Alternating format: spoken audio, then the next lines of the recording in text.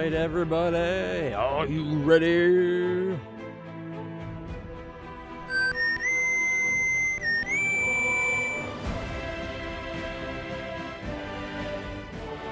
We are back with more Pathfinder. It's a bit more Pathfinder, Wrath of the Righteous. Now, last time we played, we got as far as finishing up with Albrig's area, which is great. Grith, our boy Grith, as I like to think of him. Oh, there's the button. Hey, idea. How's it going, Ink Ideas? Good ideas, bad ideas, any ideas? Oh, actually, I do have to change one thing here. It should be doing game capture. Where's Wrath? There it is. Perfect. All right, pop out the ad manager thing. Hopefully it stays working today.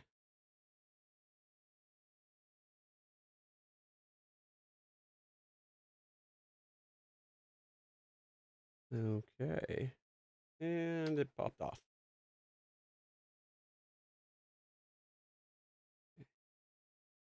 Can I reload it? For a second there, it said how much time was left, and then it goes blank again.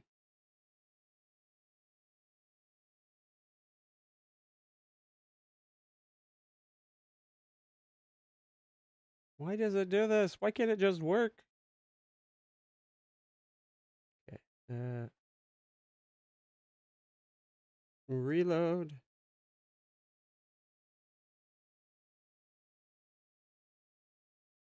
I don't get it. Okay, what if I close that? It works there. Everything, nothing can just work. If I pop it out so I can see it like right here beside the, you know what, I wonder. You know what, I'll just have the window overlaying the other window like that. And it can stay inside its thing and there won't be an issue. All right, 21 minutes until the first ad. Let's continue. I believe we were taking over the map slowly but surely. These demons don't stand a chance.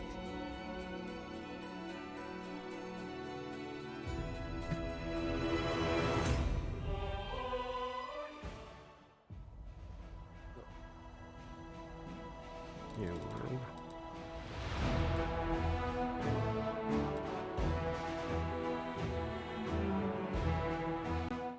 And move that over there. I forgot to change that so I can see chat. All right.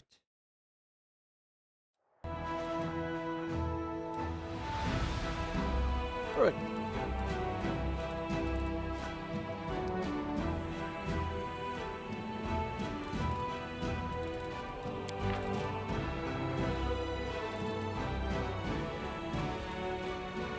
He's almost to level 7.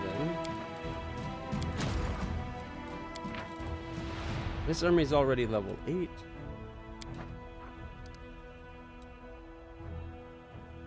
Won't even enough attack force for about army power of about a 6. These guys are a 7.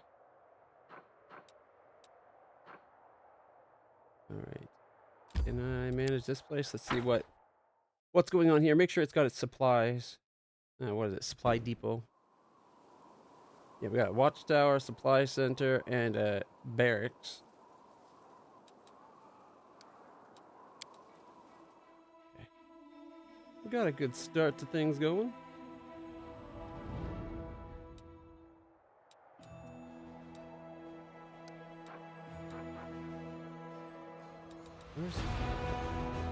So we're still down at the current glen. I might see if we can find our way over to the marked rock before heading back to Dresden, just because that way we can get it done and over with.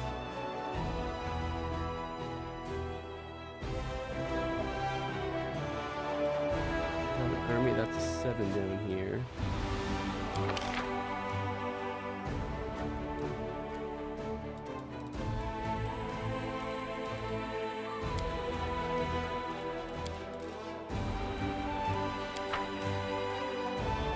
Trying to get bigger armies as we come across.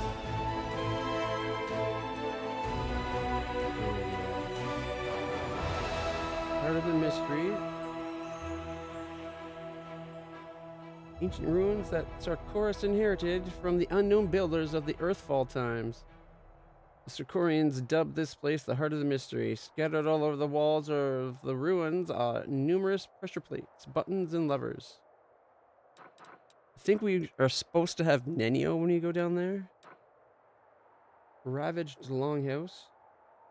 The name of the village has long been lost to time, as well as the name of the Sarkorian clan that lived here, the husk of a longhouse. Its decaying beams that protrude from the ground, like the ribs of a stripped carcass, serve as the only reminder that this land used to belong to humans.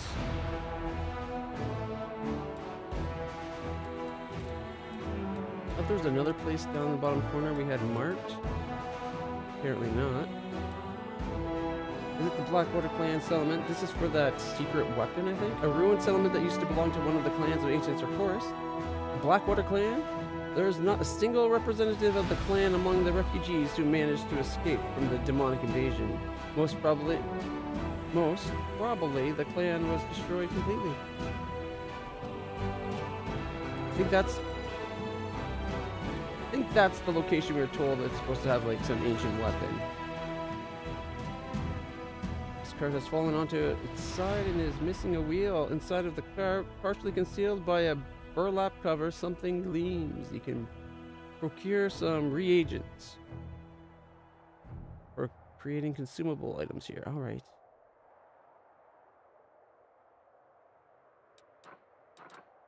All right, so our people have been moved around.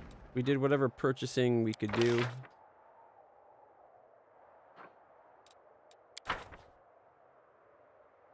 I believe technically this place is now ours as well. If we go into the Crusade, then we go map, we own basically a full third of the world right now. Well, the war wound. We own all of these. I wonder if it'd be easier to try to take the top next.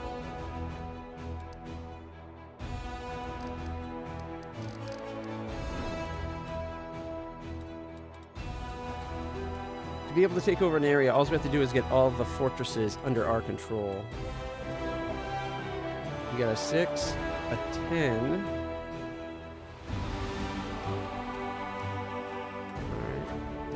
Just this one, which oddly enough doesn't show what's there.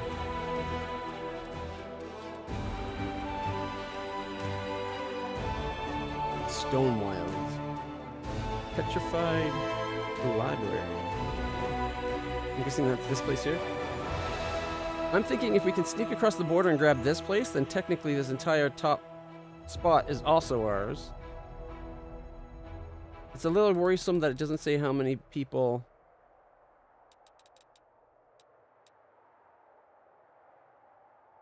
Like how strong the army is there. Like we can see this one's an 8.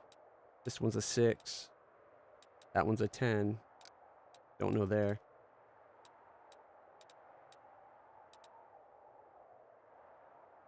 Oh.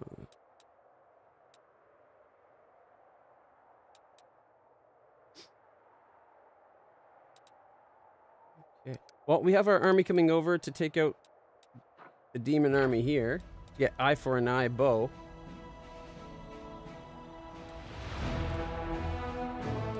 So I guess after she takes them out, we can maybe try to see if we find our way there. Maybe take it over.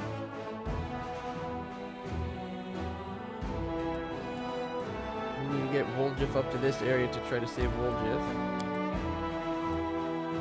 Described land by a bend in the river. The path to this location is currently unknown.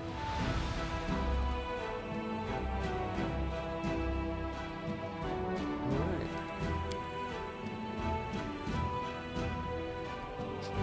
One second, I just gotta blow my nose.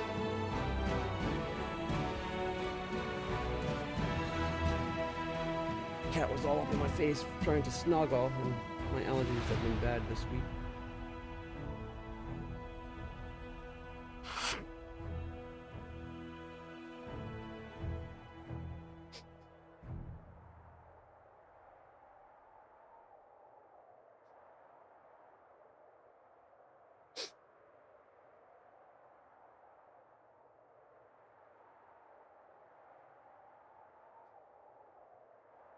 There we go. That's a little bit better. At least for now. Alright, so we are there. I'm guessing to get to there is probably from here. 13 hours of travel time. Ugh. Pain in the butt.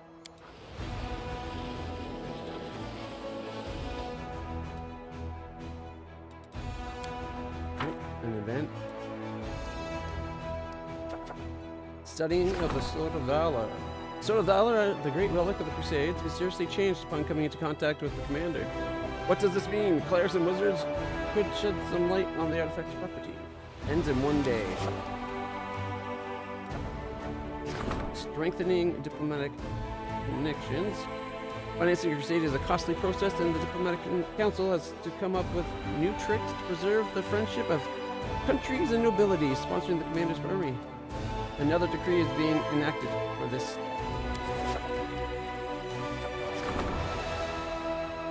Skilled craftsman could do some work on the relic.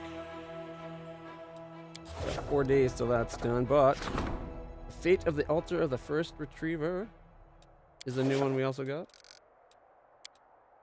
Alright. Maybe I should just went back to the town. Continue.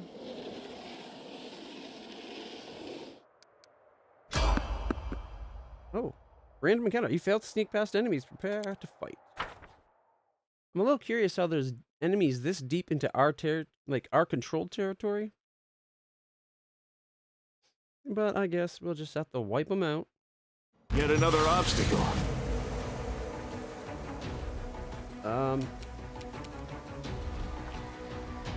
Awfully tightly knit pack here. Giant spiders. Alright, you know what? Well,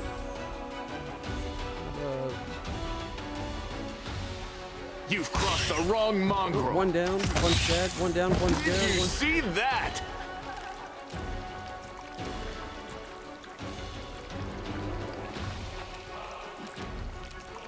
How many shots was that?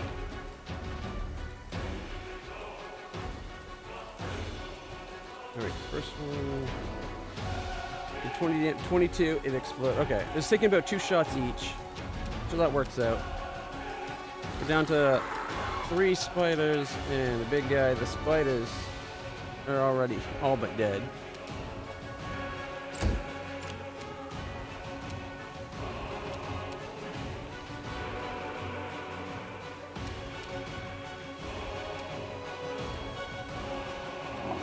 You can do a 5-foot step and attack that, but not him.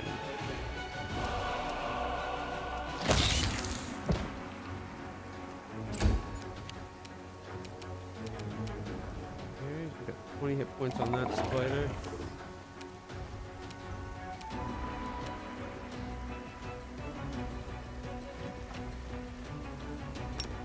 We'll just turn on our little sword to have haste. Right. Tender touch. Oh, I forgot to check out that new rapier we got. Oh no, I didn't. That's right. Never mind. I remember. Ended up only just being a +1 flaming. It was garbage, basically.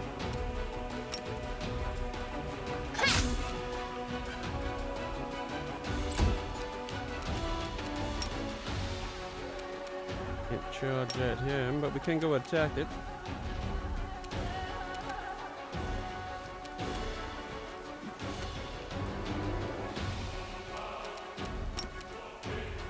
It seems I've made a mistake.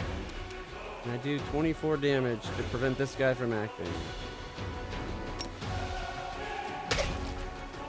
No, we did 18.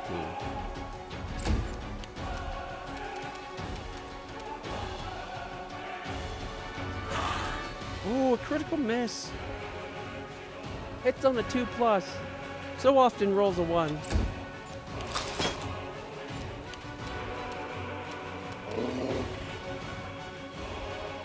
Why is he not in third form?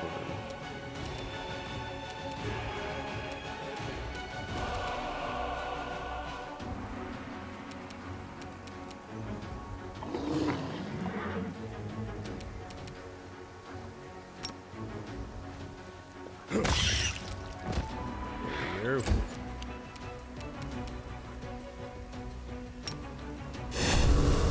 Smite the Ice Giant. The Inheritor, guide my blade! Critical hit for 67. Good start. There we go. Alright. You are mine. I challenge thee. Attack! 32. There we go. Killed that spider.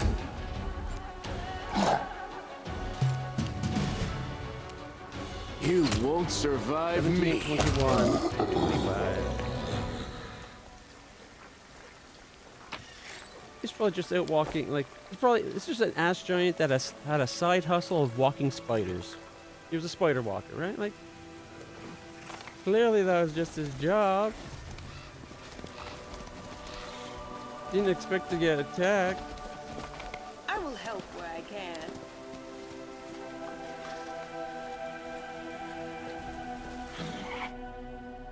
Alright.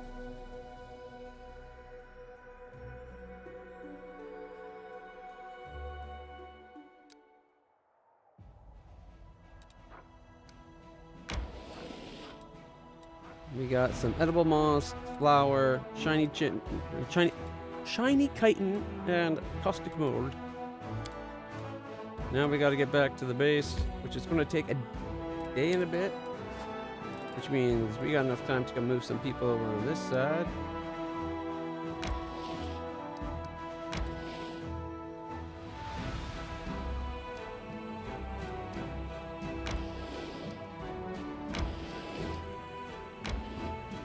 There we go.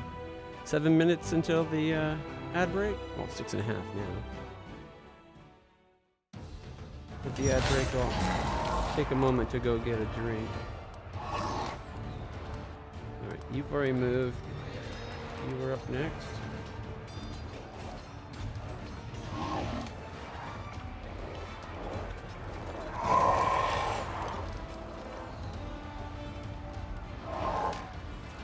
You want to go? Exactly. First poor sick me, mom. 105 fire elementals. Yeah. You know what? I'm gonna go less. 213 of the cultists can die in one hit. Please get another attack. Thank goodness. That's an extra.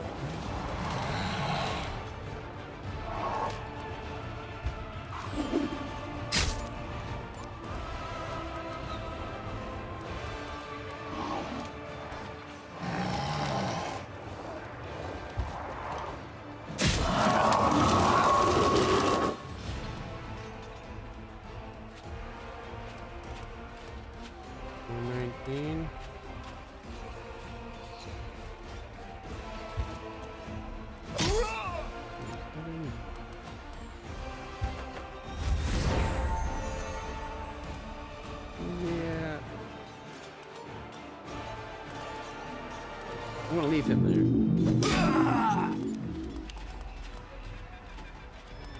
Jack formation.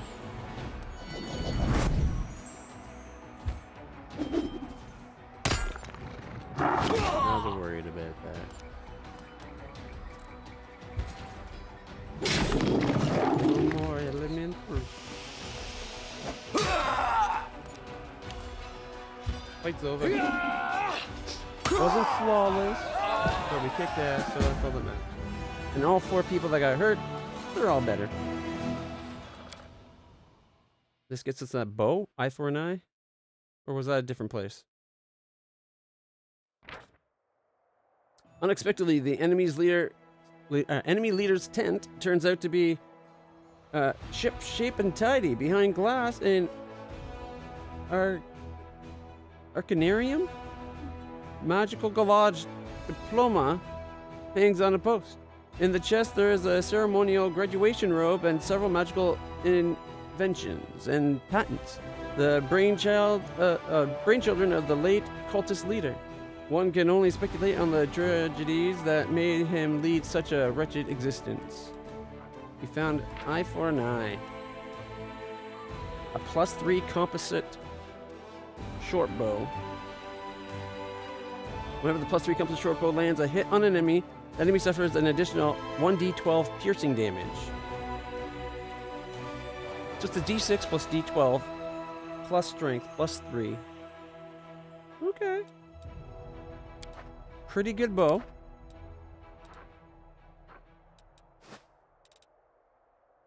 And she leveled up. Okay. Overwhelming shout. We can get battle rage. Target unit gains +2 bonus to melee attack and a -3% penalty to maximum HP. This ability is a stratagem with a mind affecting effect. Overwhelming shout. All enemies within a 3x3 area make a fortitude saving throw. Failing a save applies stun for 1 round. The ability is a stratagem. Or go for the throat. Target unit receives a -2 penalty to speed and gains a 25% chance to make a critical hit for 1 round.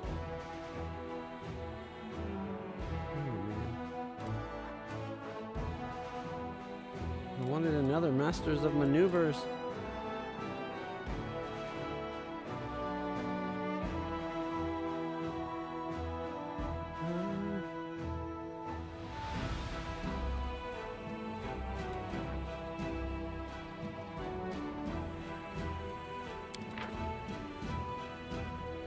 I like the idea of them being stunned for a round.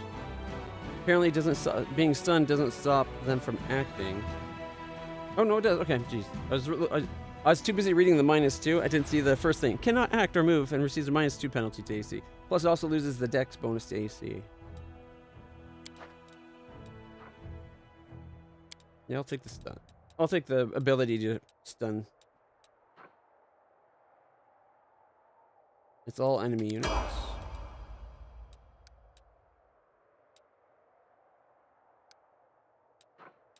Alright, that's as far as you can go that way.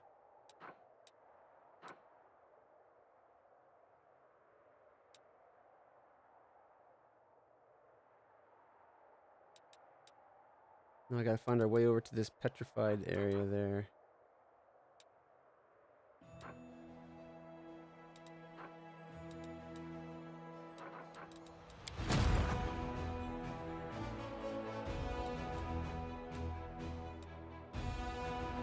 Catch up would take 39 of the 40. Alright, tell you what. Get here would be 37. 39. Get here would be an 11. They could meet up right here.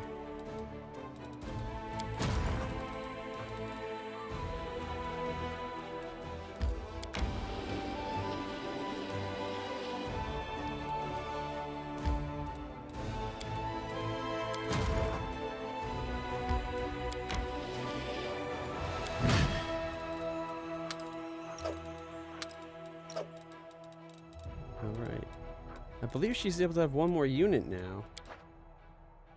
So if we could get another set of something over there.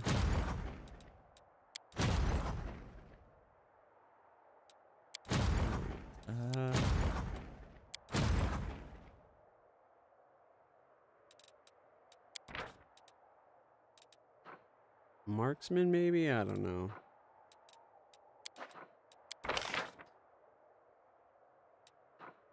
Spearmen, convicts.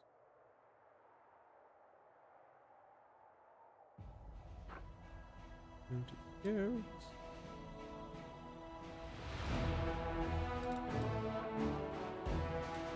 If we had reliable income of paladins, like a reliable source of paladins. I don't know what the extra unit we're going to be adding to them.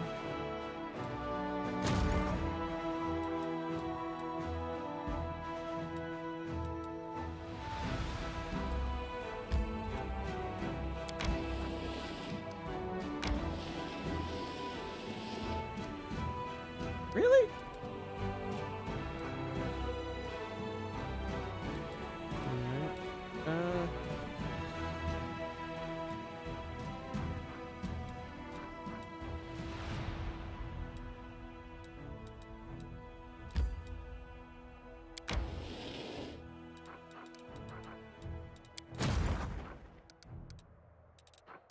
Still travel 5.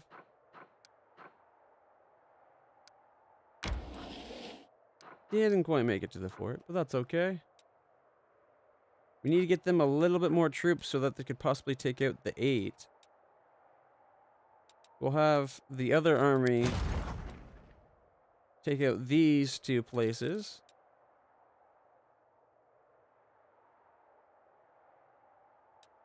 Probably this army here. We'll probably have them come down, take out this spot, this spot,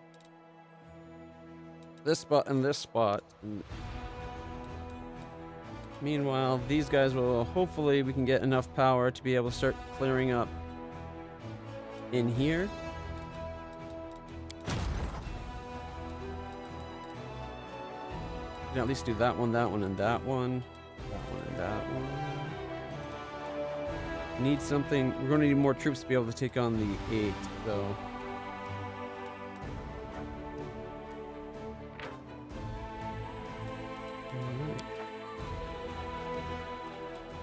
Anyways, the commercial break has a minute left. I'm going to grab my Dr. Pepper. Then we'll keep going as soon as the commercial break's over.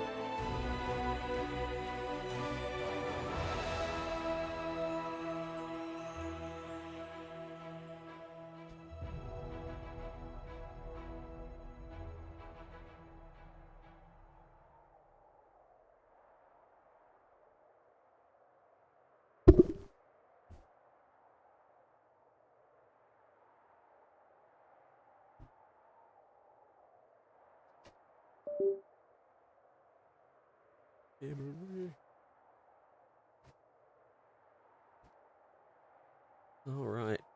Look at that, like 4 seconds to go. Good timing, I guess. All right, everybody, we're back. Let me just get this.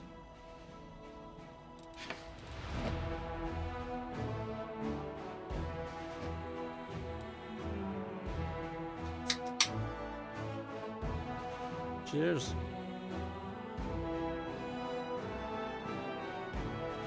I gotta stop smacking this. Trying to keep it close so you guys can hear me clearly without me having to shout. Alright, so we got our plans for our armies. They're going to come down and try to sweep all the ones that you see that are green. And in the meantime, hopefully get our numbers up so that we can take out the orange as well.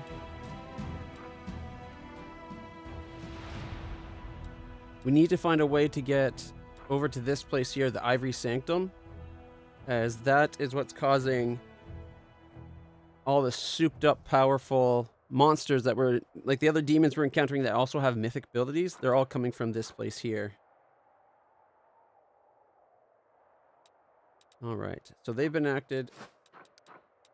Got the, let's get back here. It'll take a day and 3 hours.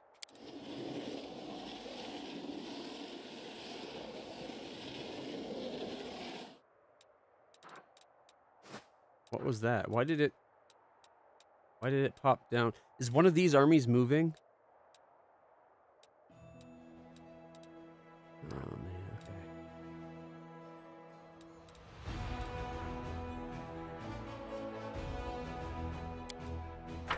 It might have just been trying to tell us that the crusade is sort of, okay. The researchers are divided on what exactly happened to the Sword of Valor. However, they did point out that the banner had belonged to Iomade back in her mortal life, that it had gained miraculous properties as if anticipating the ascension of its owner to divinity. Could its current change be an indication of the commander's great future? So in other words, we just spent all that time and money having them research it for them to be like, I don't really know, but you know, Iomade became a god after she did her things with that banner. Maybe you'll become a god with the banner too? Which is pretty flimsy argument, if you ask me. All right, we can level up our leadership to increase its rank because we ranked up in diplomacy and military.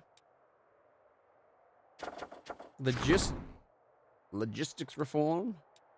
In fact, we have an event, vagrants.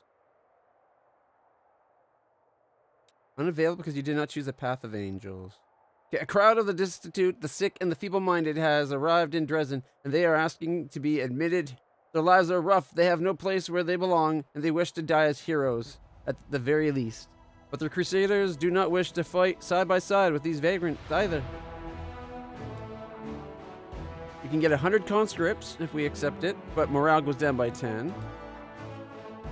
Material points increase by 1, morale reduces by 20. Send them to Mendev. Decision without consequence. Set up a hospital. It's a good response. Crusade morale increases by 5 and material point income increases by 1. I think we're going to set up the hospital. I bet this option where it's like unavailable because I did not go Path of Angel, I bet that would have been heal them. Zero Abyss, welcome. Enjoy your lurking. I noticed the animation didn't play for that. We'll have to look into it.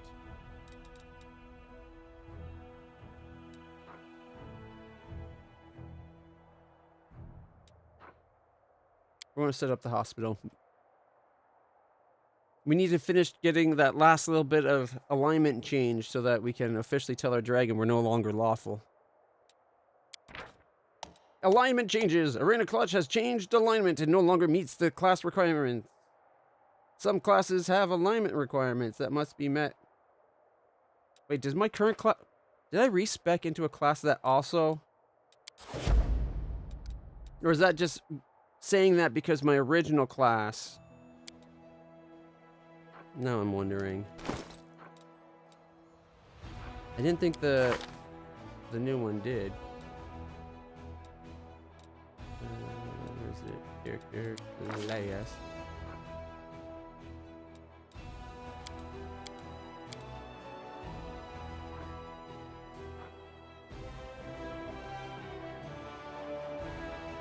Yeah, I think it was just saying that because of my original one required it.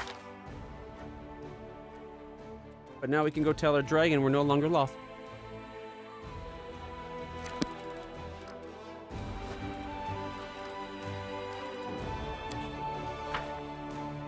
We're still like a day out from the race, so let's level up our logistics and our leadership.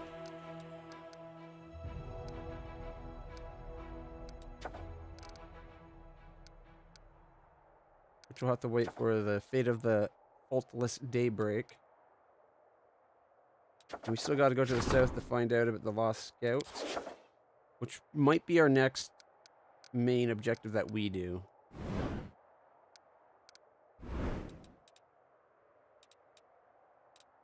All right.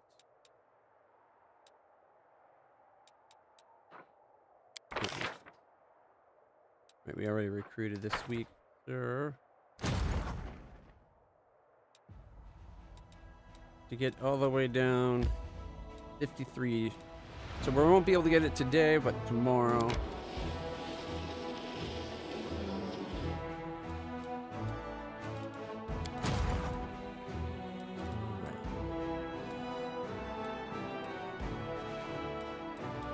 So we're having this army come down, fight this one, Ideally, this one, and this one. Those 5. Which means all these reds over here can be for our army here.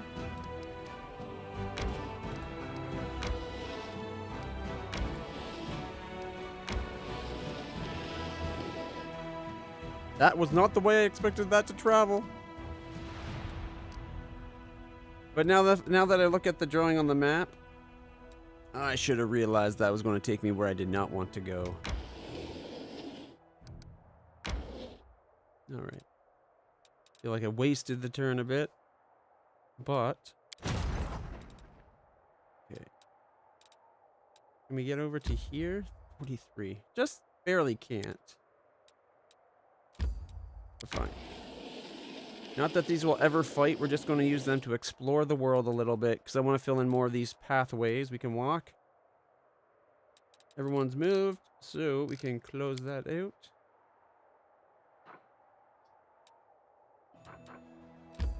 And 14 hours away. So by the time we get back to the base, we should be able to move our people in the field.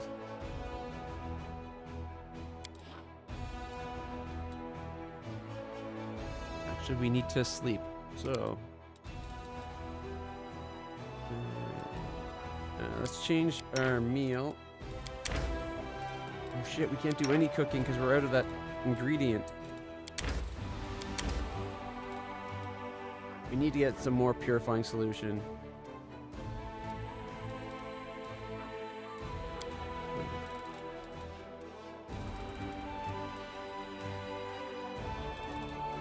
Okay, we cannot fill the protective ritual, so we're good there. We cannot fill camouflage, so we're just good. Alright. Rest.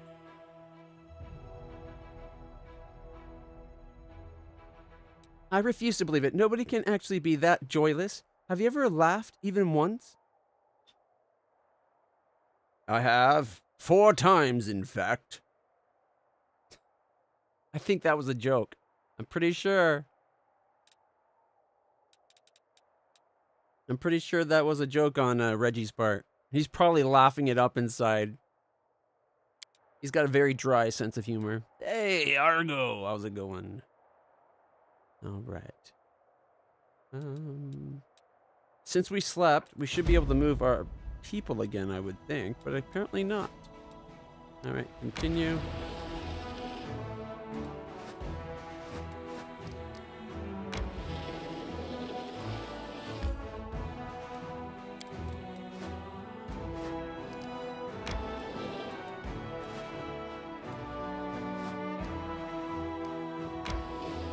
Back to Dresden. Oh! One of those motherfuckers were moving. This one right here. Yeah, you better run. We're coming for you. If we can figure a way how to get over there without having to go through a much more powerful army.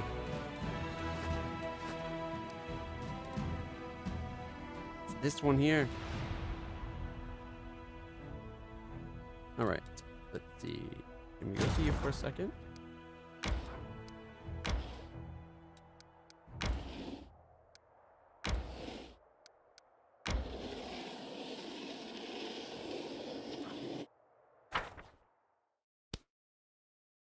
Oh shit.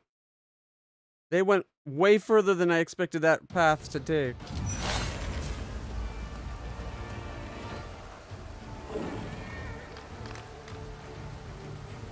of 67% of soldiers will die. Well, shit.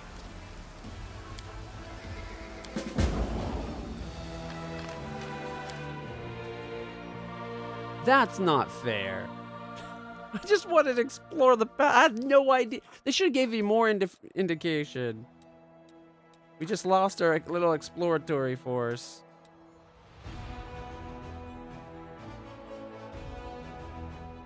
And the worst, well, not all of them. It's down.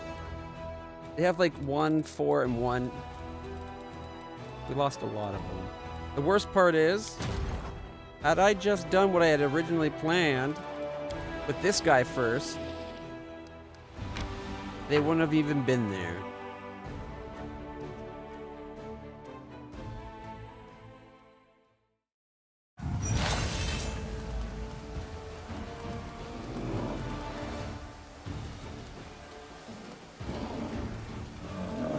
So we lost 8 rangers, 6 marksmen, and a paladin.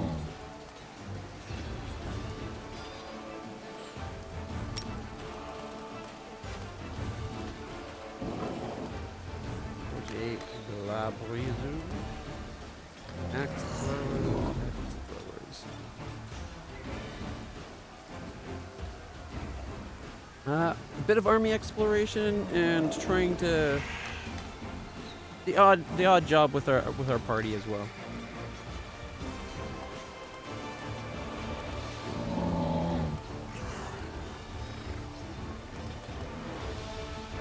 Mosquitoes. Go that far, so don't have to worry about them. I can kill them.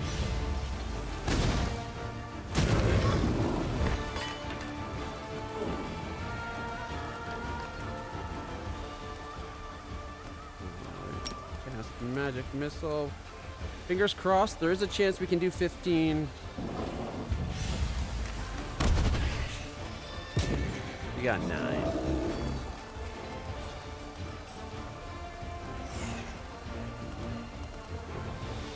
That guy can get anywhere up here too. Well, that's not good. Can we kill one skur?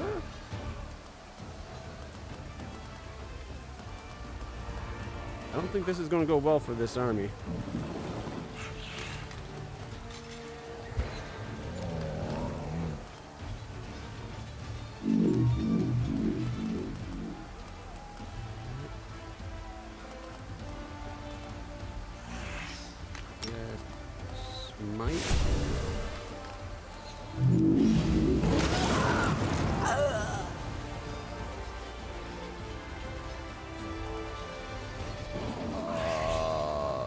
Shit.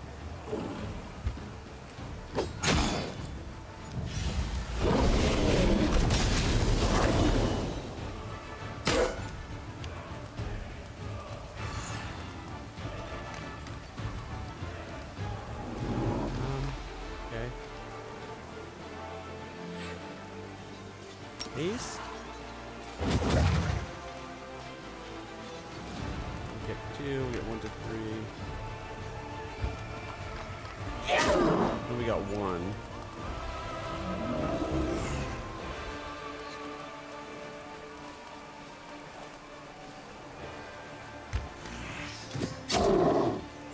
Like nothing.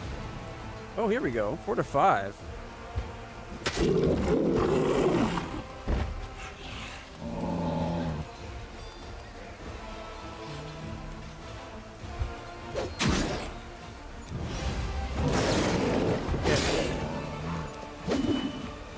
I'm really getting fed up with this lightning spell.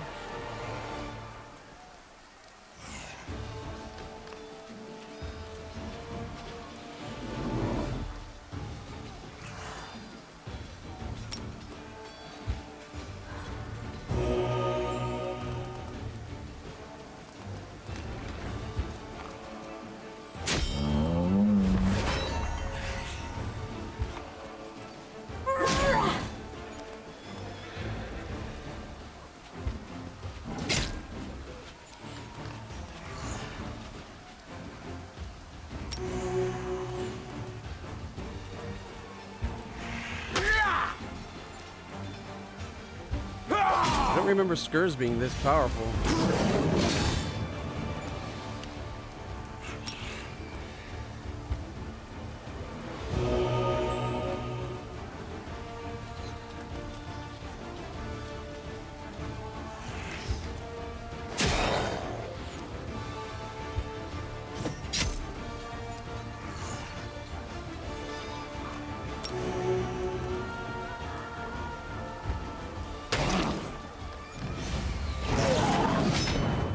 Oh my god. Everything's going to shit today.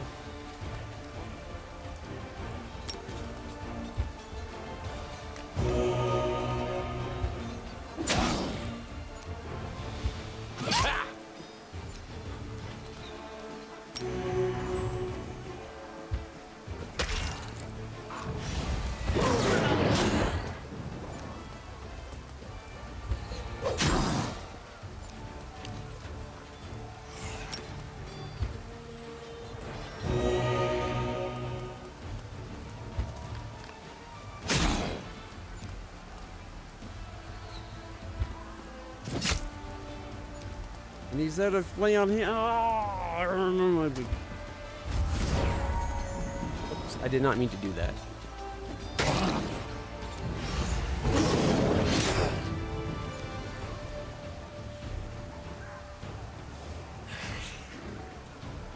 I accidentally triggered a move that cost me even more.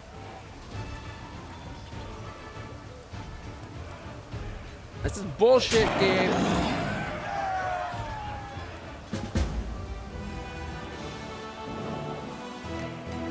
We lost what? 76 and 13?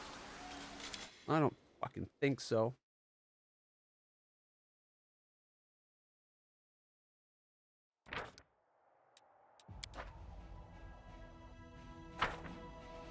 No.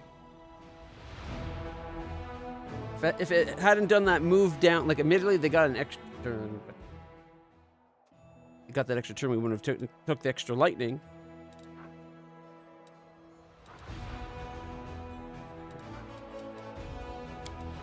Alright, this is before the rest. I would have thought, whatever. I would have thought that the Leper's Smile, what a fitting name.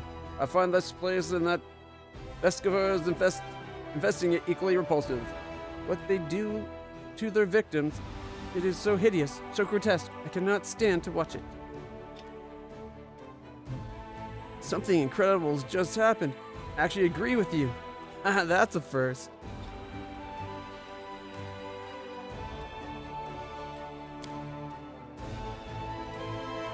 Normally I wouldn't just reload like that, but I think we can agree that the last couple actions had gone to shit for us, so. Alright.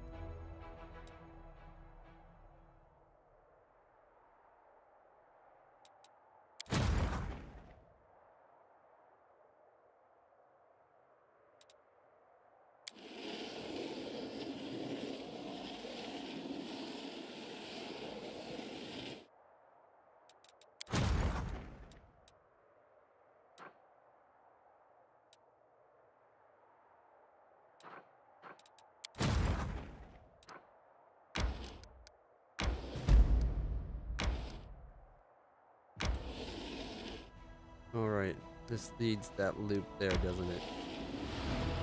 We're not ready to handle an 8. So we're going to double back.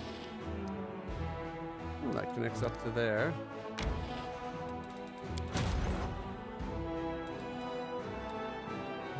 Let's see.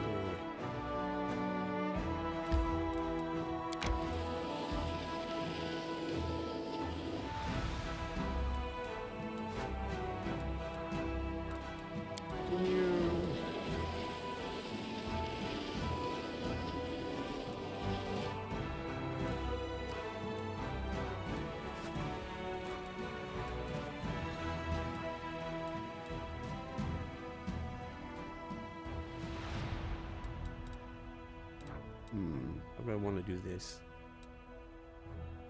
Because the original plan was to send this attack power 6 to take on this attack power 6, but apparently we're going to get nuked by lightning so horribly that it's going to make me want to whimper and cry. Yeah, maybe not really whimper and cry, but you know what I mean.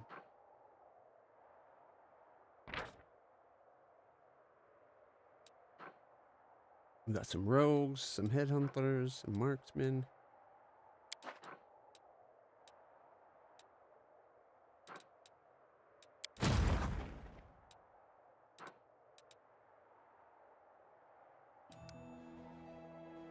So apparently if we come down here and go this way, it leads to that spot. I guess that makes sense. Like the map, we got the crevasse here. These come down to here, then up, and then over.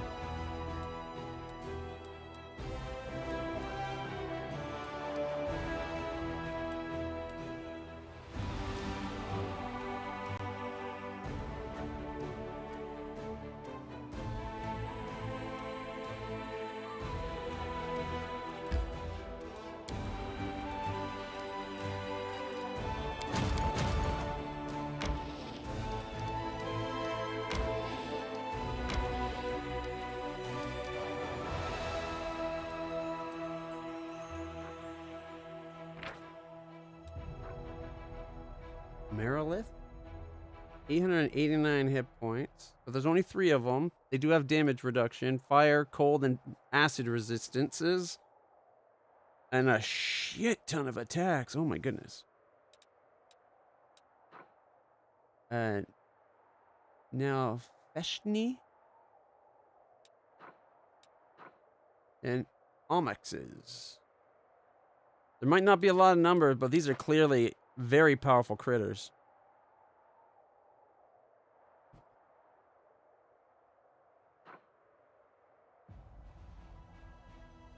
I'm thinking this army is going to come through here.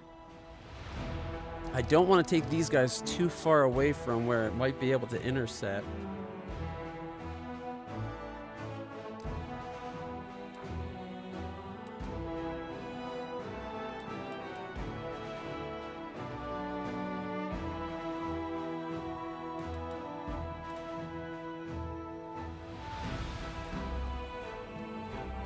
We could try to merge things up. Get them an extra. They're able to have an extra troop. Not that we have a decently high numbered group to add to them at the moment.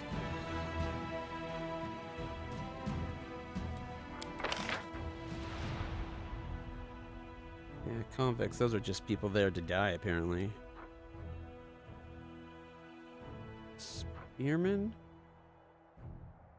36 spearmen? We do have spear. You know what? Okay.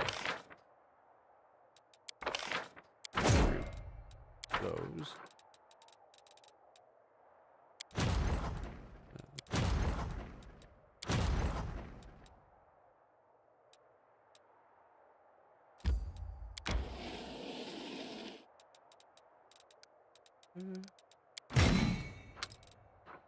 An extra 36. It's better than nothing, right?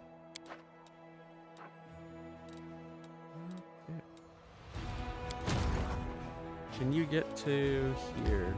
That's 20. That's as far as we can go. So he cannot engage with this army this turn. That's all the move. Huh? It said it was going to take 21. I thought we already had 21.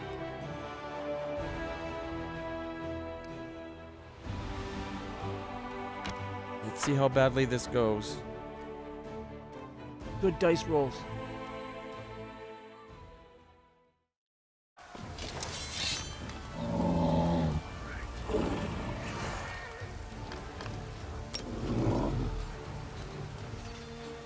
Four to 36 if we take the skurs.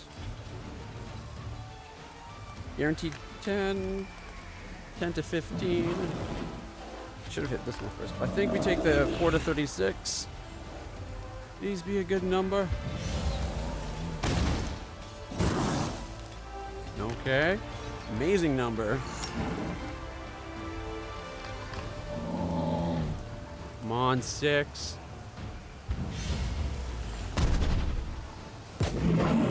Yes. 4 to 7. Come on, 7. 6 is good. Oh. Okay.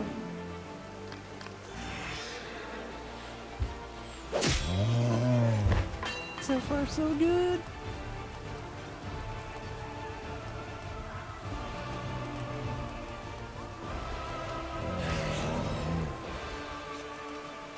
I'm gonna wait for them to move up.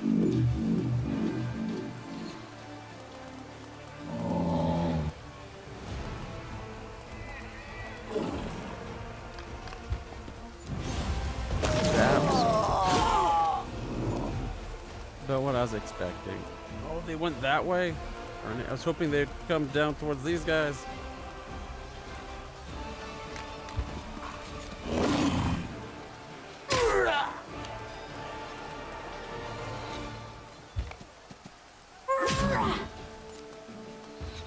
No, I should have hastened it.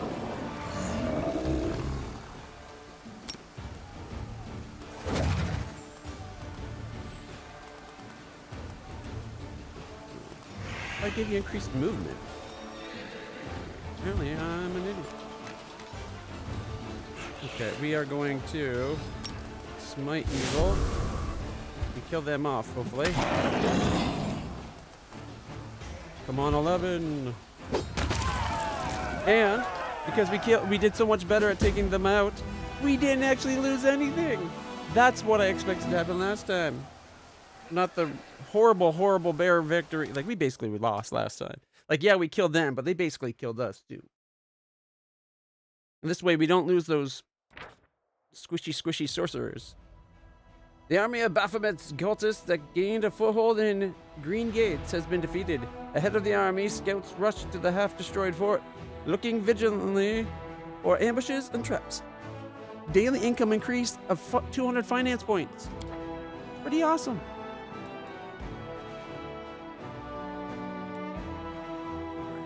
I would like these guys to go that way.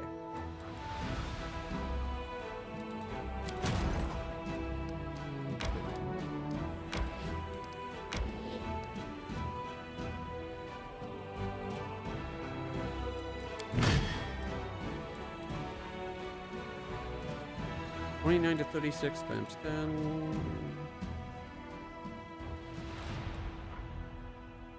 They do more. These ones do more damage.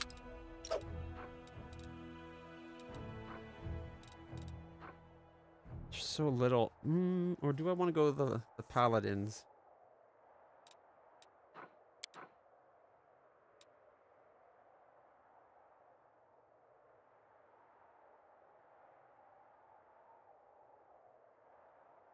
Are you sure you want to send this army to reserve for retreating? What? What? I think I hit the wrong button.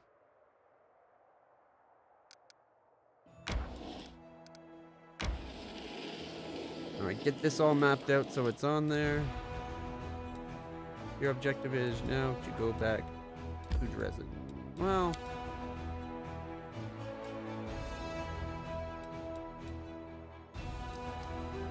you might as well go back as much as good. You can start having them explore more.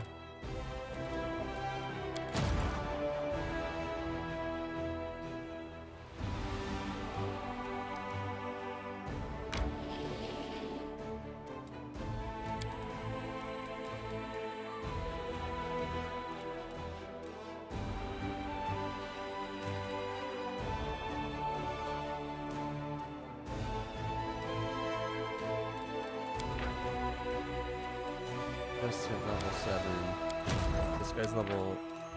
almost to level... like... on the way to level 9.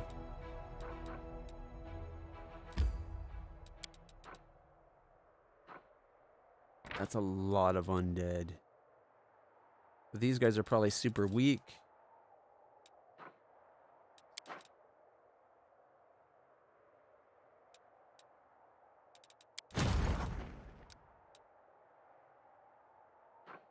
I'm assuming this army is marching on us to attack. It's got Vrax, Dretch, and some cultists. Maybe I should just pull back to be in a position to intercept them once they get past the 8.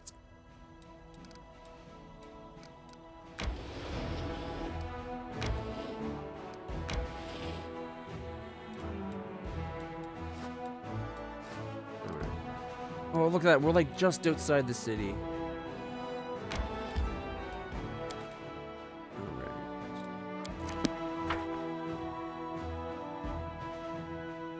We should be able to go tell our dragon that we are no longer lawful aligned.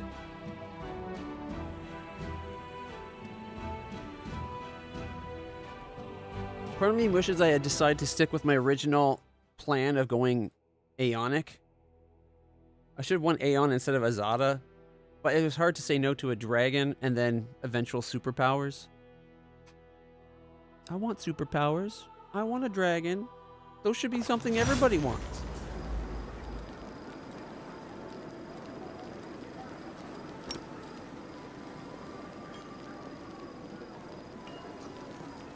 It didn't actually saddle up again. I don't know why it doesn't let you saddle up in the city most of the time. I will not falter.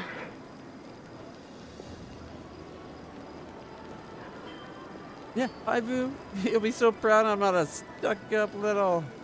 Well, let's just leave it at that. Where do we go to talk to Ivu? Because Ivu's clearly right here, but it's not letting me talk.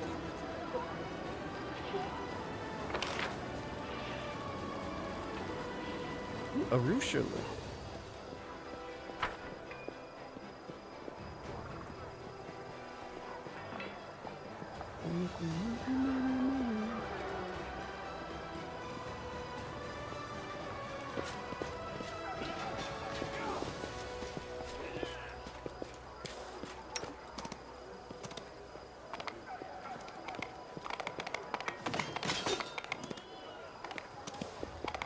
See, I want to travel that fast. I stand ready.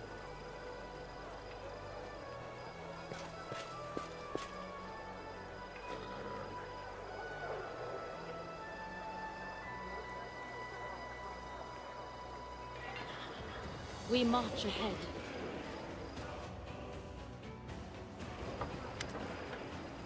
Arusha's ruby eyes stare watchfully at passers-by who don't notice her even at arm's length. She turns to you, her face a mixture of contemplation, sadness, and admiration. They're amazing, aren't they? We are being attacked by demons with unusual powers. Do you know anything about them? She's already told us about them.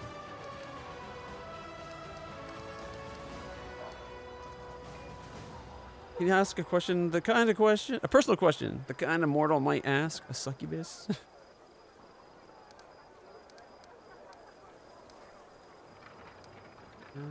Get out of my party. No. Guess we'll just go through them. Do you know anything about them? She thinks for a long while. Finally, she answers, says something. Back in Alushanira? There were rumors about terrible experiments that Baphomet and Discari performed on their troops to make them stronger. Here on the material plane, these rumors were embellished with lots of detail. Some of the demons undergo rituals acquired from Zon Kuthan. Others say they feed on the blood of angels or Clip-Bop? Whatever the hell a Clip-Bop is. I'm just going to say J-Pops. Okay, otherwise, angels or J-Pops are all demon lords. Still others say that there are no experiments and Baphomet is just bringing back fighters from the future. A future in which the demons have already taken all of Glorian. Yeah, that doesn't jive with my understanding of time travel.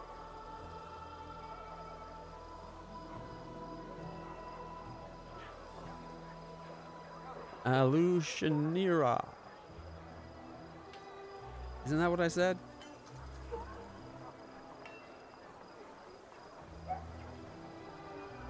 No, I'm going to say Shanira. Y doesn't normally say an E sound. Y is more common to say an I sound. So, Shanira. But I'm more worried about what the hell is this word? Just because they voiced it doesn't mean they got it right. They're guessing just as much as I am.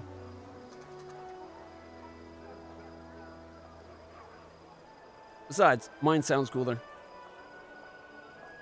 Alright, where was I? Although Y's can also make an east. That's true. It can make an eman.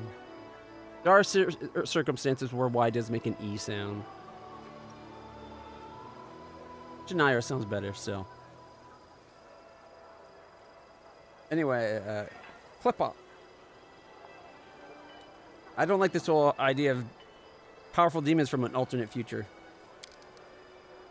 Is there a grain of truth in any of these ramblings? There's no way to know.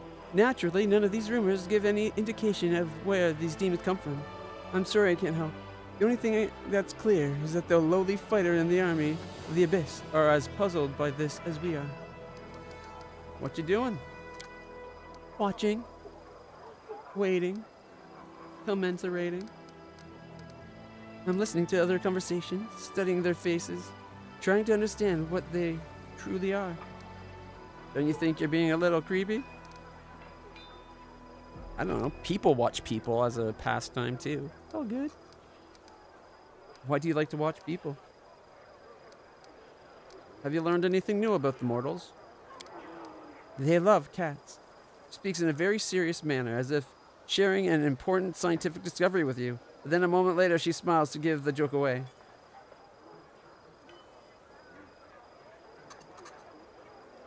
Why do you like to watch people? You know, in my old life, I thought I knew everything about them.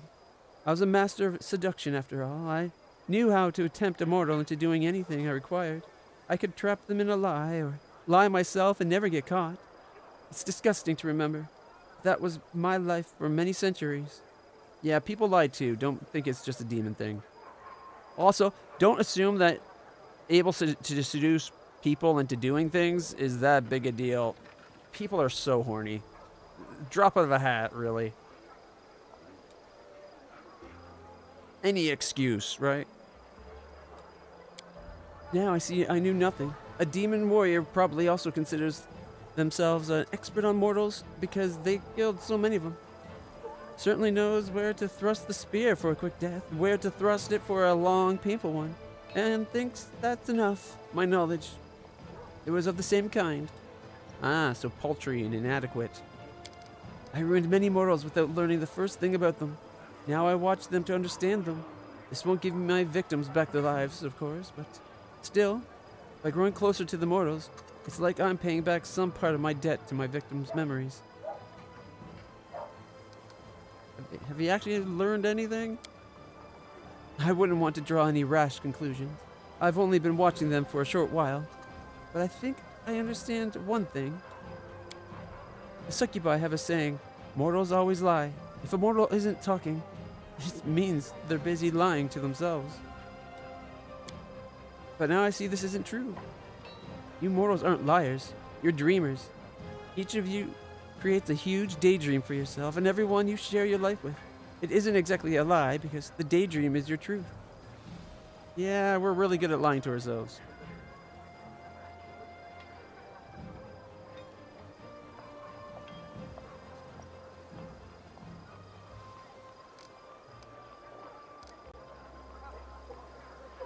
Of course not. Her pets are all her pets don't last very long because they're all mortals, right? I don't want to say this creepy line.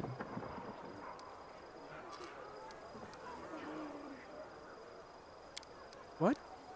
Really, why? I don't mean any harm. Let me ask something else. See, I shouldn't have said anything. Tell me about yourself. I'm afraid you won't like what I'm going to tell you. Where do succubi come from? Did you have a childhood? No, well, yes, but in brief, the abyss is nothing like the mortal world. Makes a gesture in the air, trying to find the right word. You remember life since conception. No, wait, you don't remember that part, do you?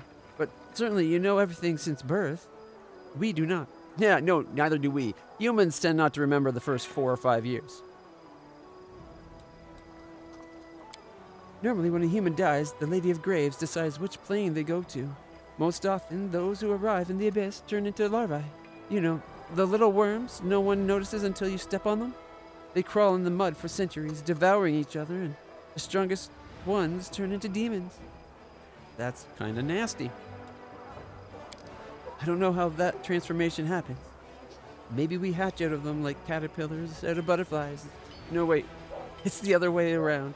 Or maybe greater demons sculpt us out of them, like so much clay. I don't know what happened to the larvae that used to make me. And my own memory, it begins with vague, fragmentary images, terrors, executions, orgies.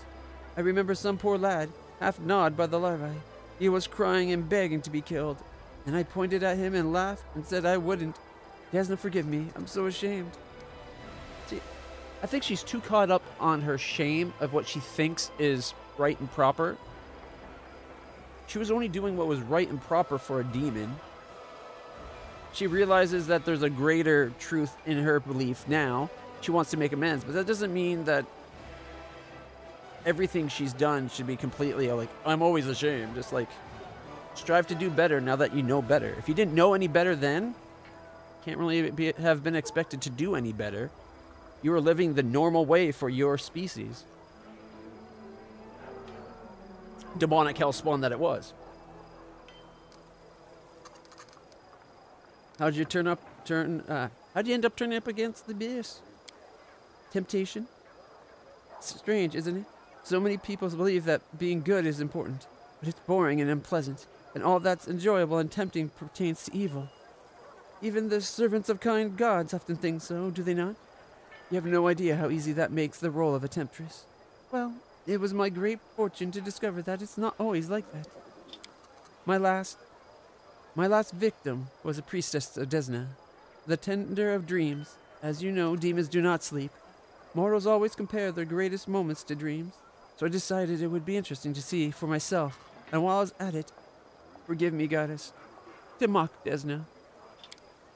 This priestess lay in my arms, dying of my kiss. I remember even can't read today, every smallest detail. The cold sweat on her skin, her eyes rolled back into her head, her weak whisper. It's so difficult to recount. Well, I dove into her mind to see what mortals' dreams were like. But the goddess saw me in her realm, and it turned out I remained there far longer than I had planned. What did she do? As a punishment, she gave me mercy. I often think, why me? She could easily have blown me away like smoke. The flick of her finger. The gods rarely trouble themselves with the lives of mortals, and even less so with demons. But for reasons of her own, she paid me special attention. She awoke in me the memories of the sinner whose souls were used to create me. All those humans. I knew nothing of them until Desna showed me. Each of them had their own dreams, and a world without pity trampled each of them and placed them on a path that led them to the abyss. Their memories, all their hopes and pain. I'm sorry, it's hard for me to talk about this. You see tears well up in the succubus's eyes. Arushale wipes away her tears and continues. The most important thing I realized was that every mortal is a little world of hopes and dreams, and that although I might be a succubus, I didn't have to live forever with those beastly, boring pleasures and tortures of the abyss. I can be free. I can be myself, if only I can understand who I am. You don't know who you are? Is that such an odd thing? Most people don't know who they are. We have an idea sometimes, if we're cognizant enough of our own ways. You don't know who you are. What of you? Do you know who you are? Are there many mortals who can make that claim? Before returning me to the mortal realm, Desna whispered something to me. I can still hear her words. She asked me, "And what do you dream of?" And I don't know. I still don't. You see, demons are simple creatures. She purses her lips. Each is guided by 2 or 3 strong sins. Before my conversion, my sins were all I was. A ball of desire without anything behind them doing the desire. Desires for sex, for flattery, for food. But now I have me. And it's amazing, but it's so complicated. All the good things are usually.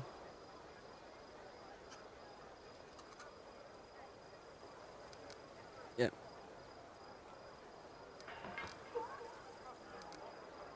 I don't know. I think a lot of demons in that situation would probably double down on the arrogance and self-assured, like that self-assured aspect that they're usually present to the outside world, and be like, "You're wrong, goddess. Evil's the better way. Look at this."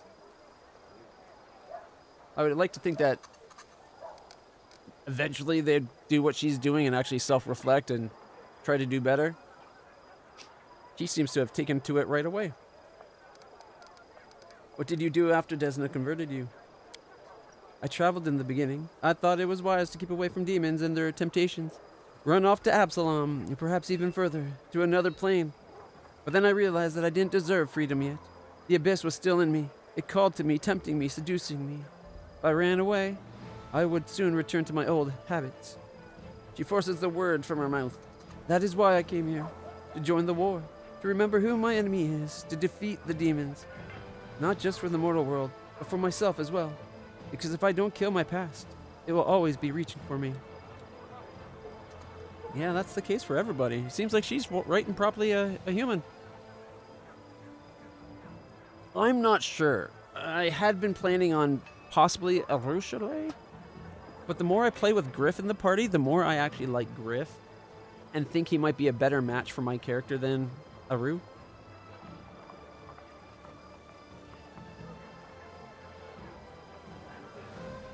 But of the characters we've encountered so far, if I had to rate them from top to bottom, it would be Olgrim and Arushale at the top, followed probably by Lan. And then Sela, then Woljif, then Camellia. I'd probably put Ember higher up on that list, but she comes off as such an innocent, like, childlike in her innocence, and I don't think she should be romanceable because of that, even though she is of an age with everybody else in the group, potentially. I don't think Reggie would be a good option, even if he could be. I don't know if he is or not. And, yeah. Maybe if Wendawag was still in the group, maybe Wendu. Could be that whole redeem her into... Yeah, I didn't think they would be. But I was just saying, I was rating, like, if I would pick, it'd be going down in roughly that order.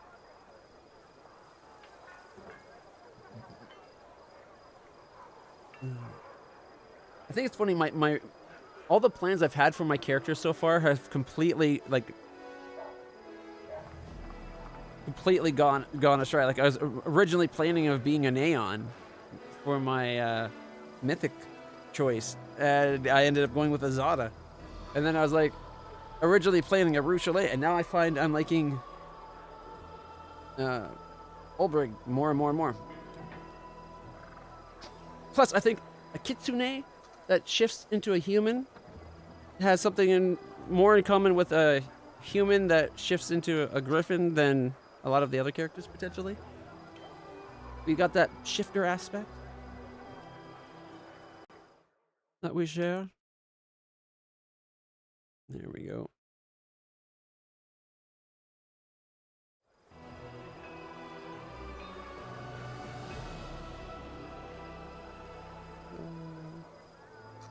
I think I got up to this point, right?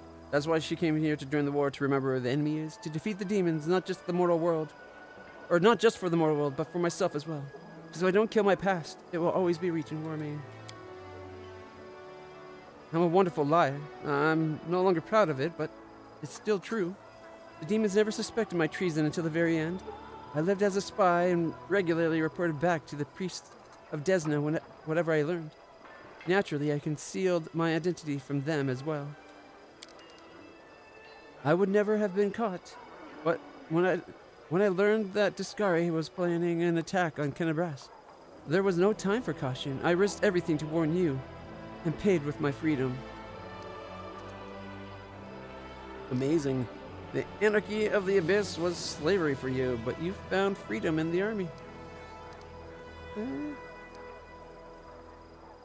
Thank you for not running from the evil, but confronting it. You know, with my help, you could return and inflict terrible vengeance on all the demons. You should have joined the Crusaders openly from the start. They would never have accepted her. Even if... Yeah, there was nothing she could have done. They would always just see her as a demon trying to deceive them. They would never have trusted her.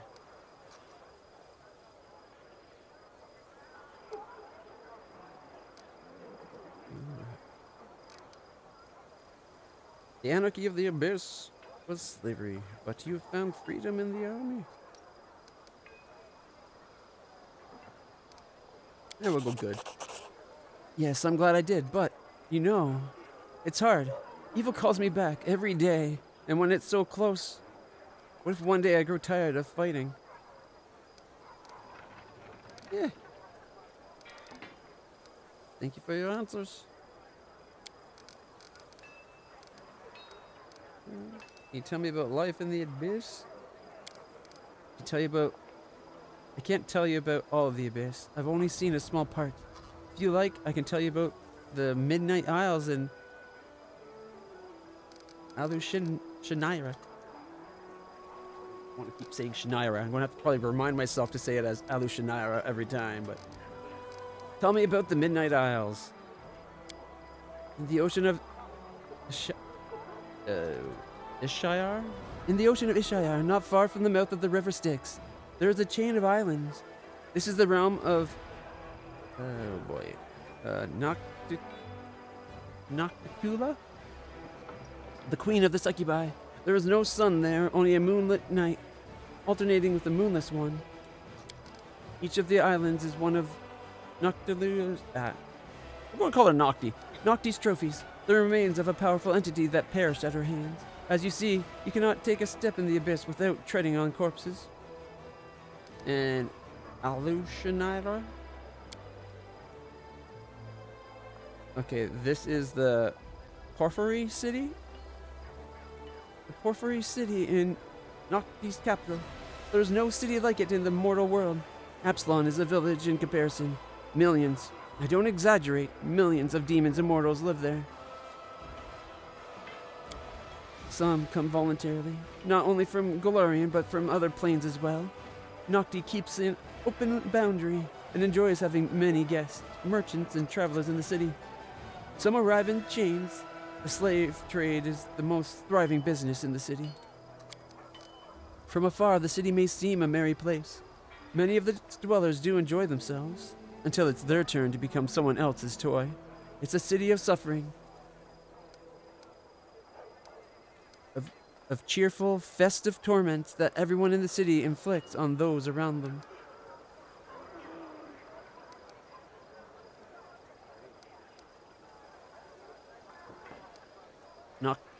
Nocticula. Chaotica. Nocticula. I'll probably get it. Until I do, I'm just going to say Nocti. But yeah, there's a lot of tripping over your own tongue trying to voice this game, for sure. The benefit from voice actors, though, is if they mess up, they could just stop. Usually, like if you... what a lot of voice actors do, if they're recording it from their home, you'll be saying your lines, and if you trip up, you'll stop, have a little clicker or a little something to make a noise that'll like mark it on the track, and then you'll redo it until you get it right. Some will do it where they just keep going, like they click on both ends of it to mark, I messed up here, but I continued here, and then you just go and get that one word right. But usually it's best to go back, is my understanding. But yeah, it's definitely a lot of tricky names. Heck, Klingon's probably easier. Okay, we did... Yep, okay. What are some places of interest in it? Alushanira. Oh, ads are starting. We'll give this a moment here. Well, it says starting soon. Oh, this is the weird part. Like, it says starting soon. Does starting soon mean, like, right now? Or does it mean within seconds?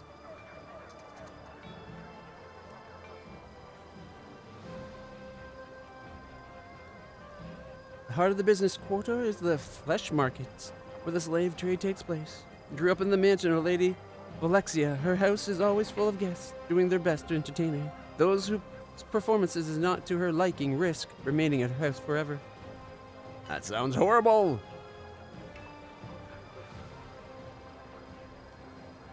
It seems like the Abyssal Realm is all the worst aspects of human nature set free in boundless quantities with none of the good.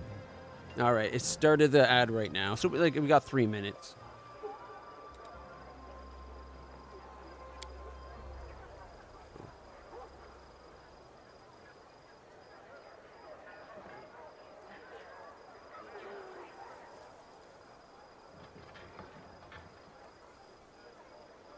I like that we got the little critter following us around all the time now, just because we're Azada.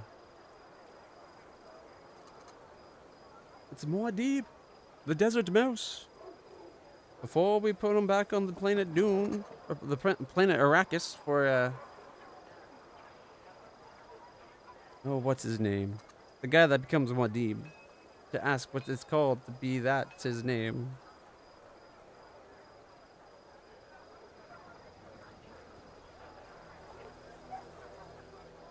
Chaotic evil. Yep.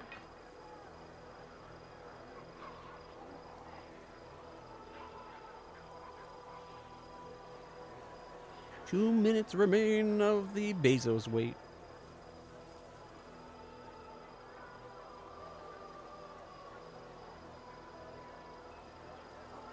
I think this is the hardest part for me, to sit here and wait for 3 minutes. My whole time in streaming has always been about don't just sit there doing nothing, waiting for time to pass. You don't want just dead space. That's anathema to a streamer. It's very hard to just shut up and wait, which is why I'm talking right now. But I think I'm gonna have to start curating things to talk about 3 minutes at a time for when we have these ad breaks. Unfortunately, I have to work tonight. And unfortunately, I was late starting the stream today because last night after the stream yesterday, we ended up watching the first 2 episodes of Babylon 5. They were so good. Love the show. On the Discord, of course. And I had fully planned to go to bed. It was a patch night last night, so the pain was kind of high. And I was late changing my patch by about an hour, which just made it worse for a while. And before I knew it, I finally fell asleep, I think around 7 o'clock, and then I got maybe 7:30, and then I got a call at 9 o'clock because my mom was coming home from the hospital today. She wanted me to get the car filled up with some gas so her friend that's bringing her home could use our car.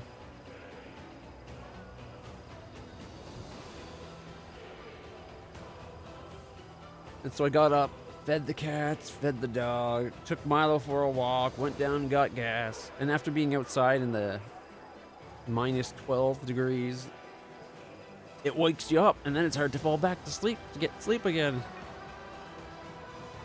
So I just wasn't ready to stream until later. I think I finally fell back to sleep around 10:30. Wasn't going to be getting up for 11 o'clock. All right. It says ad start in 55 minutes. Shall we continue? The main attraction of the Succubi city is, of course, the brothels.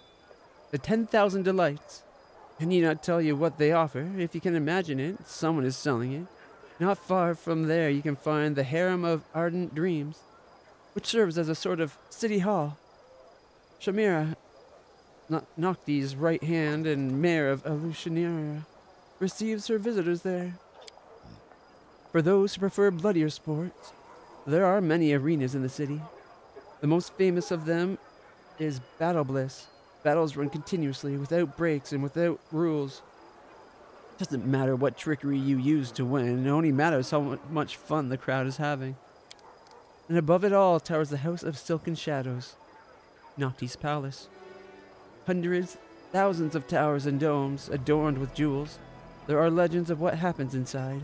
Many have striven to experience the delights of the Succubi Queen's palace, forgetting that it was built for her pleasure, not theirs. Some people are willing, hey, if you're good, go out happy, right? And what can you tell me about Nocti? Nocticula. She's called the Lady in Shadow. They say that she was the first Succubi. She's far from the most powerful of the demon lords, but this hasn't kept her from being the ruin of many creatures significantly more powerful than herself, even building her kingdom upon their bones. They say that, like Lamashtu, she strives to turn herself from a demon lord into a true goddess. Lamashtu? More like a Lamash? Who? Well, not demon.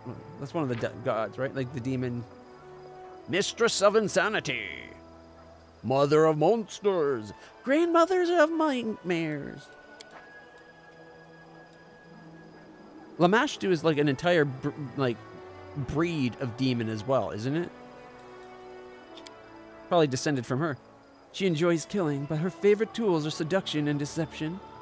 She only stoops to crude violence when there are no other games to play. And even then, she backstabs from the shadows. Her Her favorite weapon is a crossbow, though a silk garrote would suit her better. If you should ever meet her, do not believe a word she says, and do not fall for her provocations. Do not try to beat her at her own game, and most importantly, remember, the worst mistake anyone can make is to underestimate her. Thanks for the info. What do you think of the powers I gave you? It's a great temptation. I don't know if I should be trusted with such power. I certainly wouldn't trust myself with it. When you have so much power, it's easy to decide if you're a god and the mortals are your toys. Perhaps I should wait until after we defeat the forces of the abyss. But that's precisely what those powers are for. She thinks for a moment, then speaks softly. You take a great risk. I'm not sure I can handle the temptation. It's hard enough as it is. Can I ask you a personal question? The kind only a mortal might ask a succubi? You want to talk about sex? She looks you in the eye. Ask me anything. I'll not keep secrets from you, but don't expect to hear anything light-hearted or pleasant.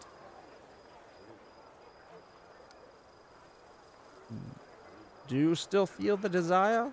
She's been saying that all along. Like, this is already a self-evident in everything she said.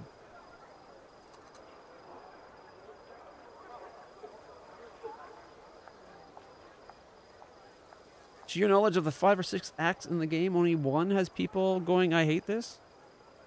Pretty good track record, then.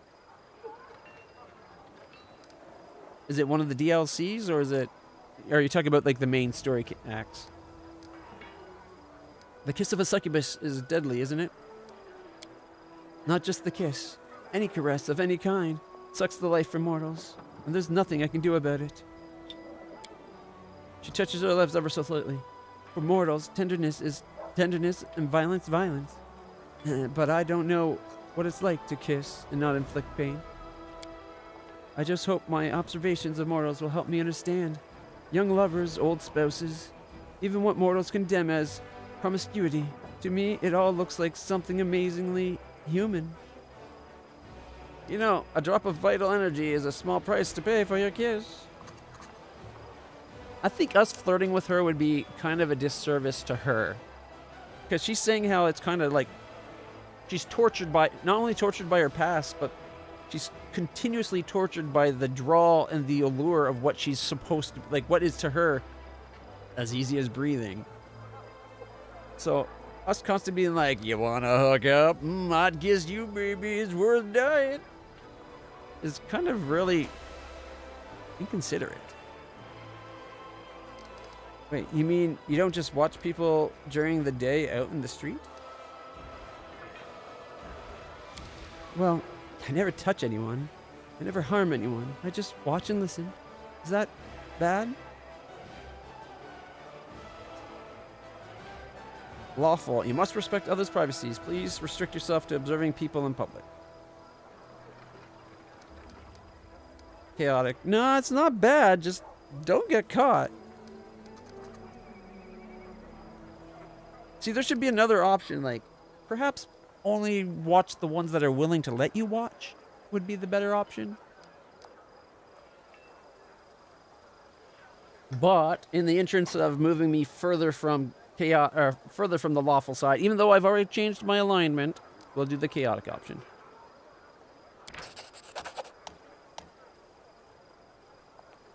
Clutch's alignment has changed. No longer meets the class requirement.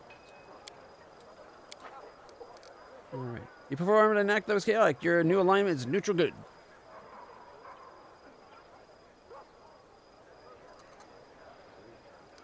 No, it would have actually set me back to being lawful.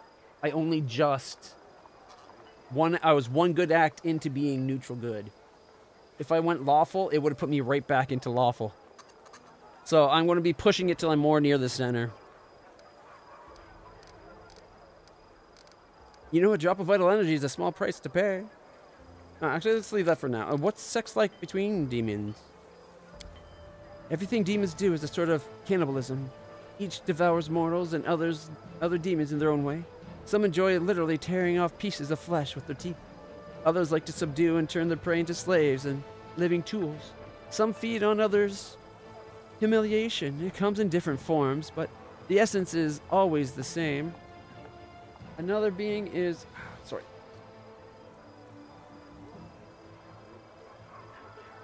Leg.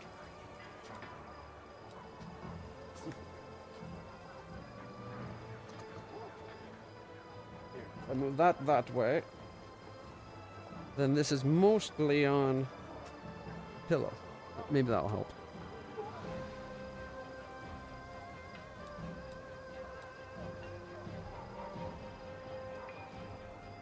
You had to fight being a chaotic good character? Yeah, it would probably be hard as a lich rod. I personally find it hard to be an evil character in playthroughs. My natural inclination is good options. Alright. Yeah, I'm sorry. I cannot get comfortable. See, this is the problem. This is the lap disc I was using. These are too long. Even at the shortest, I find it's, if I put the legs up, if they're locked, it's still too tall for me to use on my desk. And if I have them shut, they kind of hurt. Here, let's see. Let me put this. Oh, the mouse.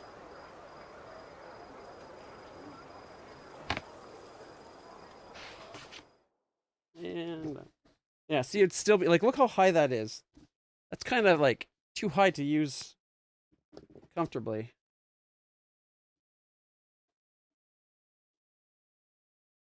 You know, I bet if I took it apart, I could probably cut it down so that, like, if I cut this piece in half for both the inside piece and the outside piece, I could probably get it so it's about the thickness of a leg. Because, like, it does have where it can, like, angle. But for me, it angles the wrong way. Because it kind of wants it, like, if you're on a flat, it would angle up. I need it to angle the other way. I think I'm going to have to take this apart and rebuild it backwards and cut these shorter at some point.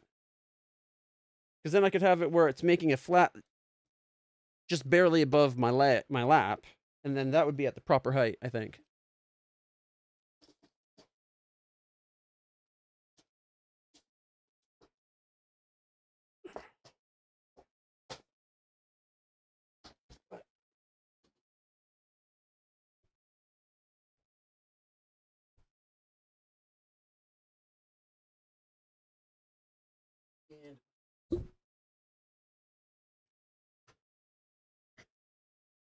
Yeah, I like to think my mama raised me right.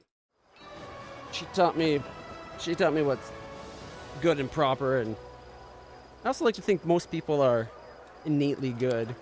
We just tend to succumb to our lesser instincts sometimes. All right.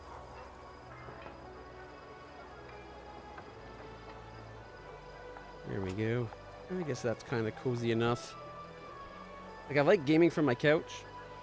Gets to use my TV. Get to be more comfortable. It'd be awkward to get cozy sometimes with a keyboard and mouse. I feel like my face is covered in cat hair. I don't know what's up with my allergies. My cat allergies have never been this bad. And with Taro, it was never really bad in the first place. My allergies might be getting worse. My eyes are so... Oh, there's a spider on the roof. Oh, why did I have to look up? It was over there earlier. Now it's over there. It's coming for me. Ah! Spider!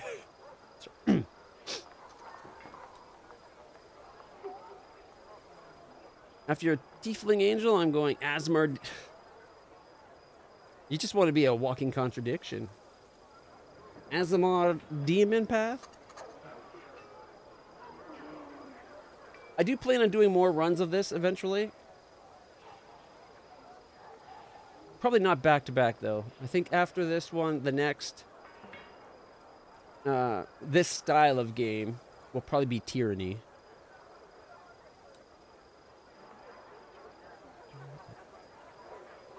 Where was I? I was subdue their play into slaves, living to some feed on others' humiliation. Comes in different forms, but the essence always the same. Another being is an object to be used for your own pleasure.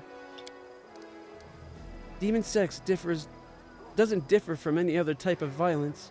In my former life, it was something I did to others or others did to me.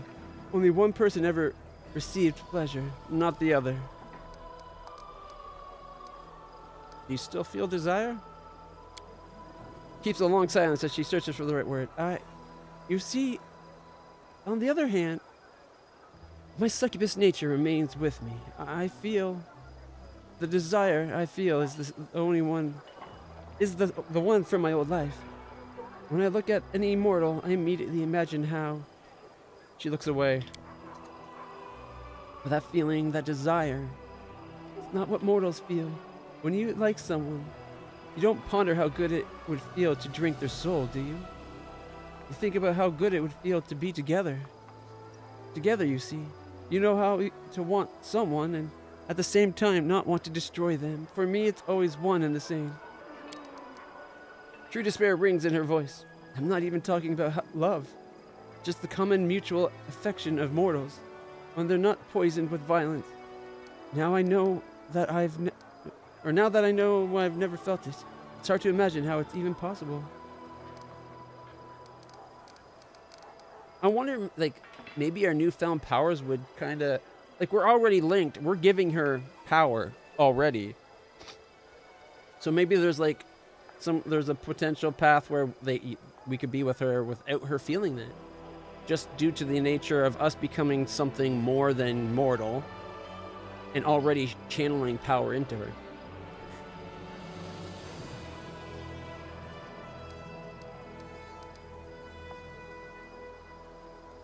A drop of vital energy is a small price to pay for your kiss.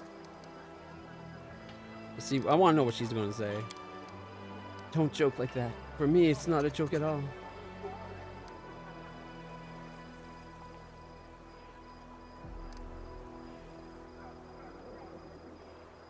I'm not kidding. I can easily spare a bit of essence for you. We're clearly very vital.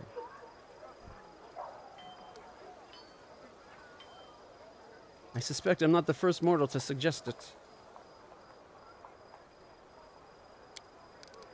No offense, but I don't expect you to join them. Love's a wonderful feeling. I believe you will be able to experience it someday.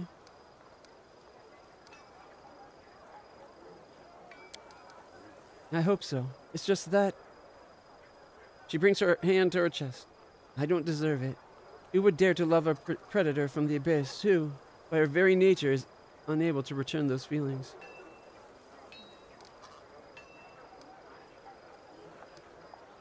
Do not lose hope. One day you will find someone to teach you how to feel. Gently touch her fingers. I believe in you. I can help you if you let me. Yeah, see, this almost feels... Knowing how early she is on her journey of trying to make amends and not succumb to her demonic nature, it comes across kind of cruel to be like, oh, come on, baby, we could do this, we could find a way. I could help you, you know. I could save you.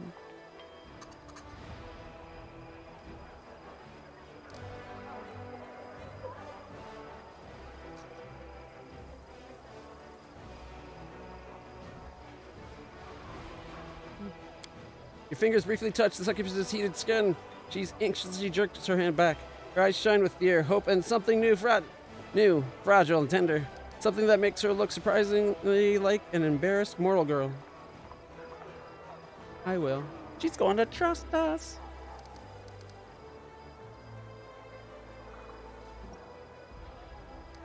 Thank you for being so open. Now watch me go and flirt up with Olgrim. Or Oldbrig or whatever. Rift Boy. Alright, gotta go. More party members to romance up? No. I normally try to only romance a single character at a time.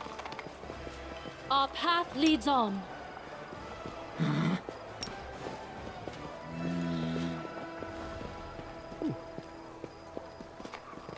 So when we're in the town, we cannot saddle up.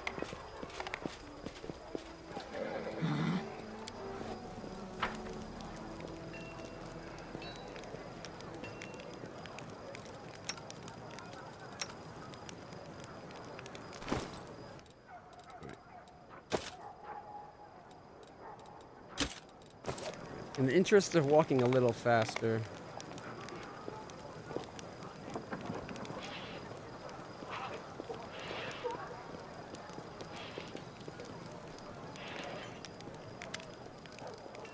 Show me what you've got.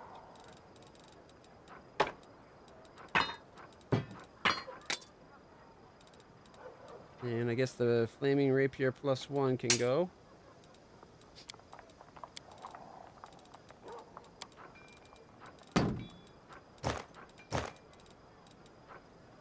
Robe of transmutation. The dragonfly. Right. Okay. Deal those. Or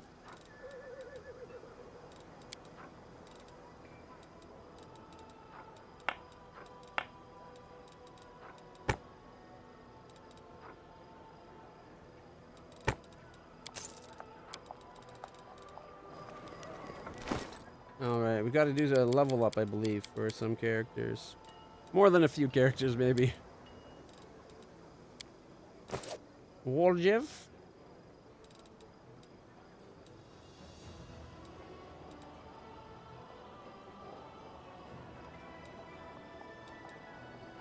Were we maxing out his arcane trickster?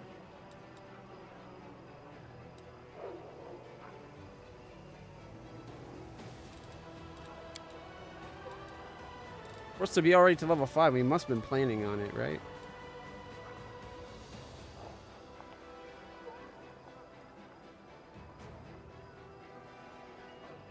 Can slay the target. The target receives a fortitude save negating the death effect. The DC of the save is equal to 10 plus half the rogue level plus the dex modifier. And by the time you're level 20, that's minimum DC 20. Probably closer to DC like 26, 7, or 8.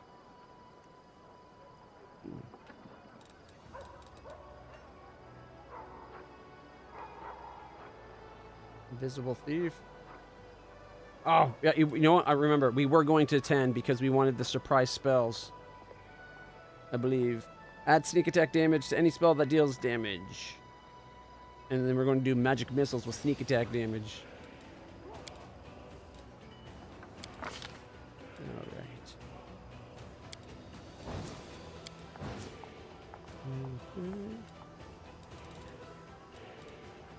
Perception.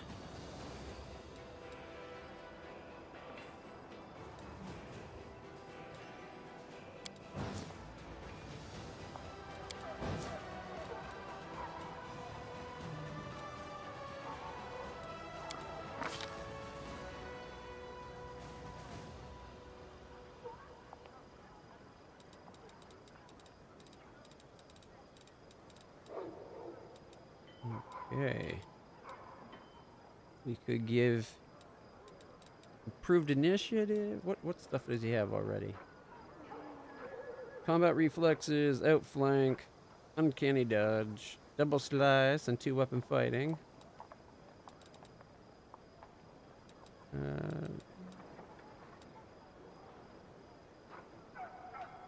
Got weapon finesse.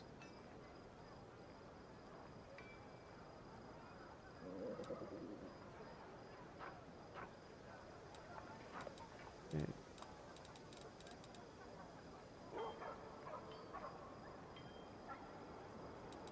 There's improved 2-weapon fighting.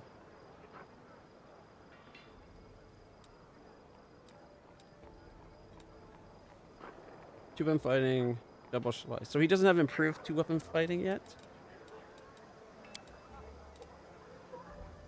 What was that? You get a second attack with your offhand, albeit at a -12 penalty.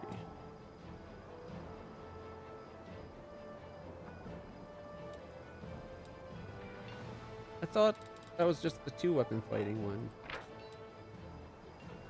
Oh, it's -6, -10. Okay.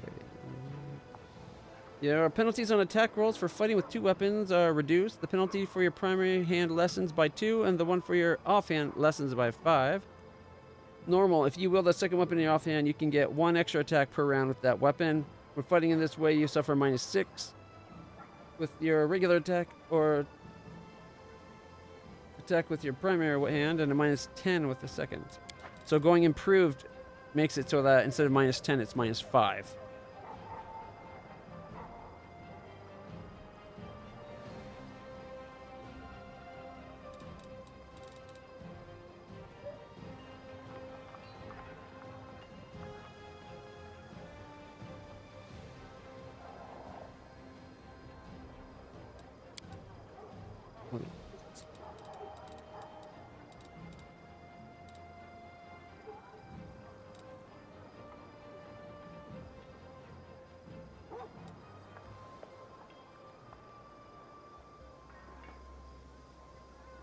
So react from tribulate. A rogue with a talent gains immunity to difficult terrain.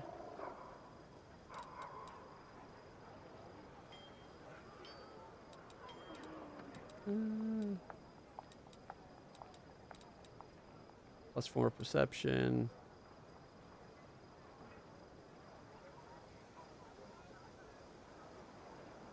Focus attack confused, shaken, or sickened.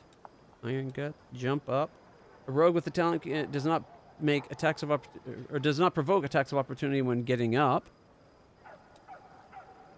That could be worth having. You go combat trick. Might as well just take whatever we're doing.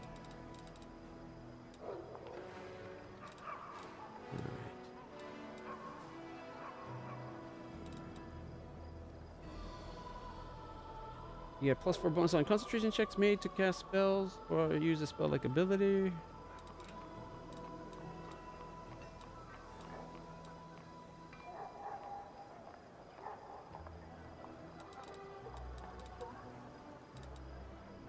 If you successfully dispel an ongoing magical effect on an opponent, the opponent takes -2 on saving throws against your spells for 1 round. Yeah, I don't care about that.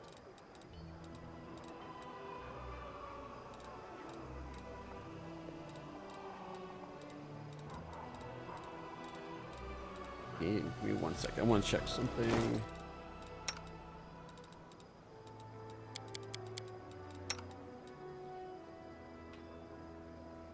So he's +10, +11.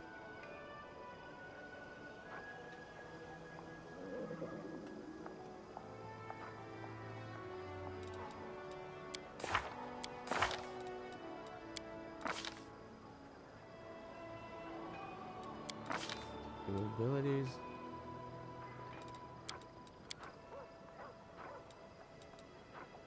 Got weapon. He's got mythic weapon finesse, 2 weapon fighting. I wonder why it's not suggesting the improved 2 weapon fighting. Is it just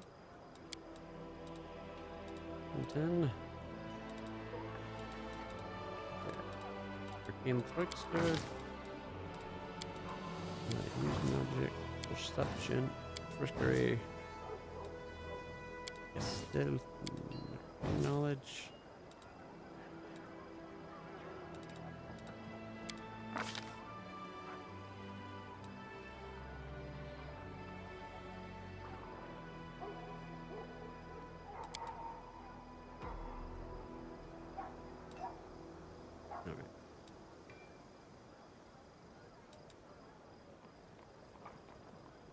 So I think improved 2 weapon fighting just lets him have an attack instead of just 1 attack with the offhand. So like say he gets 2 attacks per round, it'd be, as it is, it'd be 1 with his offhand, 2 with his primary. This would let him do 1 with every 1-to-1, but he gets the -5. Right? You get a 3rd attack with your offhand weapon, albeit at a -10. Yeah, so it's making it lower and lower.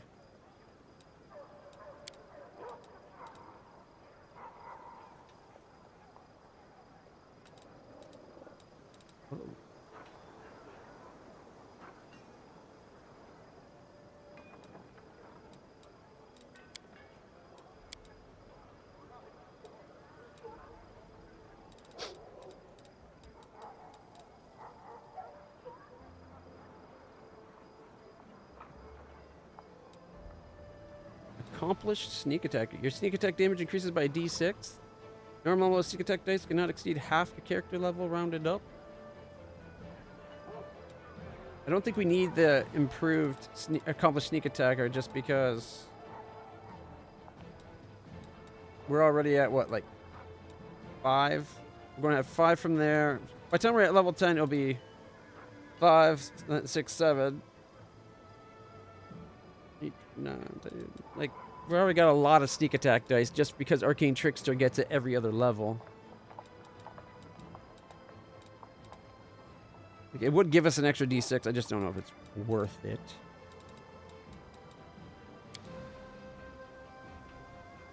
You make a single attack that deals significantly more damage than normal. As a standard action, you can make one attack at your highest base attack that deals additional damage.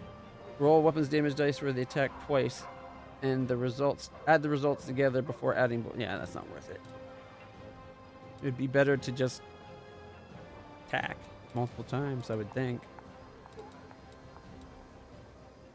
Spell penetration might be worth it.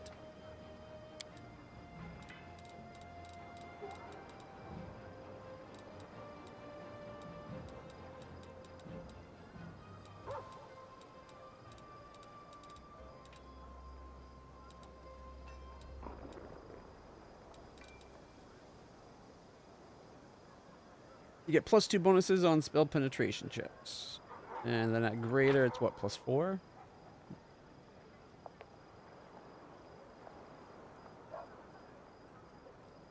Made to...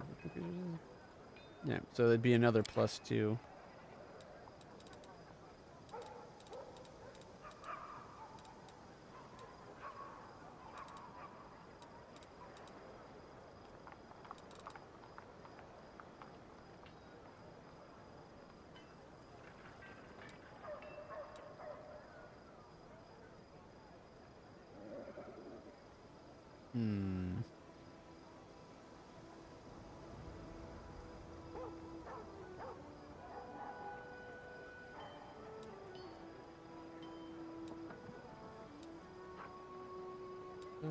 Penetration.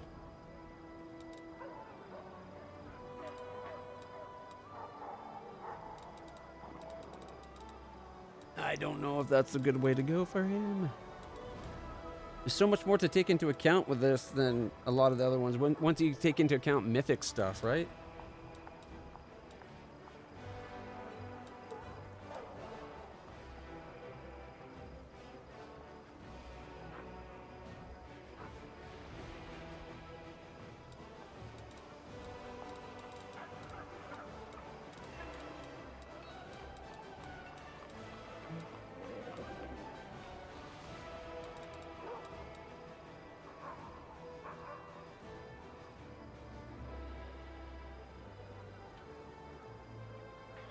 When an ally who also has this feat confirms a crit against an opponent that you also threaten, you can make an attack of opportunity against the opponent.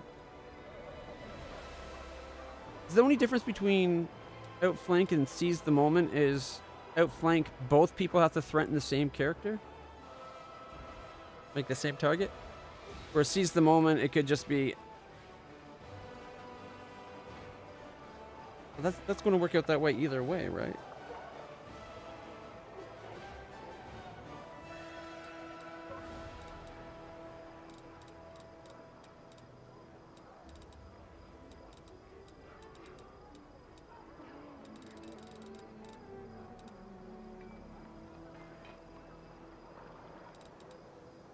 We'll improve 2 weapon fighting.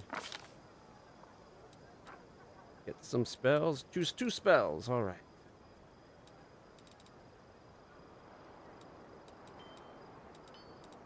Two spells. Let's see. Phantasmal Killer is a pretty good one.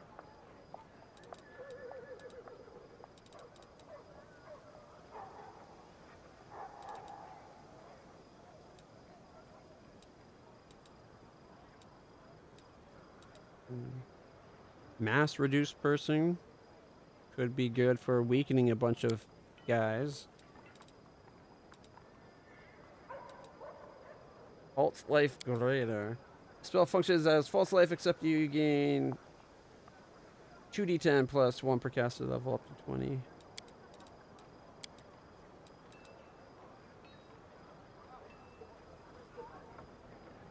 Magic negation. You disrupt the target creature's ability to draw upon magical energies for the duration of the spell. It gains the negated spell blight. Dispel checks to remove spell blight take -5 penalties due to the spell's interference with magical energies.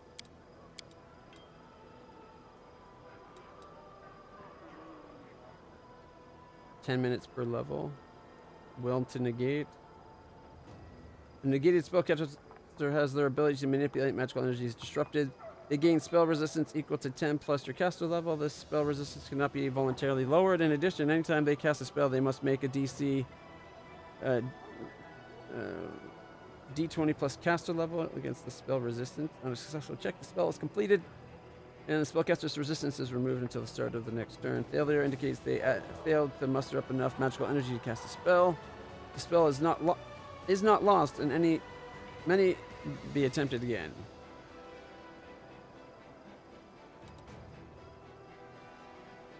You point your finger and fire a black ray of negative energy that suppresses the life force of any living creature it strikes. You make a ranged touch attack to hit. If you hit, the subject gains a D4 temporary negative levels. Yeah.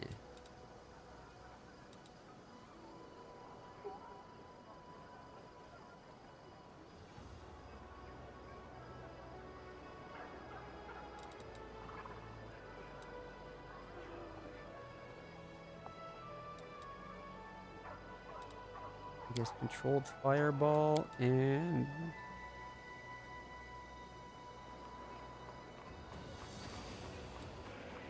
greater animal aspect.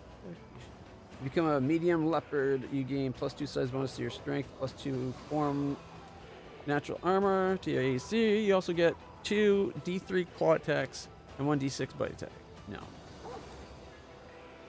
Animate dead. The spell raises a D4 +2 undead skeleton champions. They appear where you designate and act according to their initiative check.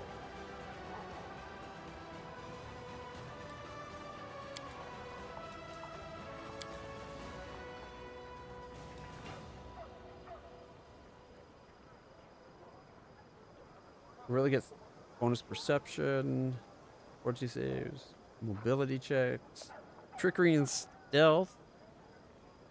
Not that he needs more trickery and stealth. Taking on the raptor for the extra 30 feet of movement could be kind of good, I guess.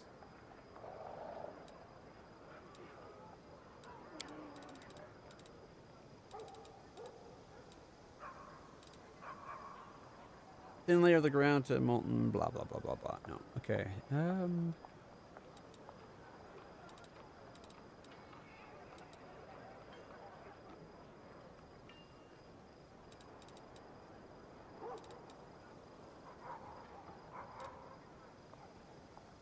You create a coating of slime on your hand. When you make a successful melee touch attack with the slime, it pulls free of you and sticks to the target, at which point it acts like green slime, dealing D3 points of con damage per round.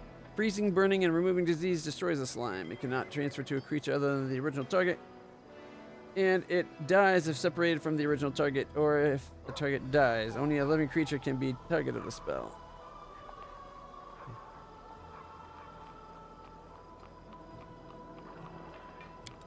Yeah, actually that could be pretty kind of handy. Up to 5 sneaky dash.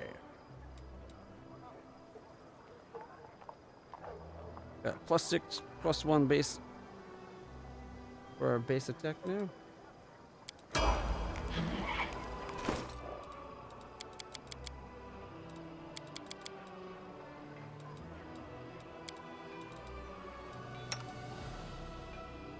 So 11-6 and 12-7. We'll have Ember become her wizard form.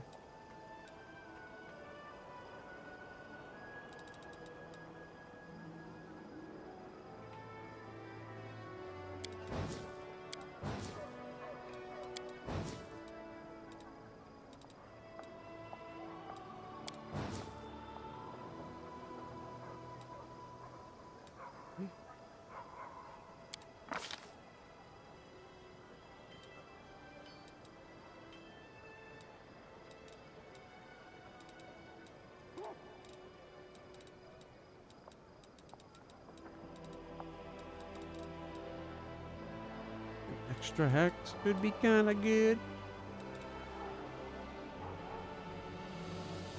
You become even more resistant to enchantment spells, gaining an additional +2 bonus on saving throws against them. Additionally, DC of yours go up? No. Maybe dodge to get the extra armor class for her?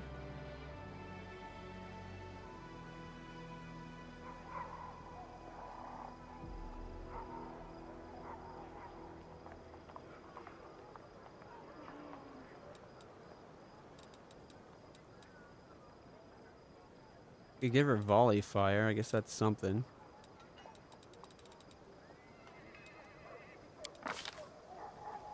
She gets one spell.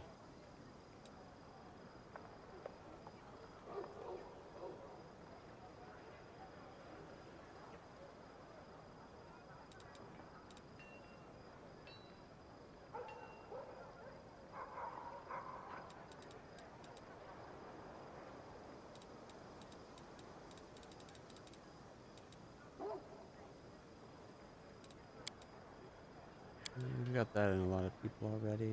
Yeah, what the hell? No.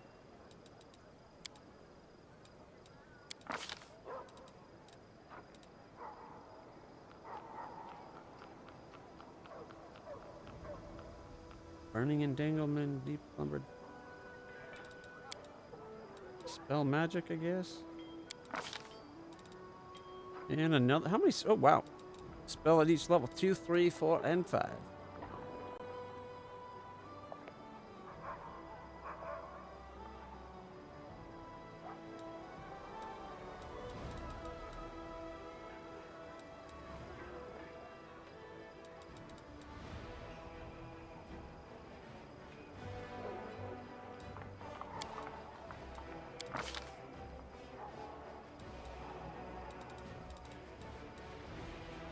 Now we got Fire Snake and Cure Critical Wounds. Waves of Fatigue. Waves of negative energy render all living creatures in the spells area fatigued. It could be a good way of messing up the bad guys. All creatures. Cloud Kill would be good except for the fact that it affects our people too. Let's take Hold Monster.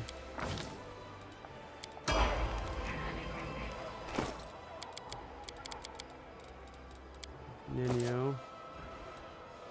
Scroll Savant. Alright. We get Arcana and World. Use Magic Device.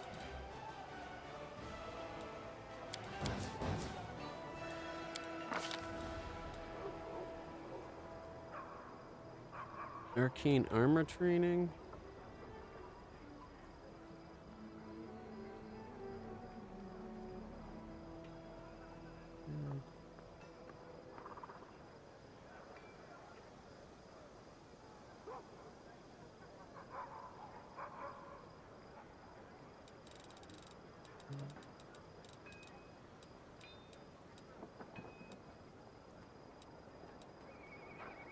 Greater spell focus illusion, flank shot, greater spell penetration, spell penetration. She's already got the penetrating stuff.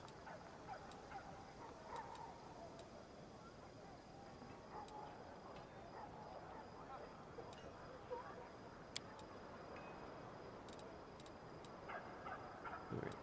So select a spell, cast it at greater power. Treat your caster level as being 2 levels higher.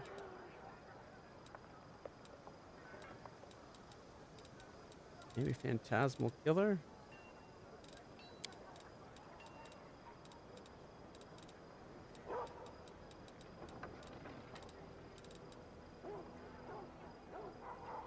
Your allies need not fear friendly fire. Could be a good idea. Maximize could also be a really good idea. Except for the fact that it uses up a higher spell, so you can only maximize weaker spells.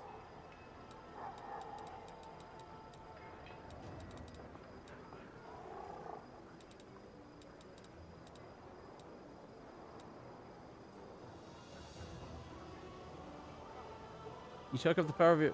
As a switch... As a swift action, you extol the virtues of your magic to one creature within 30 feet. Make a persuasion bluff check by a target perception of 10 plus target's perception bonus. If you succeed, the target takes a -2 penalty on saving throws. Yeah.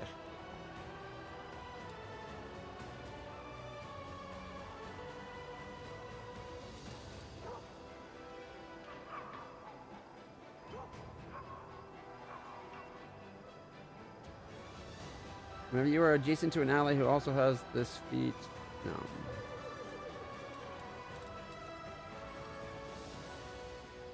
I'll take the precise shot. We get 2 spells. Okay. Phantasma Putrefaction. Ooh, Mass Cat Grace. Ooh, Chain Lightning. There we go. Cold Ice Strike. Disintegration.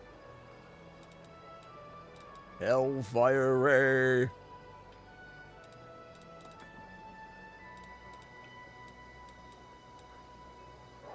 Hiroko. Blast of Furnace Hot Wind blasts downward, inflicting 4d6 fire damage plus 1 per caster level to all creatures in the area, and knocking them prone. A successful Fortitude save halves the fire damage and negates knocking prone. Any creature that takes damage from a Sirocco becomes fatigued or exhausted. If already fatigued, becomes such as from a previous round of exposure. Alright. Creatures with the water subtype take a -4 penalty on all saving throws against the spell and take double normal damage.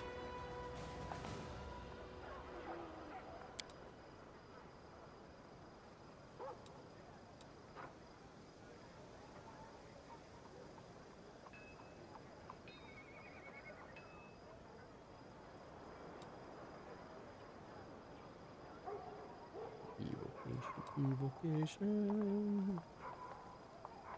Blast of Hellfire blazes from your hands. You can fire 1 ray plus 1 additional ray for every 4 caster levels beyond 11th to a maximum of 3 rays at 19th. Each ray requires a ranged touch attack or a d6 points of damage per caster level up to 15. Half the damage is fire, but the other half results directly from unholy power and is therefore not subject to being reduced by fire resistance.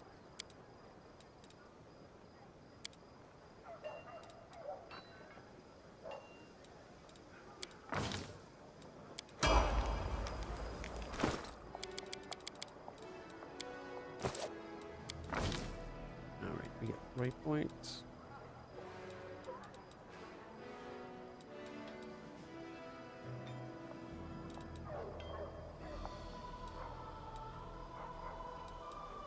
Not a skill.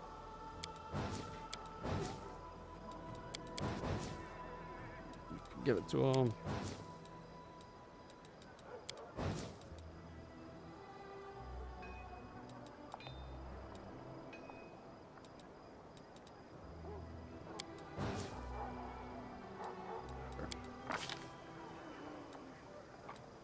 Actually, forget that.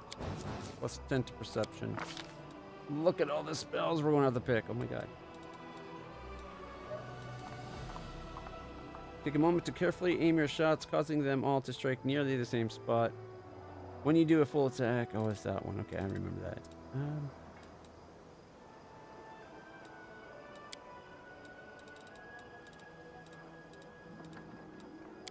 Deadly aim, I guess?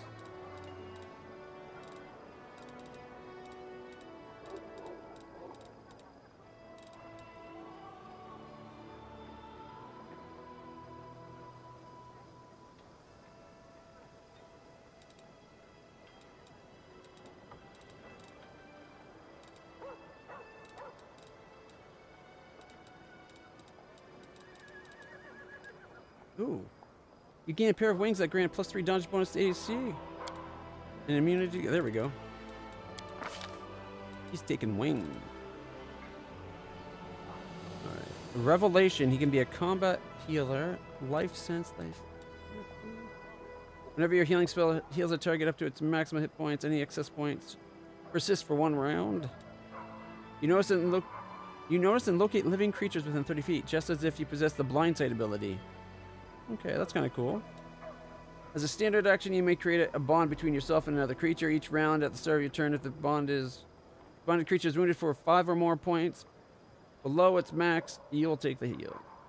Okay, combat healer. Whenever you cast a cure spell, a spell with cure in its name, you can cast it as a swift action, as if using the quicken spell, expending 2 spell slots. Does not increase the level of the spell. You can only use the ability once per day. That's not that good. I guess being able to detect living things within 30 feet. If there's something invisible, he'll be able to see it, I guess.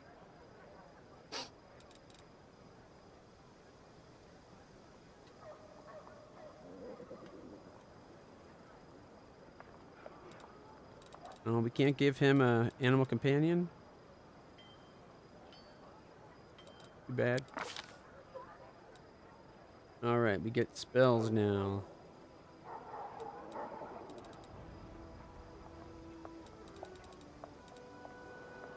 Remove paralysis.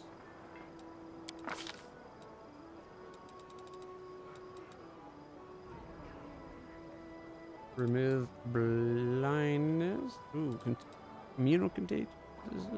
And remove blindness.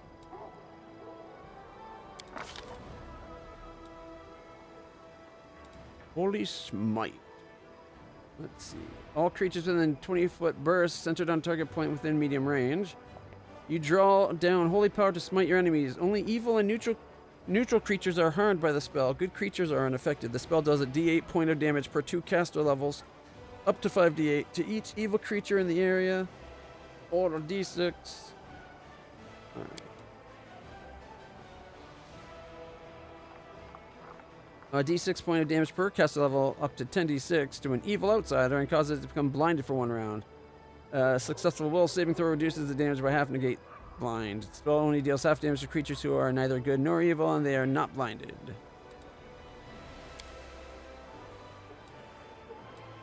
Alright.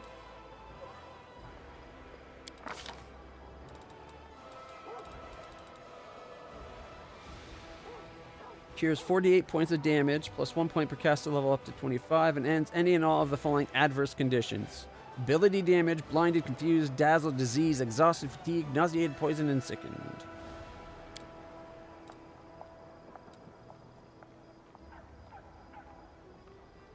He's already got Cure Light Mass, so... Raise Dead's an option as well. Why is that? Why is Reach? There we go. Raise Dead requires a diamond.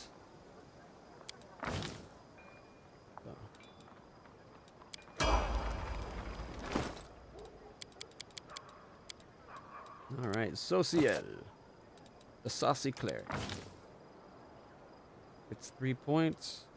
Okay, Religion.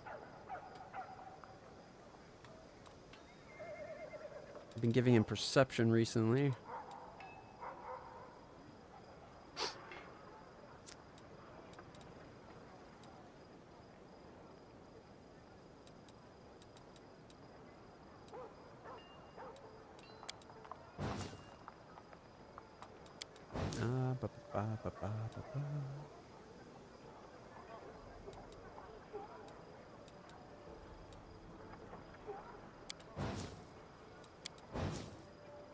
Yeah, why not?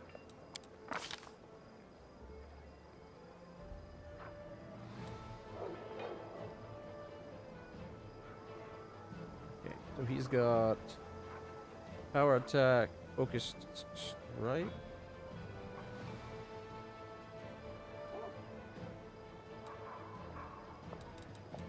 We could give him cleave.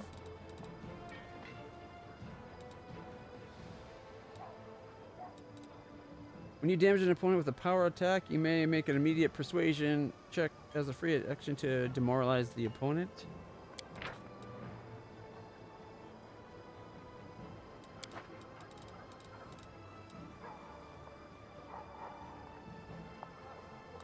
Or extra channels.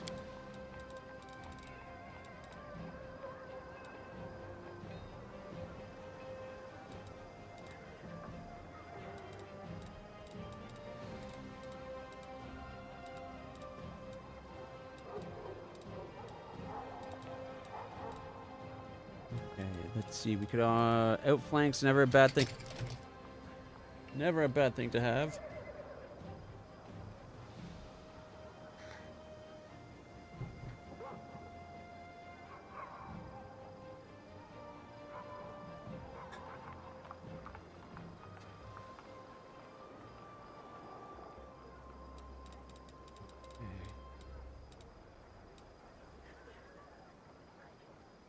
Lunge for extra 5 foot reach. At the expense of exposing themselves to a counter, like lowering their armor.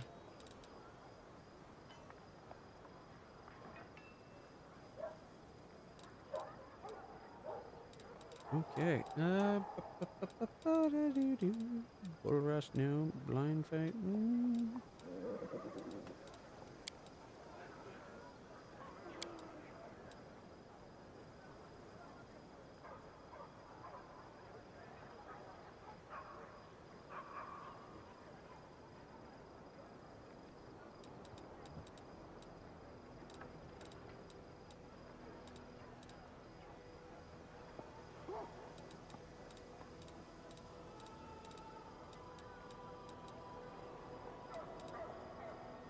We go improved critical.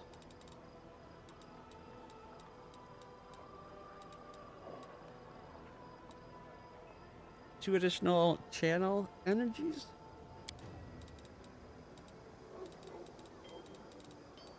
Yeah, sounds good. All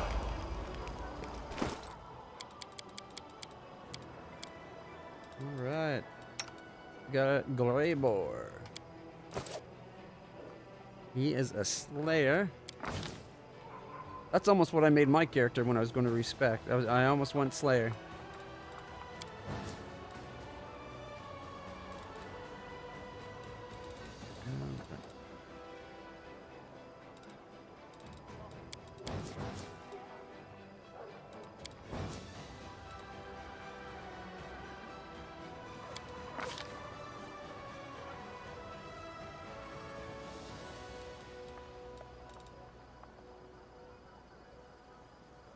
Alright, improved critical, increase the threat range.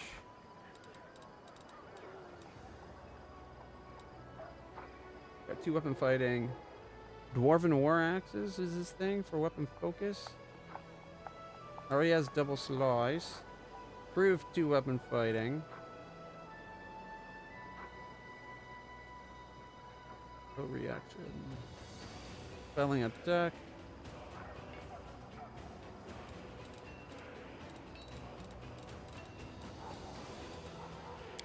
Dwarven war axe.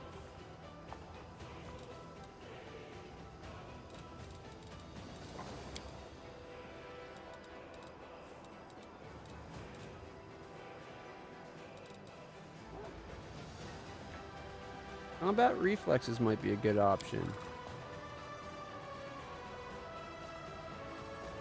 Extra Slayer talent. Natural armor bonus to AC due to your unusually tough hide.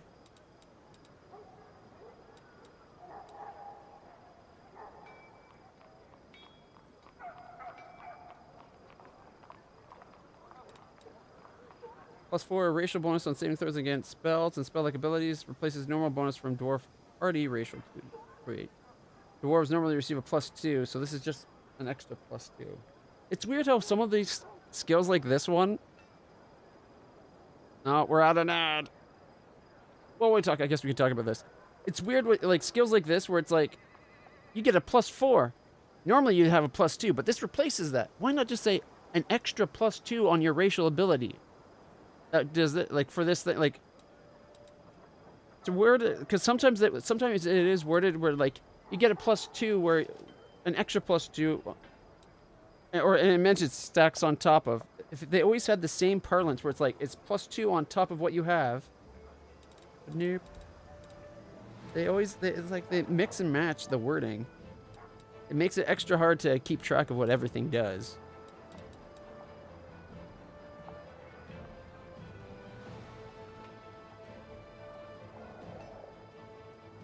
Slayer talents. You could get an extra combat. 2 weapon combat. Greater 2 weapon fighting. Improved 2 weapon fighting. What's the greater do? You get a 3rd attack with your offense. Oh, that's that thing.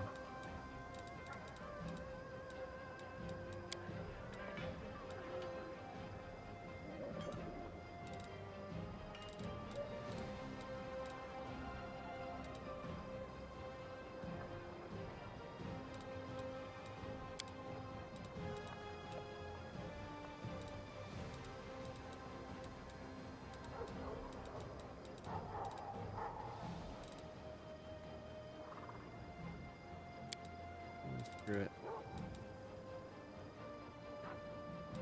Let's go back for 1 second. What is he using right now? Gray boar, you have. He's got just a hand. He's got a hand axe and a dwarven war axe. So +3 cold and a +3.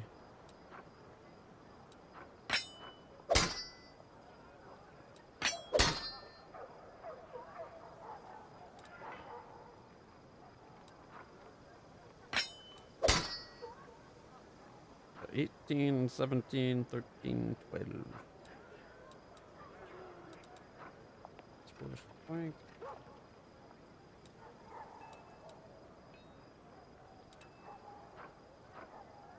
I guess we need to find him another dwarven war axe. Triple damage on a 20, so doubling that isn't a huge benefit.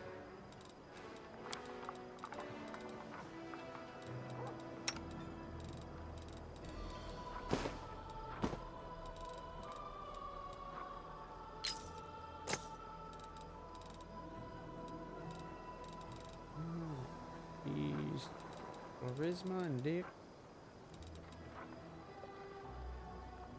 +4 charisma.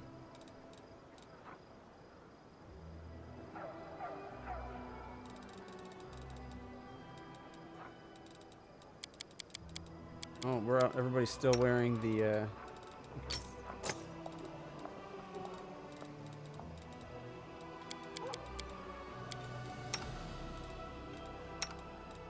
Nenio. You get +4 to your intelligence. Okay.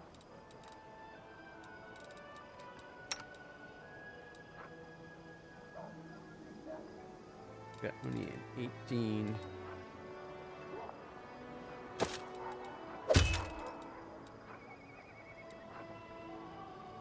The con man's ring, so those aren't necessary for him. He has an additional D6 bludgeoning. Is nice on sneak attacks. +5 perception and trickery. This is just +5 trickery.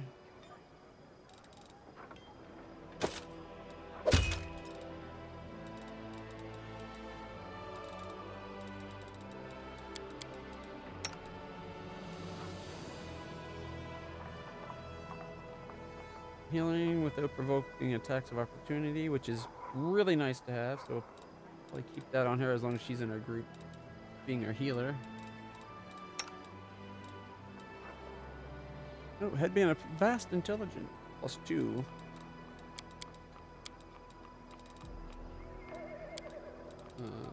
We could have him have that +4 vast intelligence.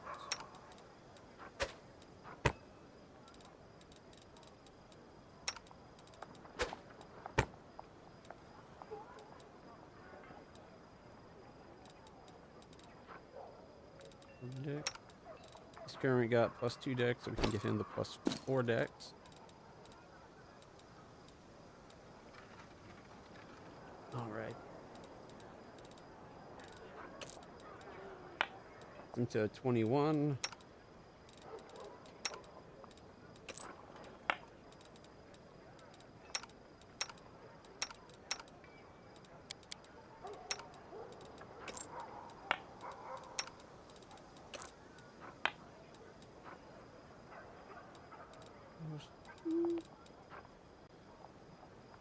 Whenever the wearer of these gloves announces a quarry targeted enemy system. Right, she's the only one that gets the quarry though, right? She doesn't get sneak attack, does she? I think he does.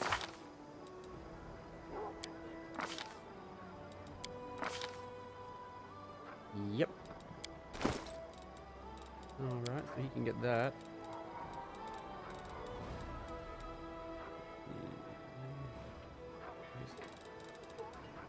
You give him charisma, or lots of charisma. He's got +4 charisma already. He doesn't use charisma clearly.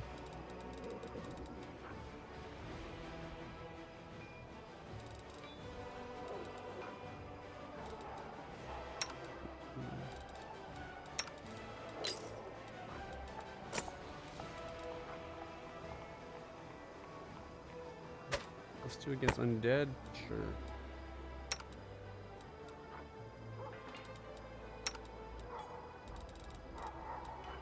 Yeah, +4 charisma.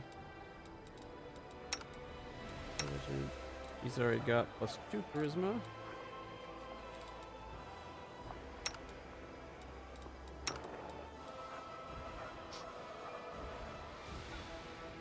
Targets to save against hexes.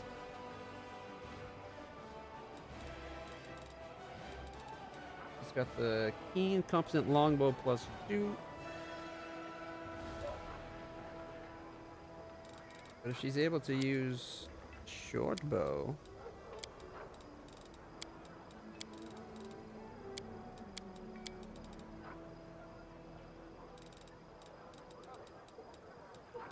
so +8 with triple and 19. So yeah.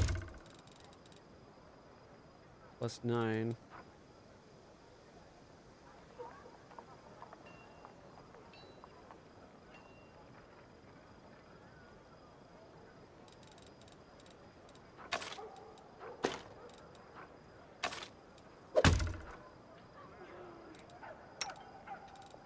Alright, she's got composite longbow +2. Maybe eye for an eye. So short composite short bow, but +3, which is an extra hit, and it's an extra D12 damage every time you hit, right?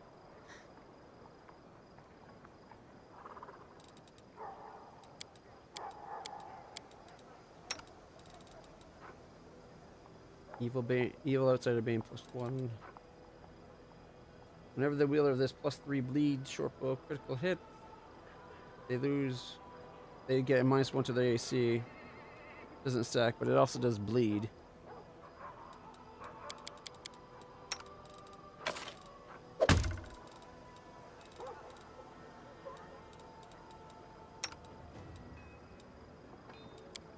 Alright, let's get these levels done.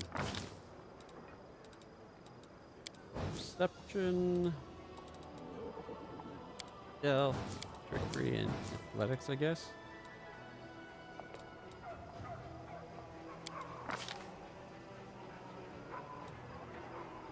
When you're wielding a two-handed weapon or a one-handed weapon with two hands and using the power attack, block. No, not worried about that. Gonna make him.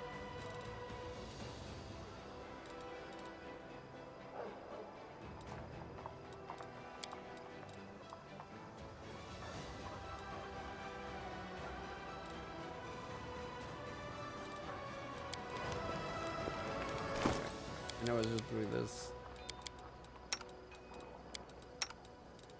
Got +3 dict already. Should be a 3 extra attacks of opportunities per turn.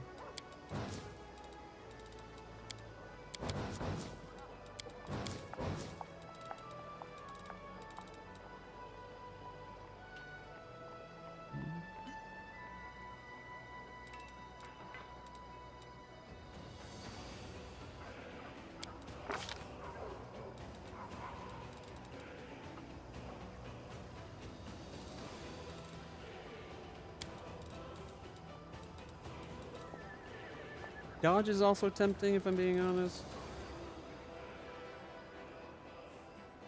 Dodge and Ironhide for the extra 2 that it eventually add up to.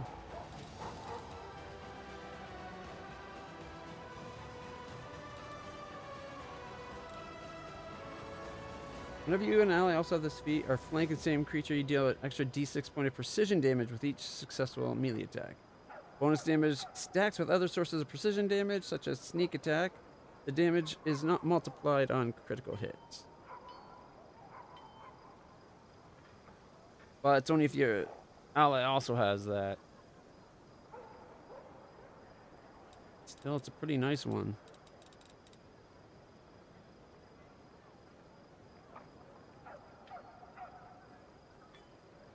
Now what's your combat reflexes? Crucially. Ranger espionage expert. Alright. She gets 6 skill points. goodness. All right. Trickery and stealth. Yes. Knowledge. Let's do an 8. We put it there. We can do perception, persuasion. If you take use magic device, becomes an 11.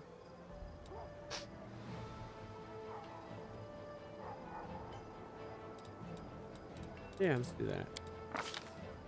She gets a feat.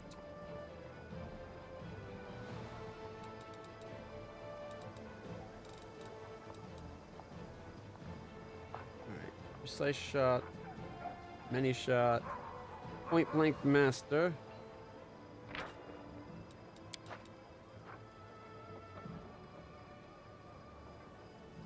Choose one type of ranged weapon. You do not provoke attack opportunities when firing the selected weapon threat range. Oh, she already. She has it as long sword, or the long composite longbow, doesn't she?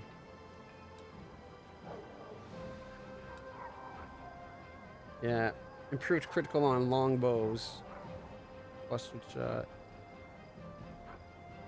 Is it my fault? It's not my fault. We started getting better short bows than long bows.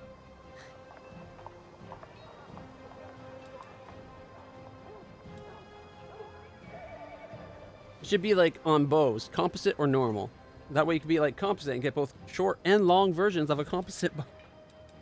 Because then it's about like the knowing how to handle how hard it is to pull back and you having to put your strength into it or some odd bull pucky. Okay. Your ranged attack ignores anything but total concealment.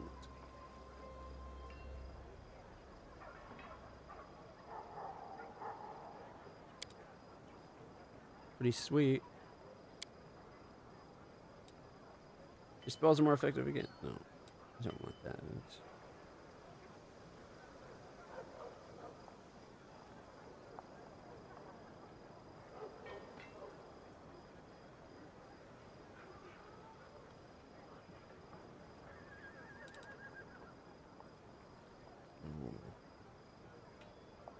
We could do the whole snapshot, attack of opportunities while using a bow. Your anatomical insight adds deadliness to your shots. As a standard action, you may make an attack with a ranged weapon and add your intelligence modifier on the damage roll. You must be within 30 feet of your target to deal this extra damage. That's focused shot. 1 second. What is her stats like? I haven't used her enough to know. She's got a +4 intelligence, so that's an extra 4 damage to shots like that. Kind of makes me want to give her that. If I take that, give her the helmet that gives the extra.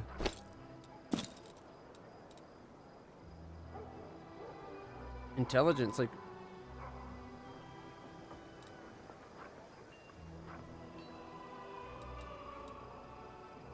I gave her the charisma one, but we could just as easily give her the +4 intelligence instead.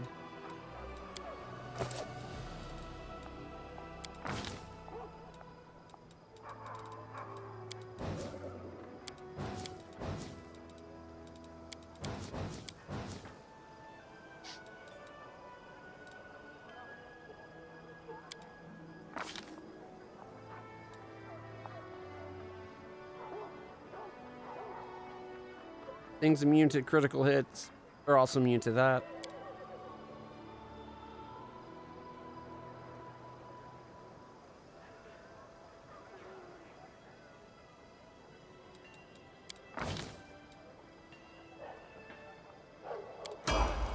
Alright, so while everybody's finally all leveled up,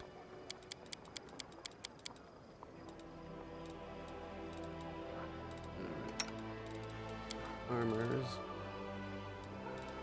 So she's currently got +2 leather. I was thinking of giving her the chainmail. She's got 24 if we give her this. +1 insight bonus to attack and damage rolls against demons for 10 rounds.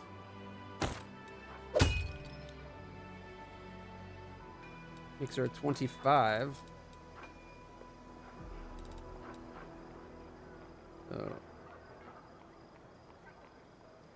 the difference being it's an 11 versus a 10. Mainly because of the whole up to +6. for 9.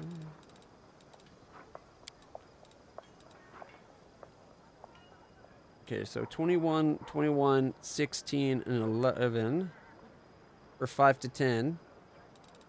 Whereas if it's the other bow, she gets 20, 20, 15, 10, but it's 4 to 11. D6 plus 4 versus 4 to 11. D8 plus 3. Quadruple on a 19 to 20 is a nice thing, though.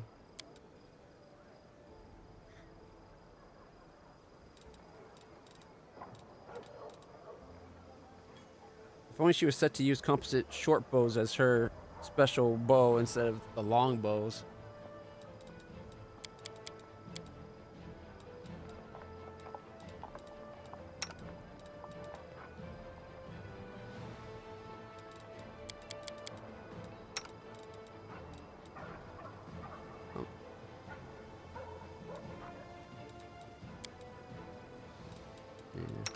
No point worrying about one that's already got keen, because keens don't stack.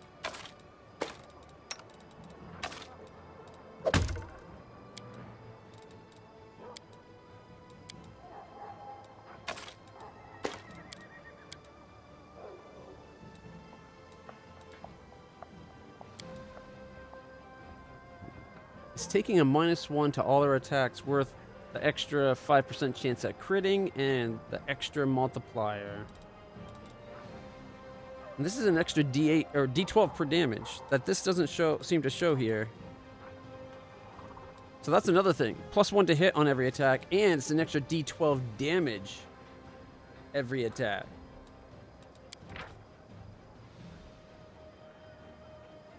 The enemy suffers an extra D12 piercing every hit.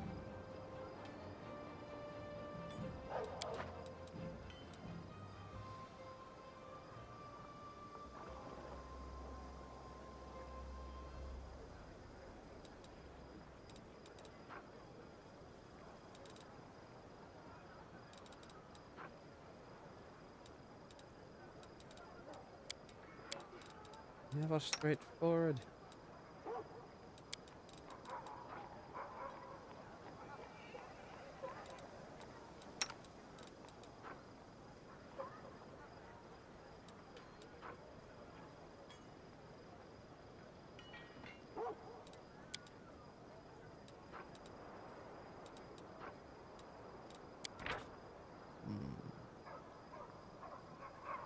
+3 bleed. Bleed. Whenever a bleed weapon lands a hit, it makes the target bleed for 1d6 HP per round.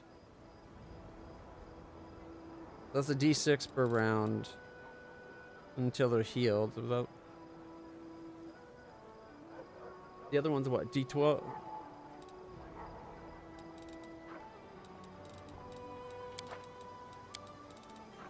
11,000 value. Apparently, eye for an eye isn't worth as much. Apparently, an extra D12 pierce. You know, though, it's also got that -1 AC for the rest of the round on a crit. That's probably where the extra value comes from.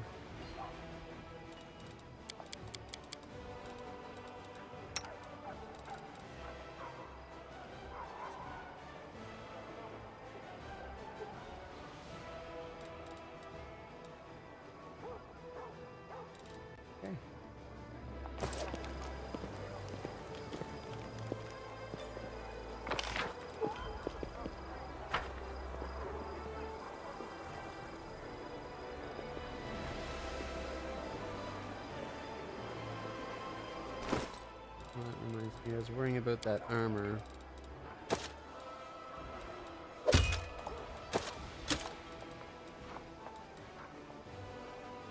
Robe of Transmutation.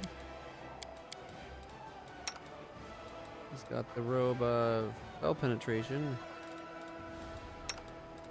We'll give her the Transmutational robe.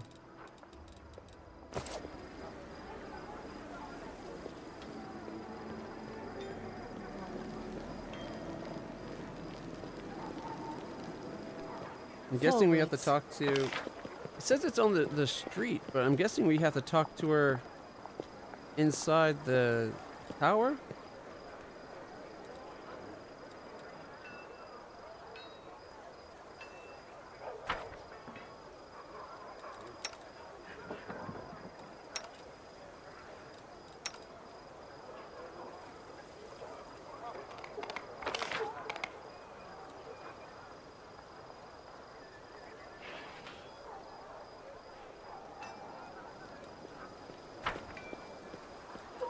Our time has come.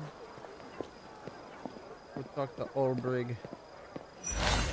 We have to talk to him for his quest anyway. Current errand completed. All right. Ulbrig runs his finger through his red beard pensively. Well, how about that, War Chief? The wolf revealed the truth to me. Now I understand even less than before. What can you tell me about Gundren? Well, on one hand, it's a sorry sight to behold. It's a truly town of displaced refugees and vagrants. Our customs, our old faith, they're in the tatters. But on the other hand, somehow, some way, the people of Gundren have made it through all these years. Despite everything, they've survived. Surviving despite everything is the greatest Sarkorian custom of all. So who knows, maybe Sarkoris will someday rise from the Gundren, like a forest from a single seed. Karen, I said you haven't remembered everything yet. She's right, I haven't. There were no lies in that vision, but there sure were a lot of blanks and riddles. Karen, I said I'm hiding something from myself, something I don't want to remember. But that, hooey, why would I keep secrets from myself? You know what the strangest thing about that vision was? My own brother killed me. That much I remember clearly, but fiddles with his braid and his beard thoughtfully. I had a big family, you know. I can name every one of them, from my great-grandfather to my nephews. But my brother, the one who betrayed me, I can't remember his name, or his face, or anything at all. Funny that.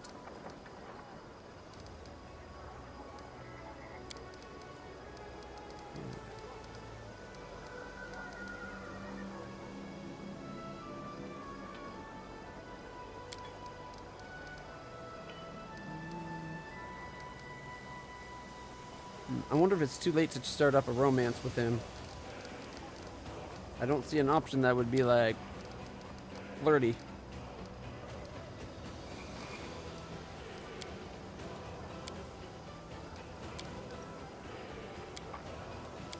So I wonder if I missed the chance to romance. Guess that might leave a Rue Chalet.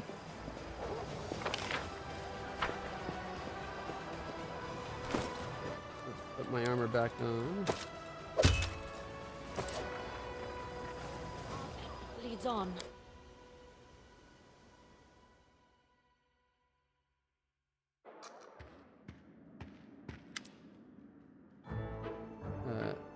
Aberdeen. You see a Kelly around 50 years old, dressed in a doublet that looks older than its owner.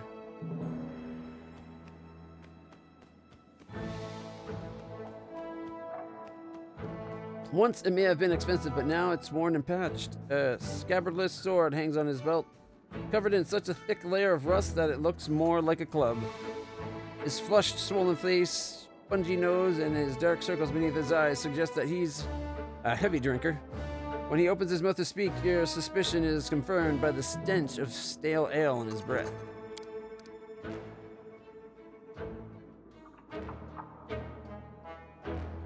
So, you're the commander, huh? It's a cozy little place you've got yourself here. All these walls, polished furniture, solid. Commendable. Why, I think I'll give you a medal for this. And you are? Medal, you're so kind. Don't mention it. I'm a generous soul. What? I'm also fair. I dish out medals and I punish as I please. Who am I? Not just your average citizen. The man groans as he straightens up, affecting a proud, noble bearing insofar as his decrepitude allows. You'll be pleased to know that I am Thaberdeen Dear goodness me. Quintissimus, Hierophantal, rightful heir to the throne of Ease and all Sarkoris. Everyone knows that no king has ever ruled over all Sarkoris, and there is no throne in Ease. How would you know? Have you been to Ease? Have you seen it with your own eyes? You haven't. And if you haven't, maybe there once was, eh? My pops used to tell me about the throne in the palace. It was all gold all over, yep. And it was encrusted with all manner of crusty things, like diamonds and fire ants and rubies and buboes and hoo-haws. Couldn't take your eyes off it. That's what kind of a throne it was. It's all mine. Mine by right. Can you prove your claim to the throne? Of course. We weren't just some swindlers. We have all the evidence here. Look. Takes the rusty sword from his belt and shows you the hilt, which features a nearly worn-off gold crest. The grinning animal it depicts most closely resembles a shabby opossum. Here, the royal Smilodon is the ancient symbol of the rulers of Sarkoris. I've also got a wart on my chest in the shape of a crown. Of course, I'm the heir of the throne. And for those who don't believe me, well, they can get lost. That's what I say. Anyone that refutes my claim clearly is full of shit. Let them go to Peluro's Fall, where all the kings of Sarkoris are buried. There, my entire family tree has been written in stone. Go, read for yourself. Peluro's Fall? And what's there? Are you deaf or what? You should drink a pine needle infusion. It'll do wonders for your ears. And your eyes, too. I'm telling you, all the dead Sarkorian kings are in the ground there. In mausoleums. Column burials and those whatchamacallits, obelisks. That's right, and it's all written there about my ancestors and about me too. Just go look, and everything will make sense. By every law of the land, I'm king. And what do you think you're entitled to? We are simple people. We don't need much. I mean, no, that's not what I meant. We aren't simple people. Not simple at all. What we need are a great deal. A king's palace. A throne, lands, but all that can wait until you take back Ease and make all the demons leave. As for now, I wouldn't mind having a king's residence here in Dresden, a place to sleep and some hot food. That'd be a start. Chaotic, requires trickster mythic path. I've not seen the trickster path. I see. Soldiers, throw this imposter out of here. There's no other option?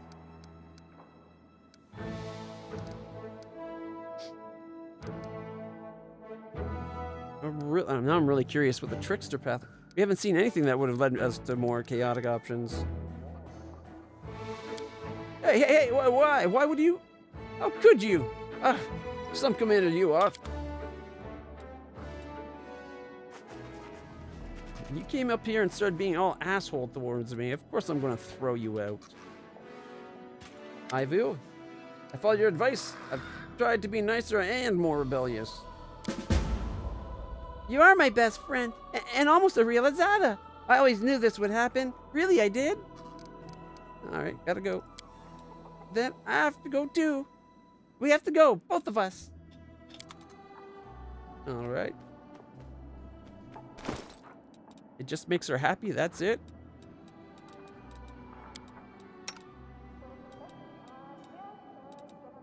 Okay, I guess that was the whole point of that.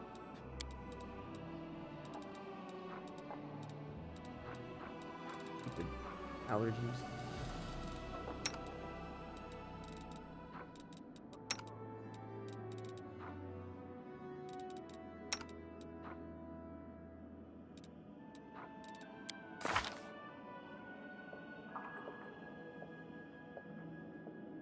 Alright, look at that. We're neutral good.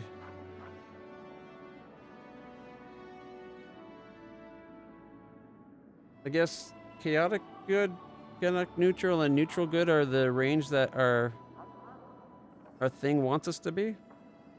Or allows us to be.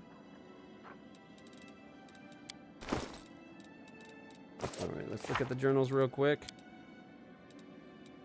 Still waiting for her. the dragon's fate. Tinderlev Scales shed some light on the fate of the protector of Canabras, but much remains unknown. To learn the full story, find something else that once belonged to Trendalev.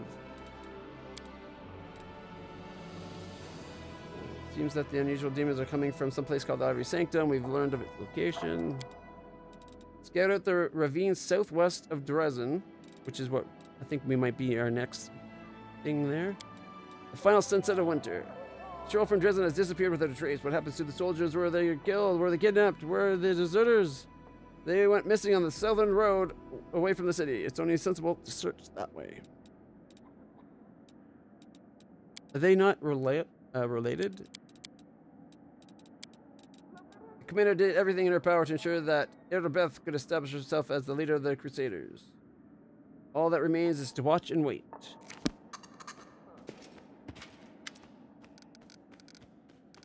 Alright, nothing new there. Crescent of the Abyss. We gotta go deal with WotR. I guess we have to have Woljif with us. Middle game. Order the Crusader craftsman to improve a relic. And spooked horses. Find the spirit catcher's horses. Oh shit, that was back where we were. I thought we did all that already. We're going to have to go back to where we just were. Oh well, we got some events to do here real quick.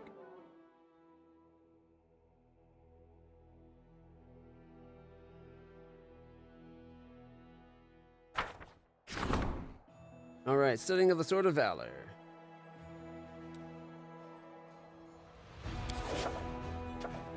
Right, we got Vagrants. We're going to set up a hospital. Crowd of the okay. Erushale set up a hospital for the poor souls in Dresden. The healers care for the sick, and they help the supply units in... Or, they help supply the supply units in gratitude. Okay. Strengthen the chain of command. This is our leadership. It's the day to issue the decree.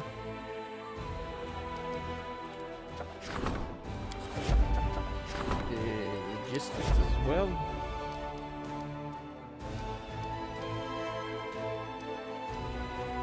Two days until the fate of the faultless Daybreaker is done.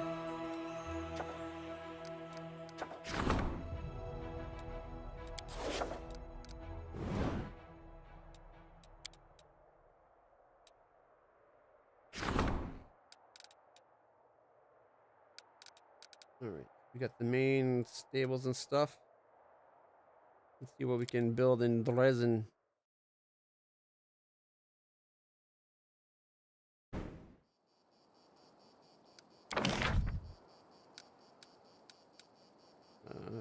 Okay. An apothecary provides 10% increased HP for all trainable units adjoining the building. We could do our archers and our horse units 10% more HP. We got a hospital, a shelter, arsenal, barracks, smithy, stables. Alright. Scout headquarters. Scout headquarters is the meeting place of attentive and cautious. Okay, provide all ally units within the fort area of control a +1 bonus to speed, a +10 bonus to combat morale, and a +4 bonus to initiative. The effects of the multiplier with the scout headquarters do not stack.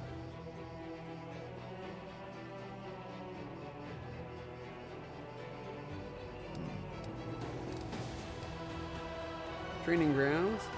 Training grounds provide +10% bonus to damage for all trainable units in adjoining buildings. Only one training grounds can be built in each fort except Dresden.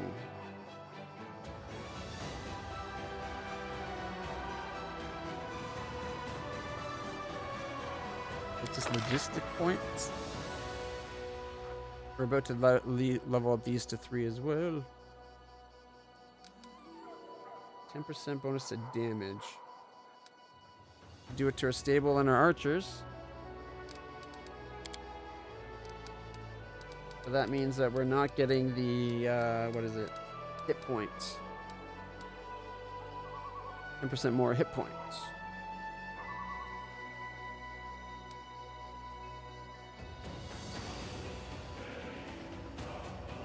We do an alchemist laboratory, we get plus 10 bonus energy to all generals.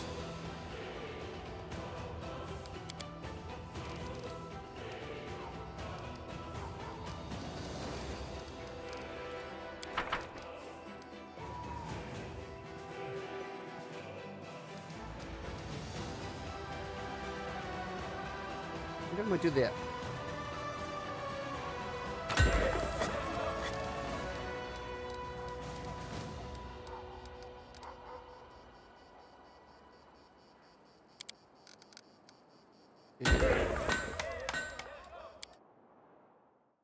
And the training grounds beside the stable, the master stables and archery barracks or whatever. Archery range, I believe is actually the term.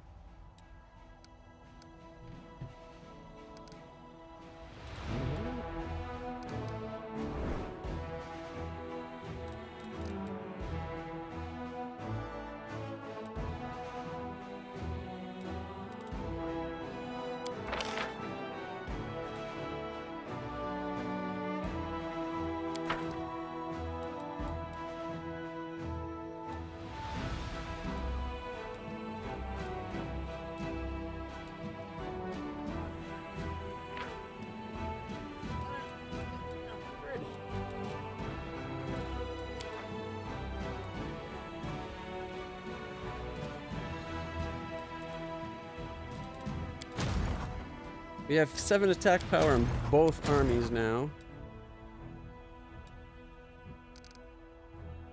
Okay, I'm going to skip a day because we're about to have our rank ups go, which might give us more things to do. We also got an event with the giants.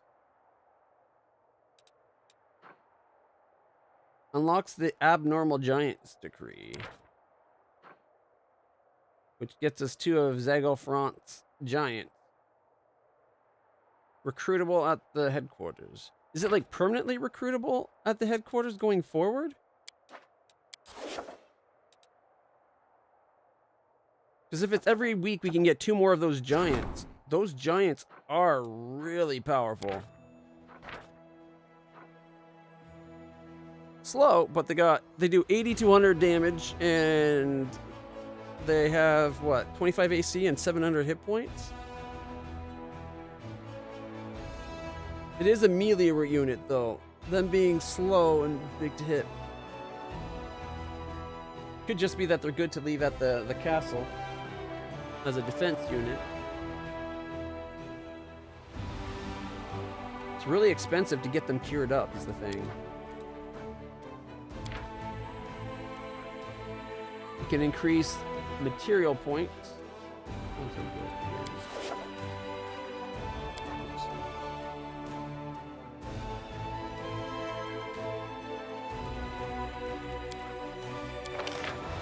So material points are the expensive ones. We'd be getting 55 per day.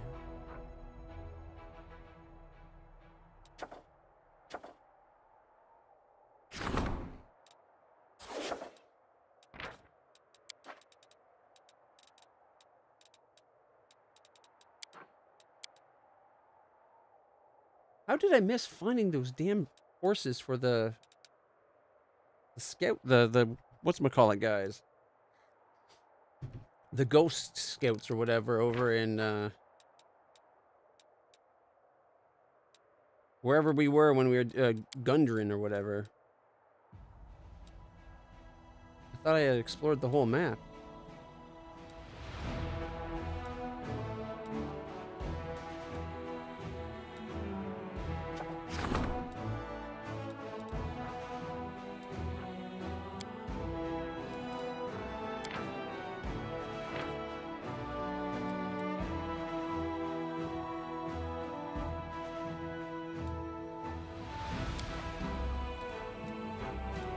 Give them their own settlement. Material point income increases by 2. It costs us 250, which means we have to spend 125 days getting points back to make a profit.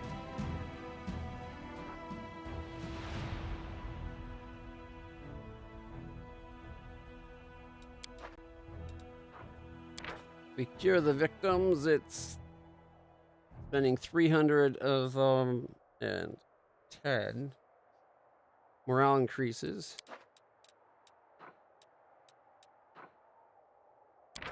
And otherwise, we can get just a +1.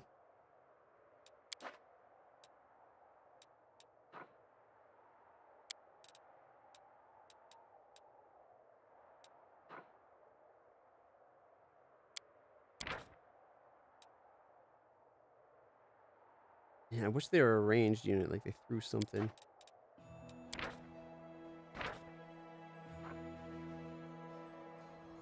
I think this is just a one-time you get 2. I don't think it makes it so you can recruit more. Hey, Star, how's it going? Wheel of the Right. What wheel? Who has rights? Don't go talking about rights to people in this day and age. They might be like, what's going on? What's this right things? That sounds handy. I guess we'll send the giants to perform to get us the extra 1.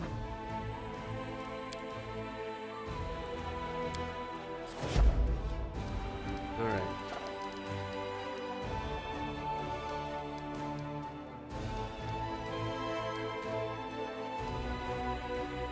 Okay, we will skip a day.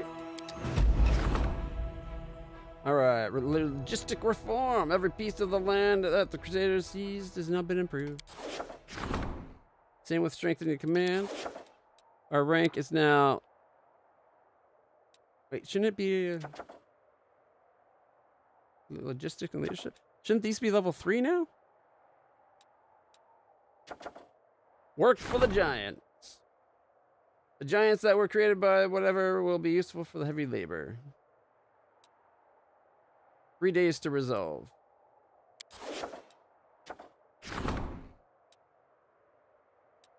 Logistical. All right, let's see what else we got. We got Lost Scouts. We're going looking for 1 more day, so that's done. Command, Army. The Bell of Mercy. Takes 7 days to resolve, but then we'll get the Voice of the Bell of Mercy. +1 AC to against demon unit attacks.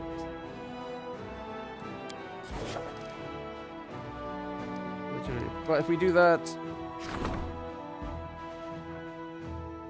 required logistics, which means we won't be able to do the bell until 3 days from now.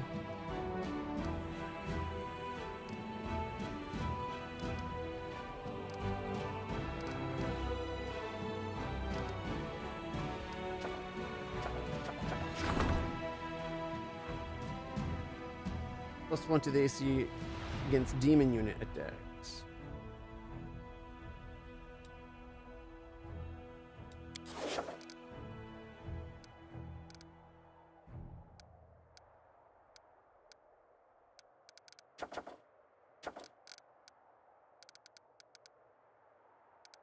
I kind of want to go get the bell, but at the same time, let's get this issue. The sooner we get an extra unit per day, the better.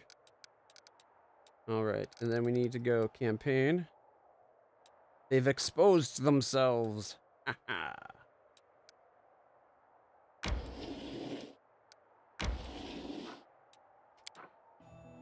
Pursue. How's it going, Star?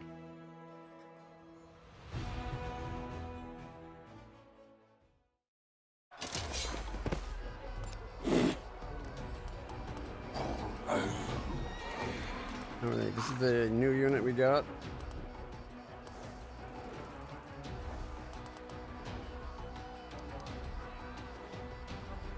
Attack formation. 14 to 17.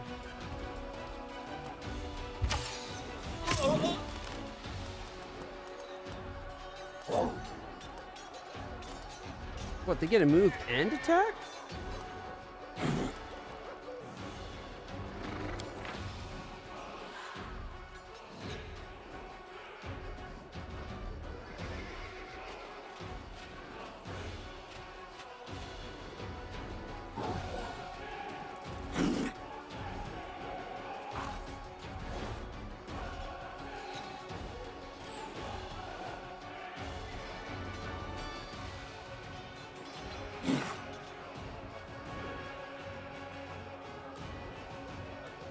That's unusual. Oh, they won again, I guess. Kill off the wretches before they poison.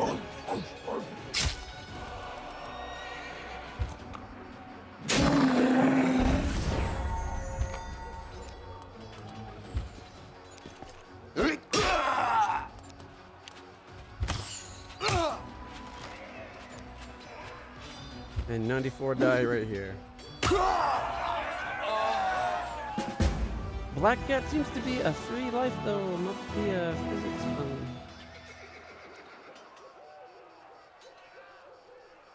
You said there would be early work. Did they change the mind? Maybe. Alright. Now that those guys are done, we don't have to worry about the army that was moving in on us. However, did want them to come down towards here.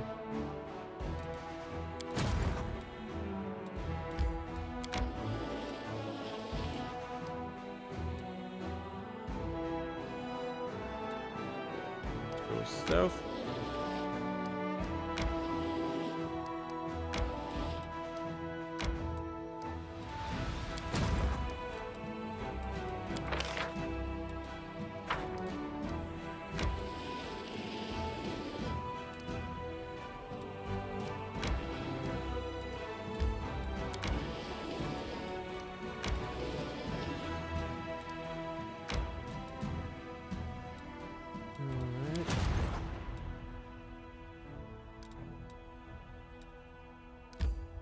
Five to go there.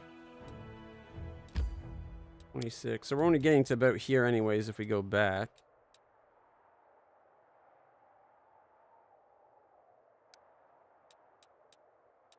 I'm guessing this from here to here is something only the main party can do.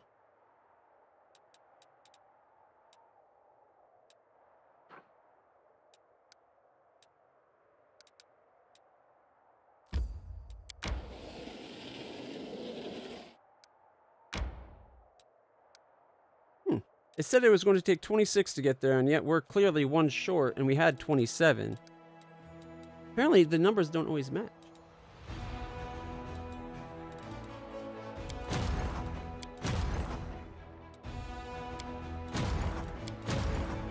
Four, 505.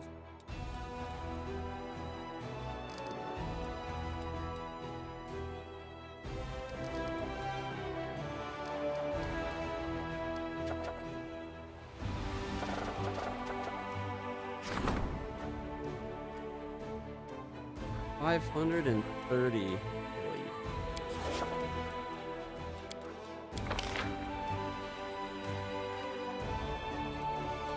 3,250 gold coins just to harvest to do a military tribunal. I'm regretting myself saying that earlier. That was back in my very lawful pally days. Clearly, the newfound Azada me would just let sleeping traitors lie, right?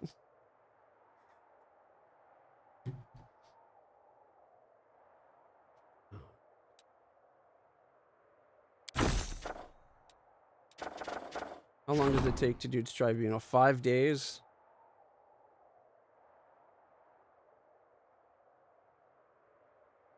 Once a traitor, always a traitor. A lawbreaker is a criminal for life. Thus said the commander in the fight for the Lost Chapel.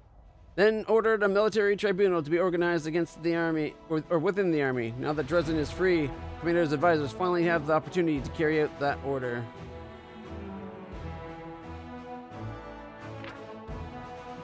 Chance of skipping action due to negative morale reduced by 5%. The long term, like, not that I'm hoping to have negative morale, but makes it less likely for us to have people not listen when morale is bad.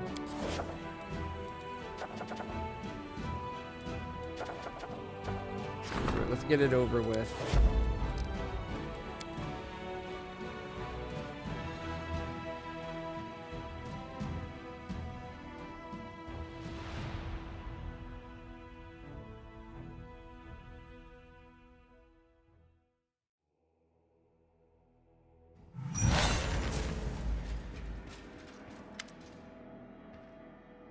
Dorglinda's Stranglehold.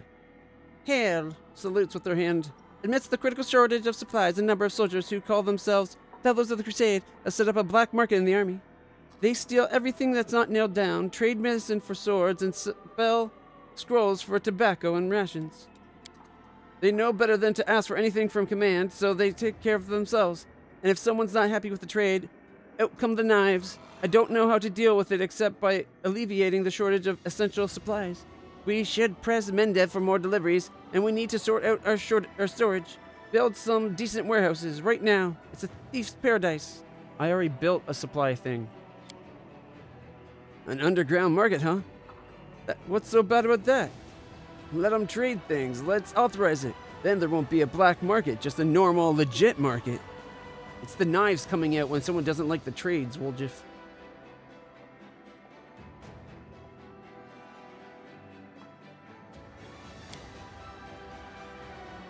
If someone is in need of something, we are the ones who must provide it. We should ask the priests of many different gods. They have wealth and influence. Maybe they can help. You thought I was joking when I said our soldiers would soon need our experience of surviving in the caves? Well, here we are. This is the day. Time to live off the land. I'll teach your fighters how to survive on barren rocks, and there won't be any need for a black market. Woljif will build a market and allow the soldiers to trade supplies. Market increases finance points income by 20 and material points by 1. Only one market can be built in each fort. The Rue Chalet's option.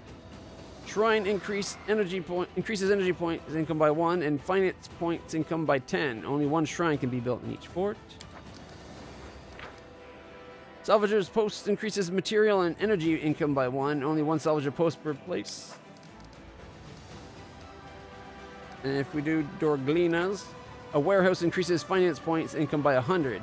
If it's built next to an inn, material point increases by 1. If it's built next to a supply center, and energy point increased by 1 if built next to a sanctuary. Only one warehouse can be built in each fort. The warehouse seems like the best potential if you planned your city a little bit better. Finance points by 100. Next to an inn adds material points. Oh wait, no, it increases the if by an inn by 100. Material point by 1 if by a supply center, and 1 energy point if by a sanctuary. And you could potentially have all of those things be true and get all 3 of the.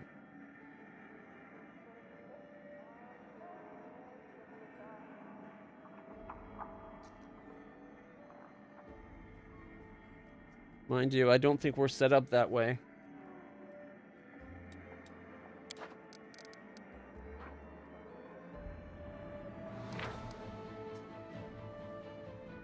Material and energy point increase by 1. Shrine increases energy points income by 1 and finance point income by 10.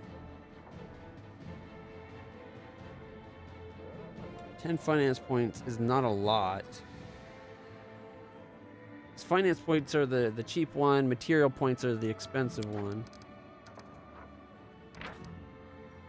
Material and energy by 1.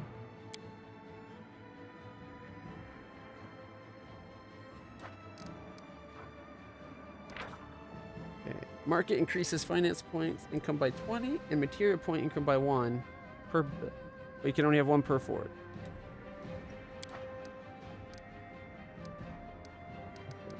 Who are these fellows of the Crusade? Where did they come from? Every army has people like them, crafty folks who are willing to survive at all costs. Keep in mind, these aren't brigands. Otherwise, they wouldn't have enlisted in the Crusader army. They want to free Golorian from the demons just as much as anyone, but their choice of methods is indiscriminate, to say the least. Not everyone joins the Crusade out of the goodness of their hearts. Some are hiding from Mendev's judgment, some are here for glory, some are dreaming of treasure and spoils.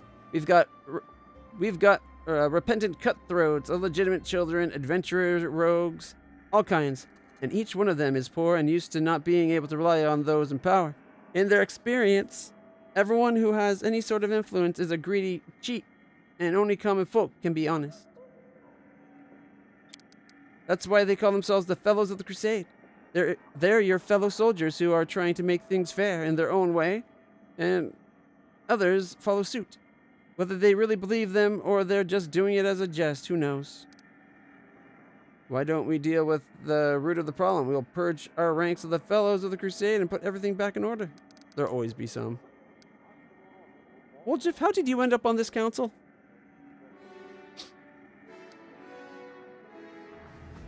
And what are you doing here, Arushale? Like, they just showed up. They weren't here when we made the council.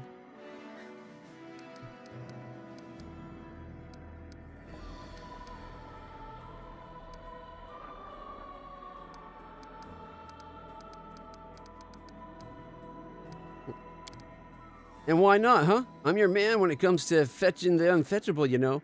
So I figure I could show the lads in your army how it's done. And it never hurts to be close to those in charge of grub and new boots. Arushale? You think I shouldn't have joined? She looks away sheepishly. It's just, well, I spent a lot of time studying how armies work, both Crusader and demonic. When I was spying, I think my advice might be useful. Or at least, I hope it will be. But if I'm a bother, I'll leave, of course.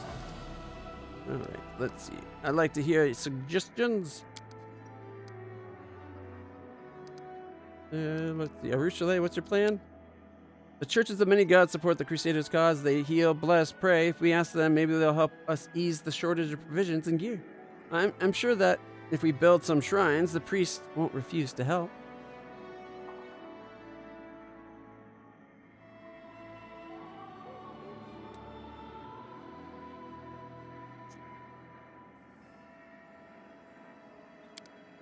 Priests are going to help us? Give me a break. They're only generous with prayers and good wishes. Woljif? Fighting under the counter trade goes about as well as smacking needles with a stick. Swing all you like, even pave over it. They'll just grow through the stone. If soldiers trading, it's because they gotta. So let them trade out in the open. We'll build a market and keep an eye on it to make sure there's no tussle and that the trade's more or less honest. You'll even be able to make a tidy sum off of it ourselves.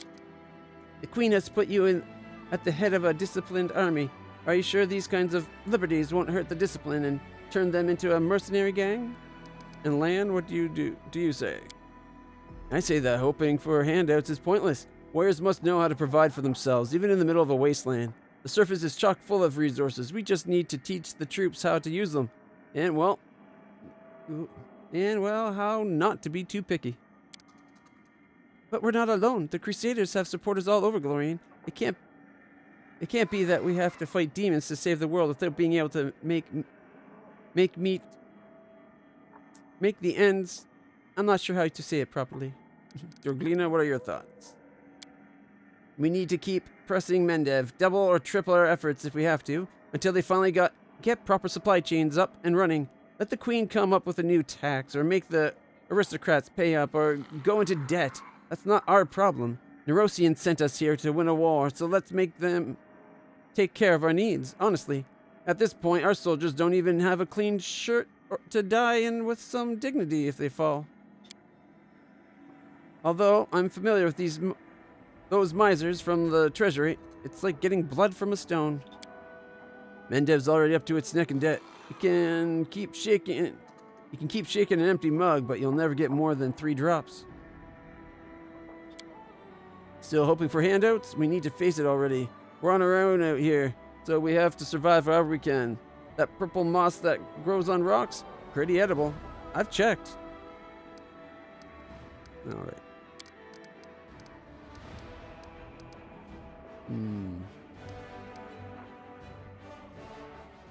20 material points, or 20 finance and 1 material. I'm guessing per day when we build the market. Shrines increase energy points by 1 and finance by 10. A salvager's post increases material and energy points by 1.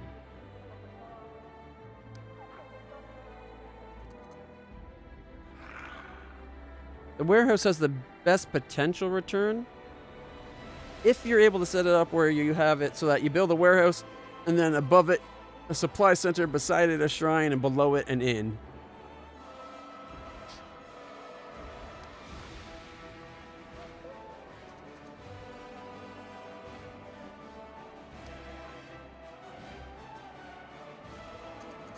And we can do that in every fort that we do it in, right?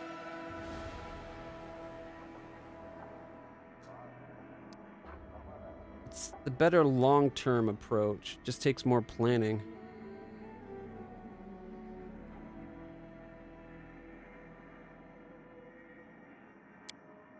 Affirmative. I'll latch onto them and I won't let go until they give us everything we need. And I'll organize for new warehouses to be ready for when the supply caravans arrive. Guarded warehouses. Thank you for making another call, Commander. I'll report all further developments directly to you. If we run into anything else that requires your attention, I'll immediately convene the council.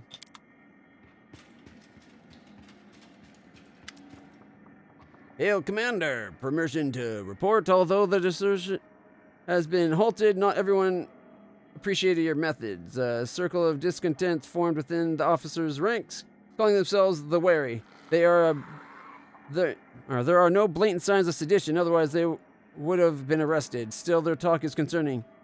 We can't rely on them. We need our own trusted officers. I suggest enlisting some of the volunteers. We get some very capable fighters amongst the fresh blood every day, the kind that could be made sergeants straight away. Sela, we need those who know the meaning of honor. We'll call paladins and knights from reputable orders, and they'll serve as an example to our soldiers, boosting everyone's morale too. Officers who are unworthy of their rank can always be replaced. We can identify experienced sergeants with reliable records of results, then promote them.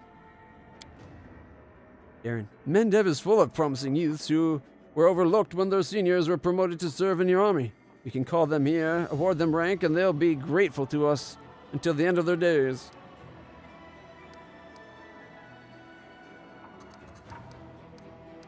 Why exactly are these weary unsatisfied? The words of Sela and the other faithful did their job, inspiring the formerly doubt-filled. However, the more cynical officers grumble that preaching doesn't fill empty stomachs. Can't judge them for refusing to fight for pretty words. But since they're bad-mouthing us, I will have to judge the scoundrels after all. Shame on them. So they were expecting bribes, the opportunists. And one more thing. I apologize if this sounds disrespectful, but these are the sentiments within the ranks. For an entire country, the Queen was the face of the crusade. Even though she personally appointed you as commander, many still consider you an upstart unworthy of high title. Many other officers and soldiers dream of Her Majesty taking the lead. So if we do the pious officer, infirmary size goes up by 10. If we let Regel's choice, all generals gain +1 level to the striving for distinction. The general has a 10% bonus to gained experience points per level of feat. Darren's choice, all generals gain +1 level to the master of maneuver. Is that the one that we get an extra army? Oh my god, why would I not do that? That's an extra troop potentially in every one. I think we know which one I'm doing. Appoint new officers. Okay, this gives us heroic officers. +5 bonus to combat morale. All generals gain +1 level to the master of maneuver feat. And the master of maneuver feat is the one that increases the maximum size of your army. You get +1 unit per level of the feat. I'm sorry, that is too good a feat. Darren, Cullen, the Bright Youths. Perfect. Let's give these youngsters a chance. They'll be sure to prove their worth. And there will finally be someone in Dresden to discuss Mendevian news with in the evening. I hope that these measures will solve the issue at hand. If we have further complications, I'll call a council. Good. You do your job then.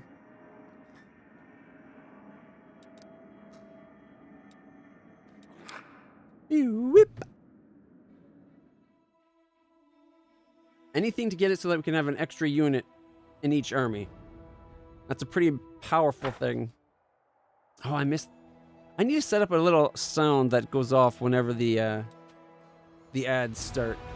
I didn't realize we just came out of the ads.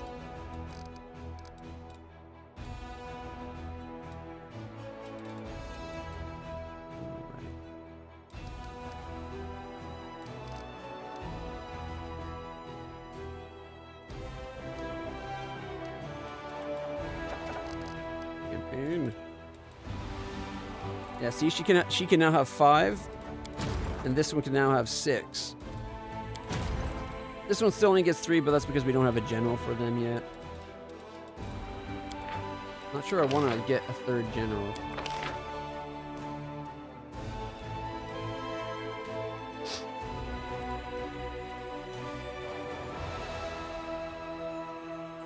Let's see. Offensive training, heroism, master of maneuver, flair.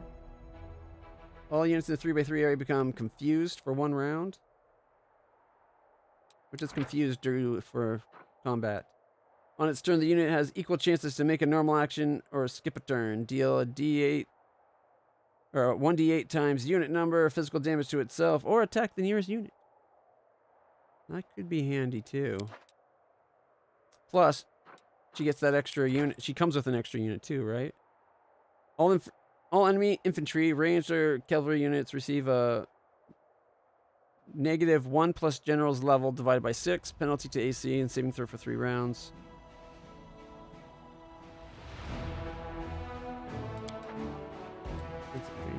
Trap.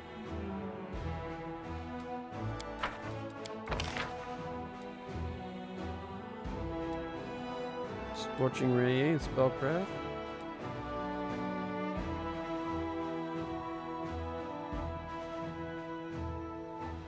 Master of Maneuvers. So this guy would immediately be able to have what? 5 people in the army?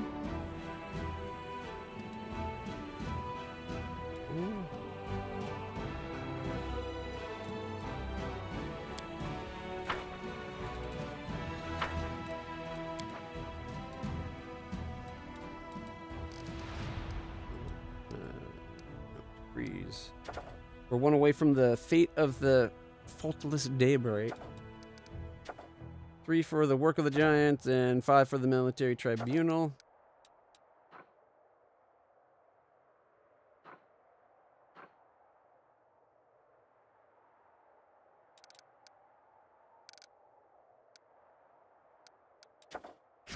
We're going to be able to level up our diplomacy.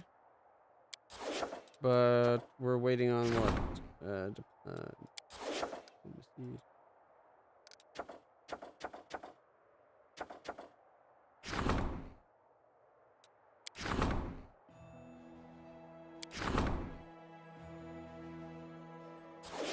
I'm not sure why it won't let me do that one.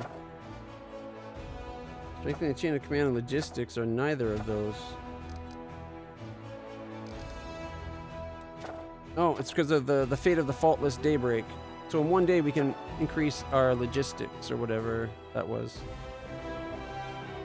Our diplomacy, I guess.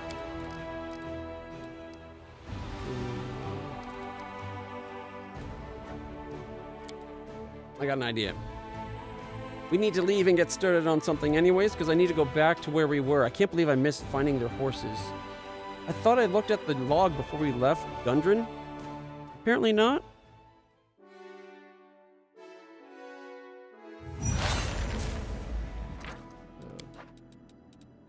I am going to make a save just because I'm not sure we can get back to Gundren.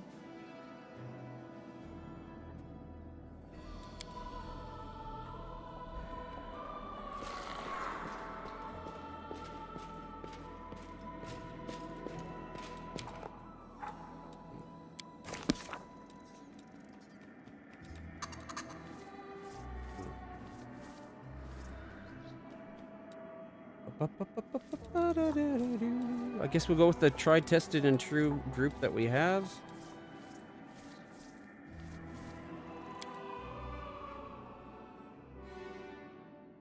Darren now has wings. Kind of interesting.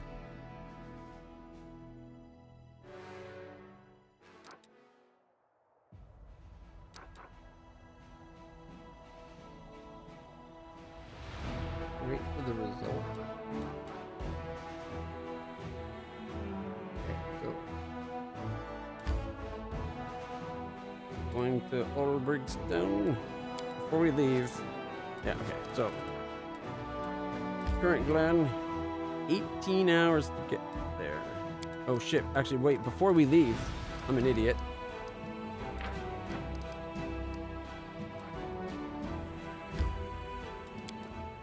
We needed to see about buying some goods.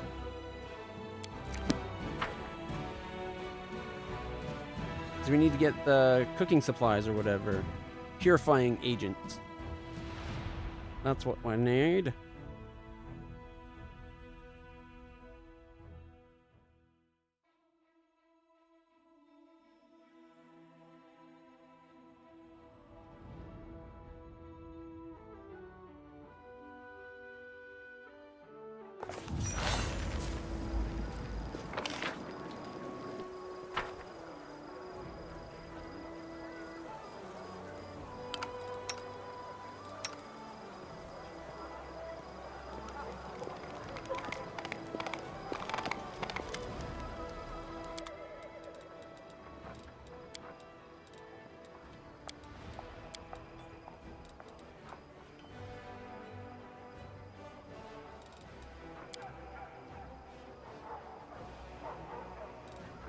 Sheriff, no, okay.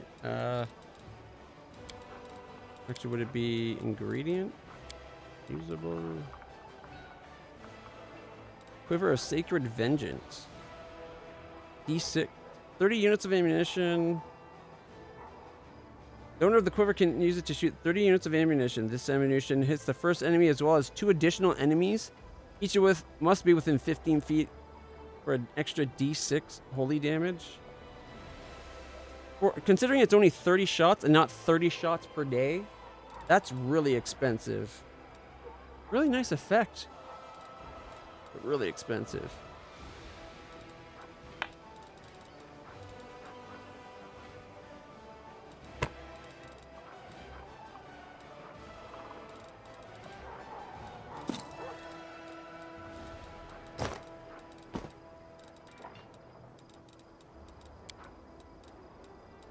Fresh yogurt? I thought we had fresh yogurt already. Just to be safe, I'll buy it.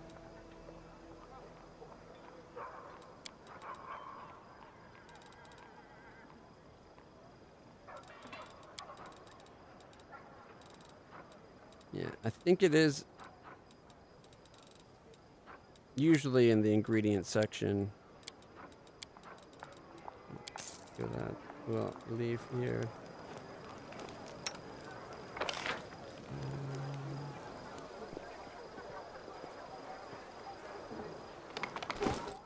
Oh, wrong button.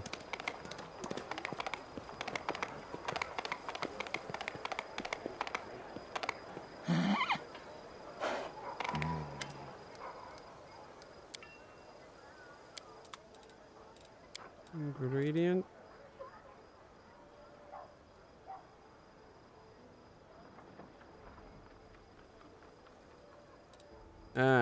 Purifying solution. That's the stuff I was looking for.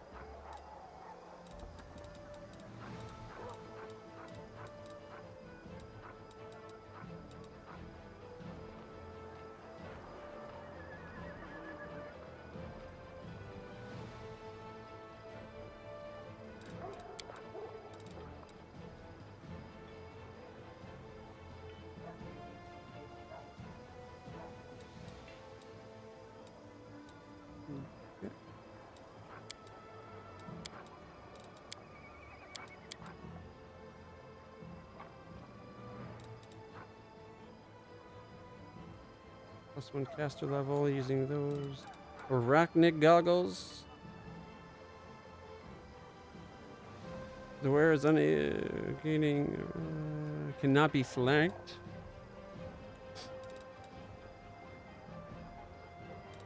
Alright, price descending. Red Commander. Battle Mage's headband. +2 intelligence. in charisma and destiny. Whenever the wearer of the headband lands a killing blow with a melee weapon, the next spell's better. Wow.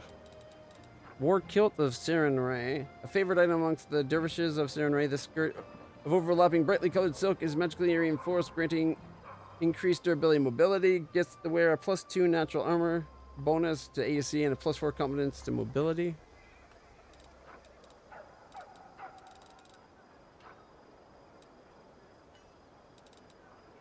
Alright. Well, at least we'll be able to rest again.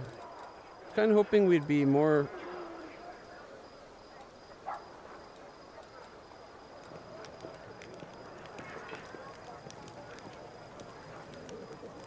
be able to get more than just the 25. That means we can only rest 25 more times right now.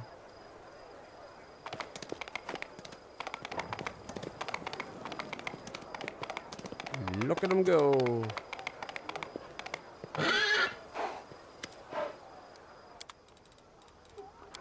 Doesn't have ingredients. That's worth a shot.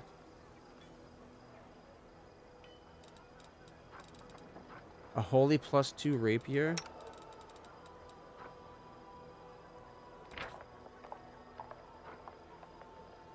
So it's a d6 +2 like any +2 rapier, but it deals an holy weapon is imbued with holy power. The weapon makes good aligned, thus bypassing damage reduction. It deals a 2d6 points of damage against all creatures of evil alignment, like all those demons.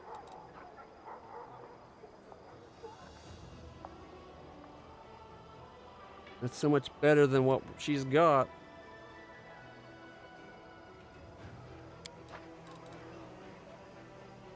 $32,000 though.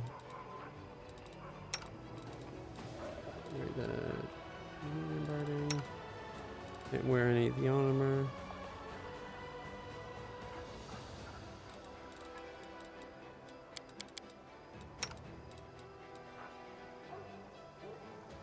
Light armor Haramaki. It's just one armor class. Yeah.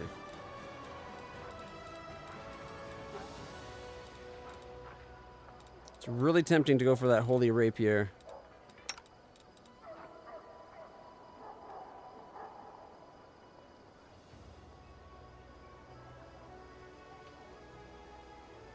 The current one is only worth 6,125.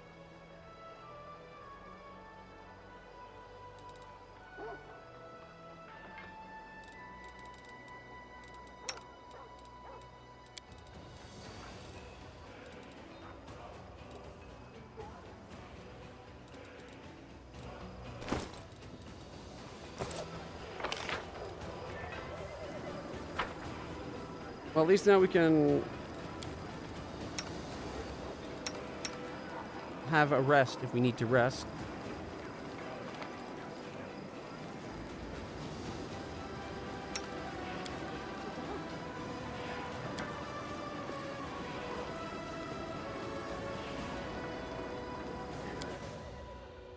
All right, we need to get over to Gungrave, see if we can do that quest.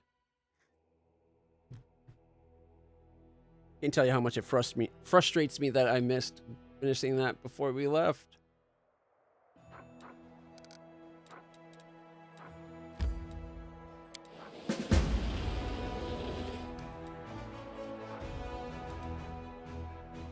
The time has come for something above the cloud.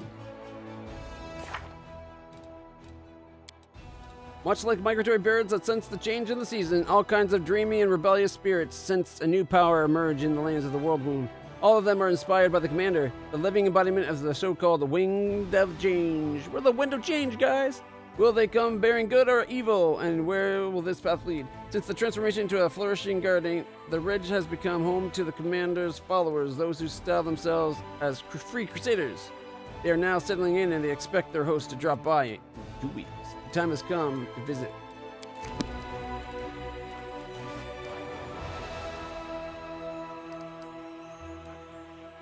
Alright, I don't know if he can miss. I don't know if it's missable, but we can always do it when we go back to the town. Failed to sneak past. Oof. Of course.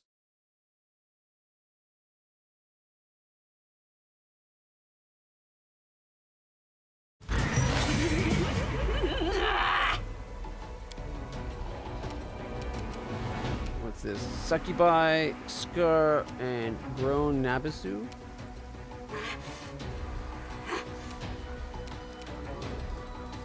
Scar's up next.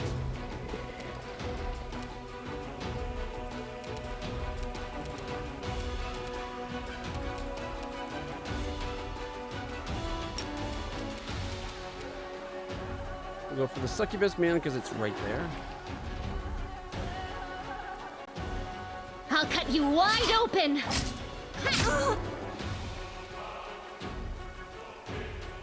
18, 16, and 16. Good start.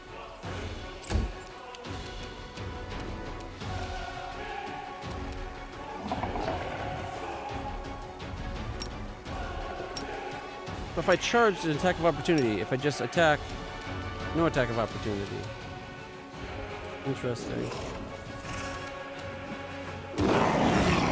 Oh, and knocked it down.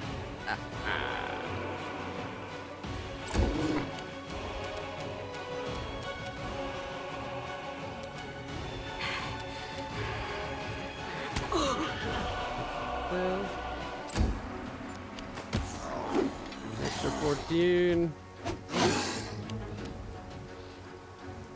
Roger.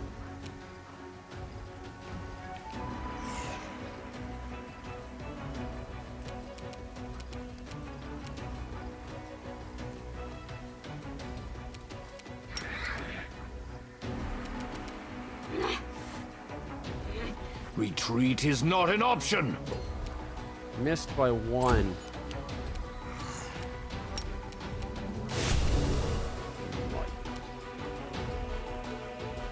Into the fray! It's turn. What was that? Vampiric Dutch. 20 damage.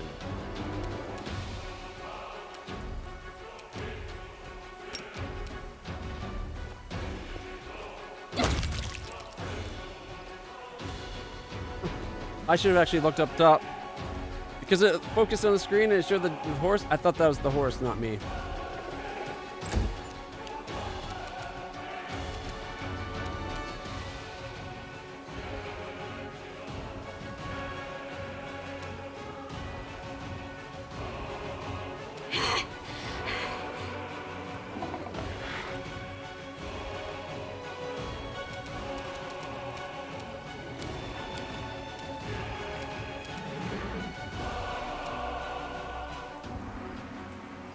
Clawing time!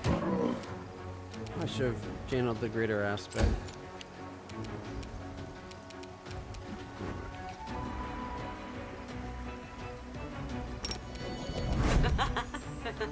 You've crossed the wrong mongrel.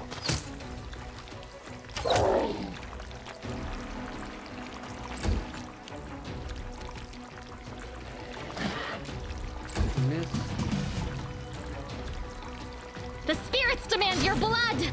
Critical for 41. Missed it.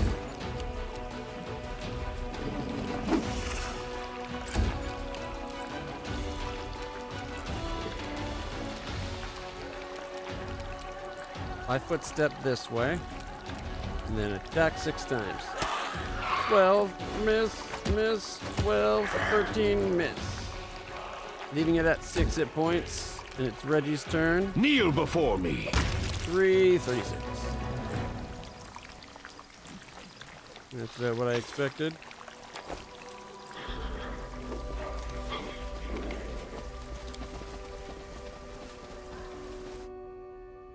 Oh, I should turn the guy into the griffin.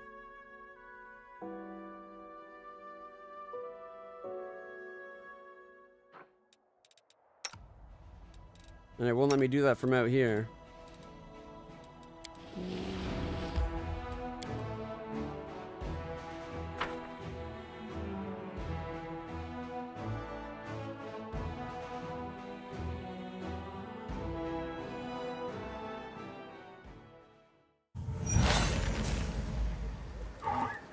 I ever see Sarkoris Green again? All right. We don't need everybody using the swarm clasp stuff.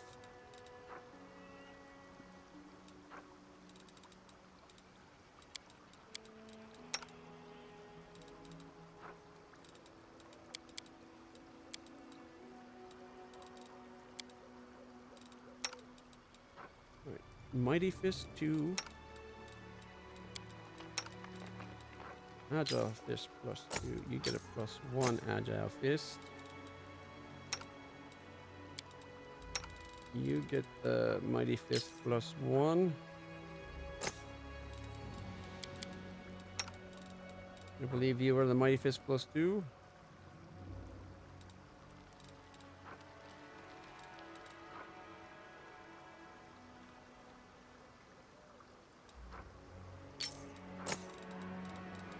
And you're the Mighty Agile Fist +2.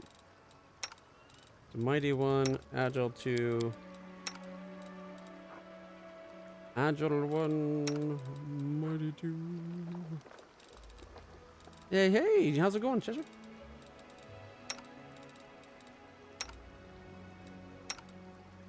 There's the other one. Like, there should be a fourth person trying to use these.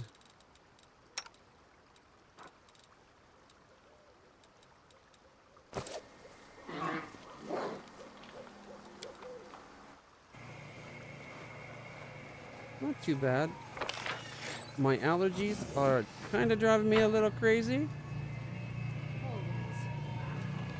Whatever comes next, we'll be ready.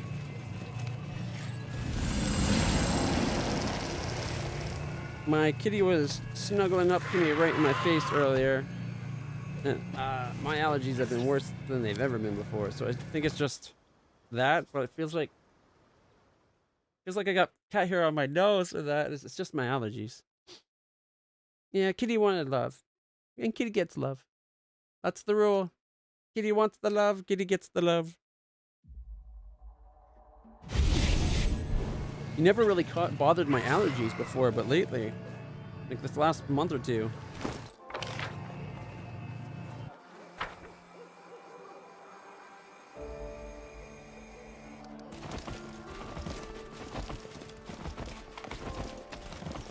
All right, tell you what. I will see this through.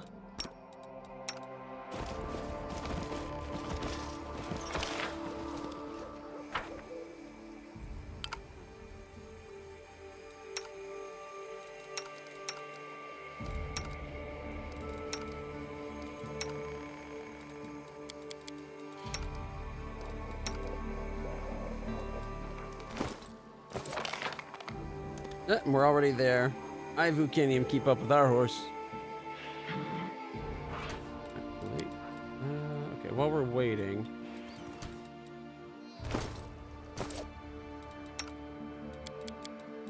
I stand. I want to check to see if that guy sells those purifying reagents.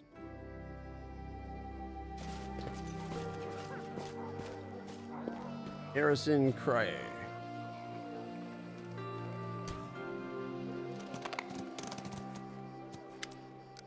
Tell me what you got. No ingredients? Really? Well, that doesn't help me at all.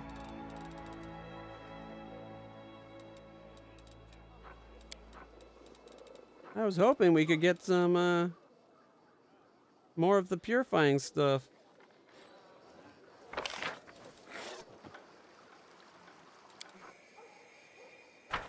Why did everyone stop moving?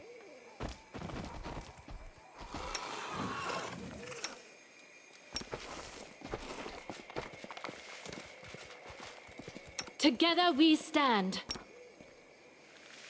Without a doubt.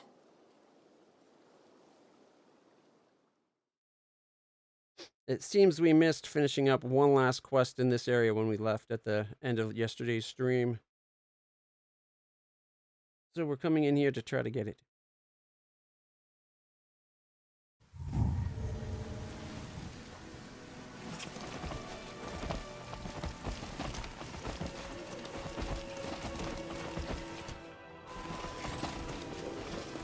Oh, it's daytime, so it should actually be safer while we're here.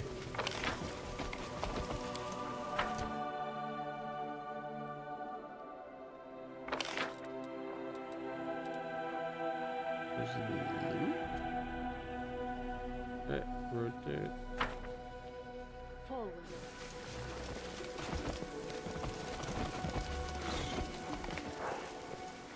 Is the loot up top, maybe? Maybe that's where the horses are.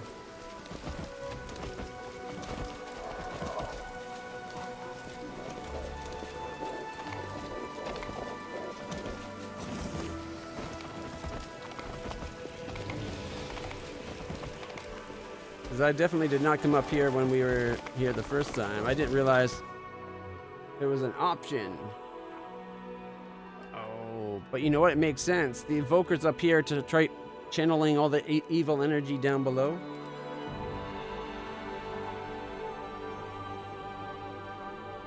We march ahead. Save the last one for me.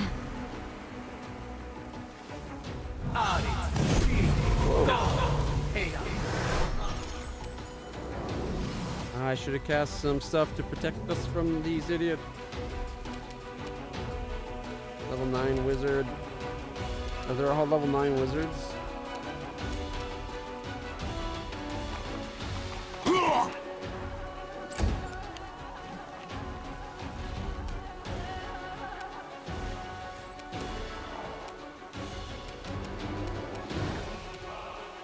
Go there.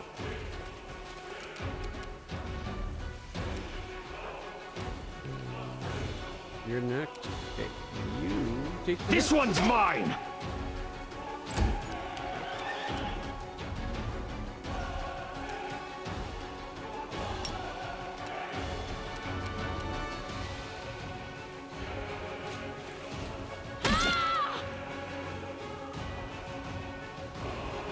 Okay. And then land stern. Okay, we're going to take off point blank shot, but we are going to go 5 feet closer.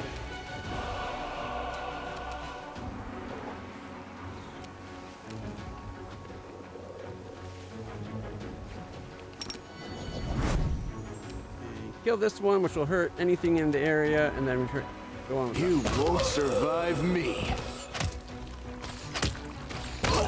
Let's hurt this one, and then we shot him again. Cascading damages.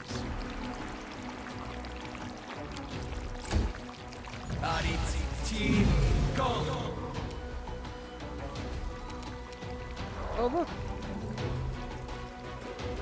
Balthonius the Woe Caller.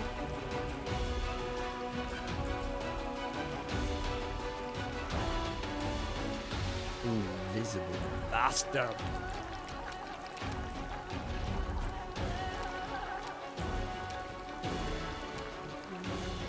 One, two, three, and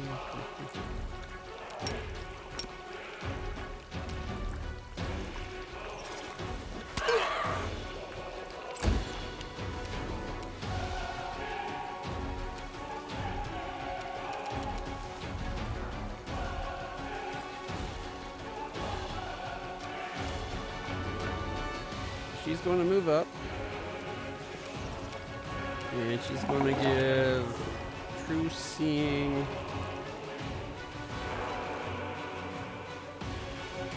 To everybody?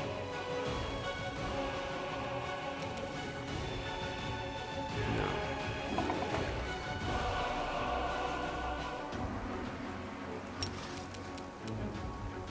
Should have gave it to Griff before. I'm an idiot. My plan was to give it to everybody, but I feel like that's wasteful, and then it uses up some of the diamond dust. Give it to herself. Okay,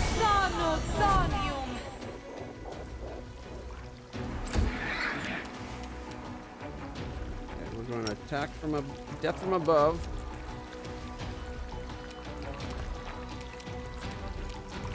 Do it to this guy. These guys both probably die.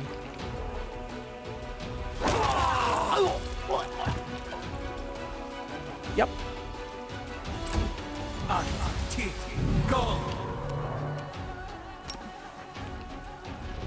reach just by charging. The light take you! The inheritor, guide my blade!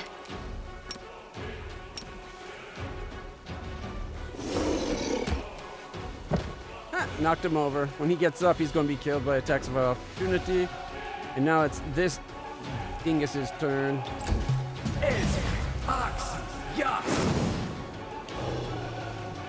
Summon some wolves.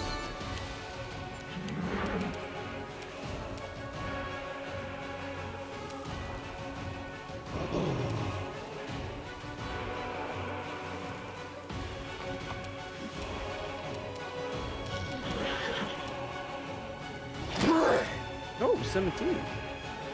Despite being invisible. Press the attack. Ha! Concealment.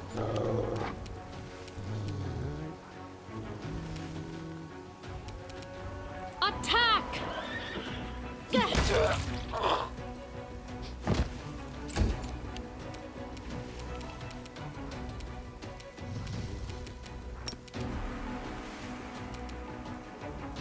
Endure this! Concealment. Concealment.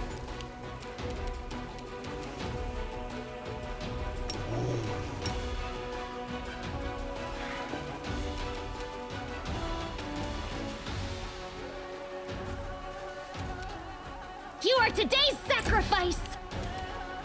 Death from above. 45. 30. Oh, wow. That worked out. Alright, let's see. Crummy daggers. Yeah, all masterwork daggers. And then we got a bunch of scrolls. A scroll of, let's see. Burning Arc, Fox's Cunning, Inflict Light Wound Mass. Create Pit, Blindness, Inflict Light Wounds, the Burning Arc, the Create Pit. That same 3 again. Inflict Moderate Mass, Inflict Blur and Blindness. And another Inflict Light Wound. Oh. 485 and a golden ring. Strange Charm can go inside. The altar responds weakly, then falls silent. Maybe you will be able to summon a spirit here at another time. Alright, world. Who's got the best world? 15. 13.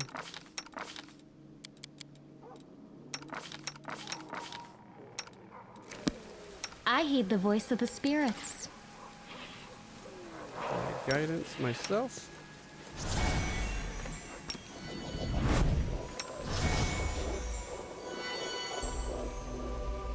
The deed is done. Dark magic's attracting the souls of the dead and dragging them into the depths of the earth. It looks like the source of the corruption blighting this place will be found underground.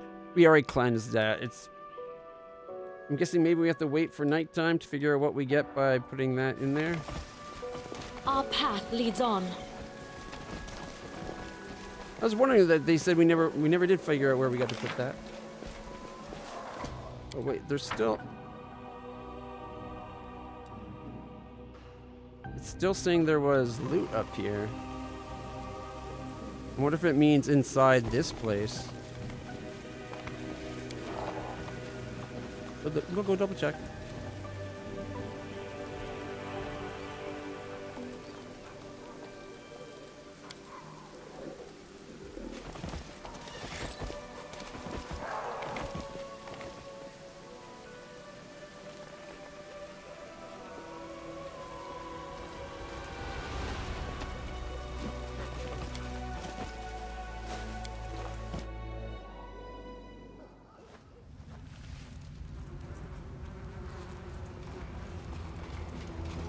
Doesn't look like there's any loot left in here.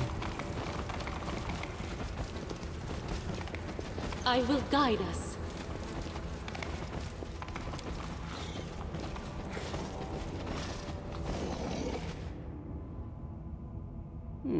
I wonder what it wants us to find.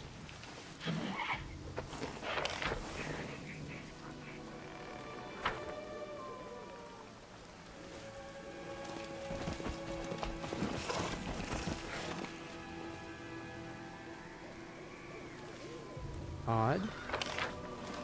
It says there's loot there.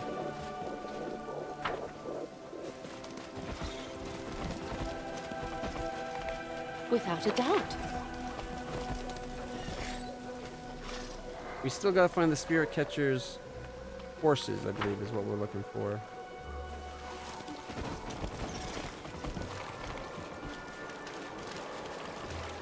Forwards.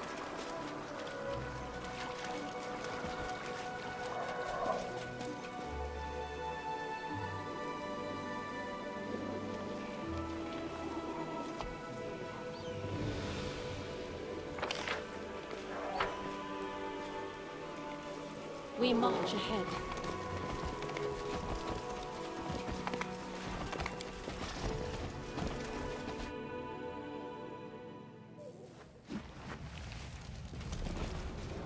Our path leads on.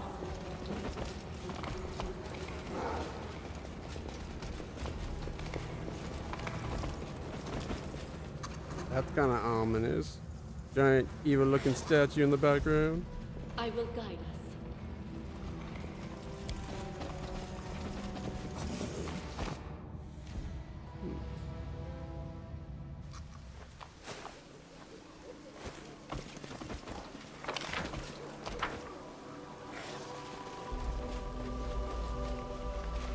It being daytime is a lot nicer out here than would otherwise be. Now, what is that? Oh. We got ourselves True Scene Communal, a ruby, a diamond, and a rotten longbow. Okay, well, glad we came back and I found that, but Without a doubt. doesn't really help me find the horse, eh?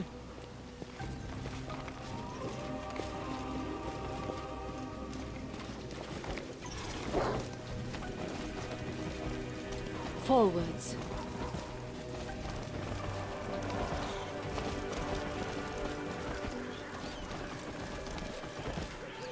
Alright, spirit catchers. We march ahead.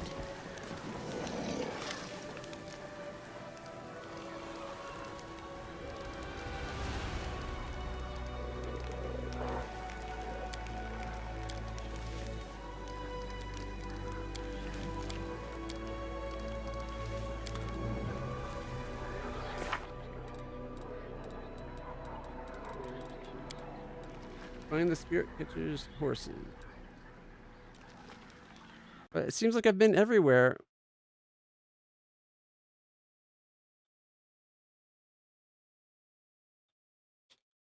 Spirit catcher.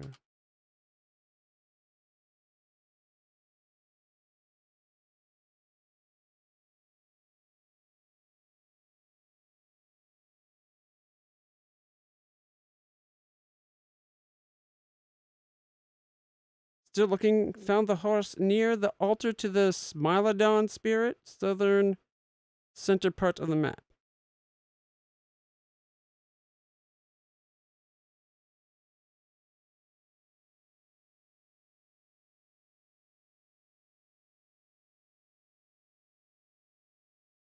All right. Let's see. Smilodon.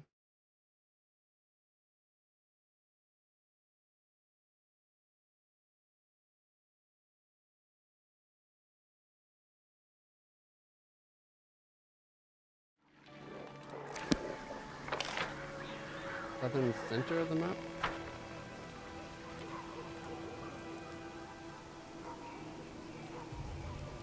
I don't remember Smilodon spirit.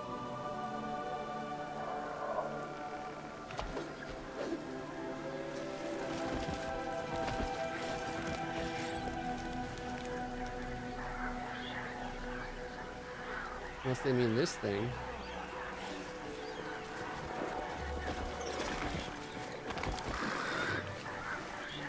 You see the remnants of offerings, dried flowers, herbs. The deity that was worshipped here must have been relatively benign. We found this place the first time we came through. I will guide us.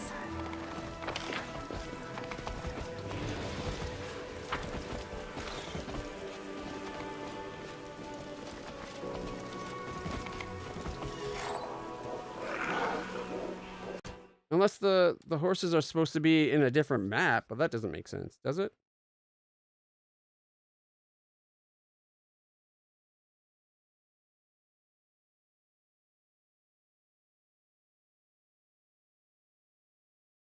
All right, let's see.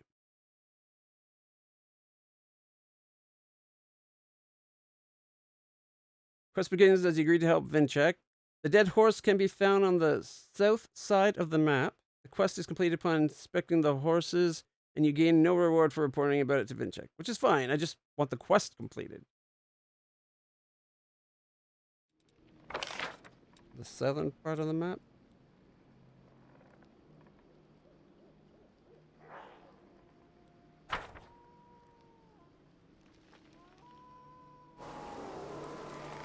How about this? What if we put myself on my horse? I will not falter. Everybody stay here. She's Well? going to do her free daily heal on the horse. And then Let us not hesitate.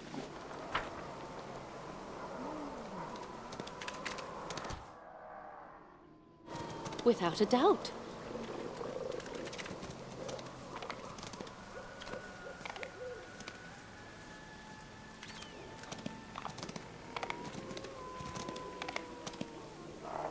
Forwards.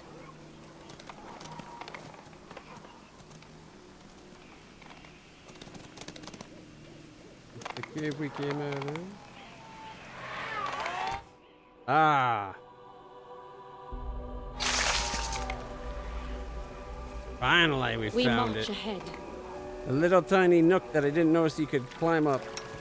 Our time has come.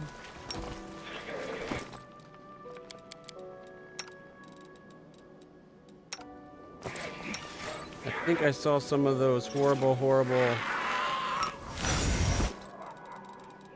swarms.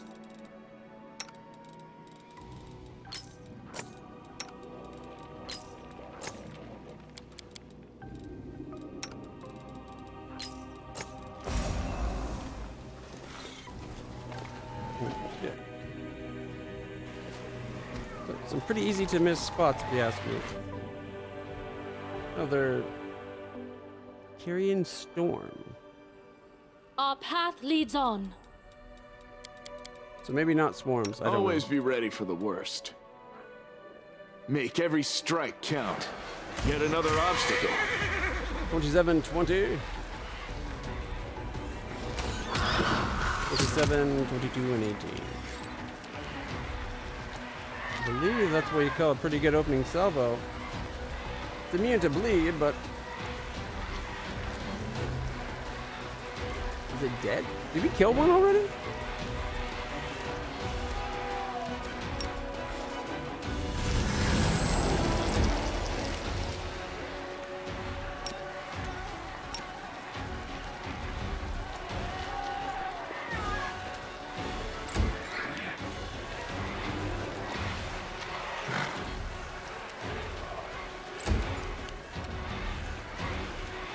Retreat is not an option.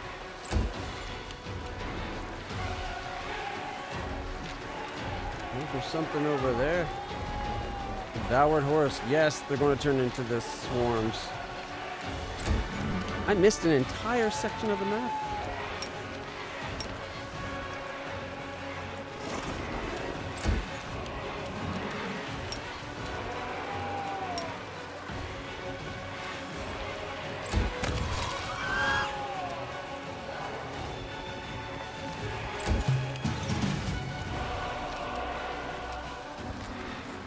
You've crossed the wrong mongrel. 23, 21, 24. Missed and a 27. Leaving it at 18. Alright, we'll go death from above. 25, 27, 18, 15.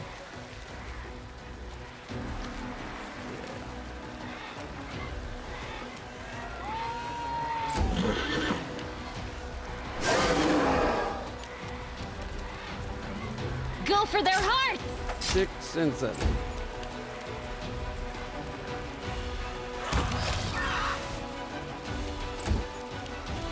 Kneel before me. You are nothing Critical before for me. 33.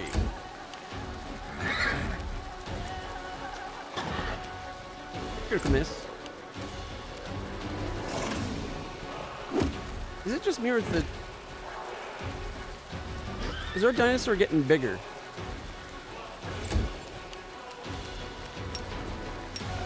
We shall overcome! Test of opportunity. Killing the swarm inside it at the same time. Alright, we got a silver statuette, 2 shadow clovers, some 3 sweet wines, and a greater heroism. Alright. The dead body of a horse that has been eaten away by insects. Okay, knowledge world, that was me. I'll watch your back. So we're gonna need some guidance. I stand ready.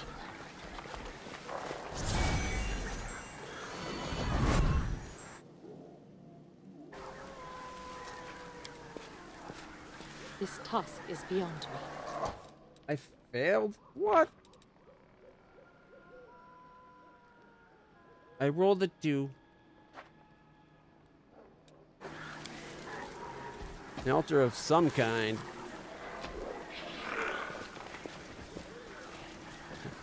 Failed that check. Did it save? That's the altar we just found, actually.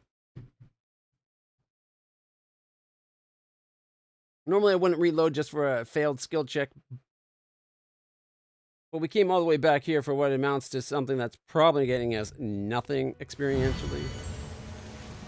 Together we stand. The deed is done. This is a place of worship. You see a chalice containing decayed animal organs and some old bones and dried blood stains around it. The deity that was worshipped here must have been particularly bloodthirsty.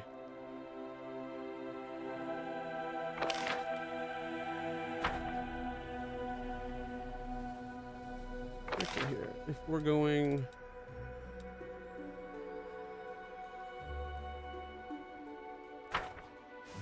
Okay, we're going to have everybody come back up here. Falter. Except for me getting on my horse.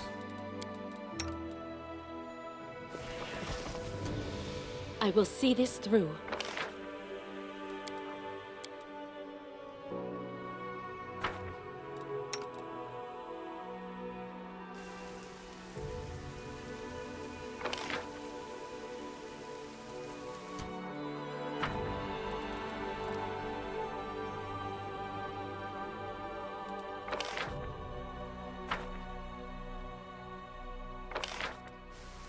Well, that's as fast as they can go with, even without me.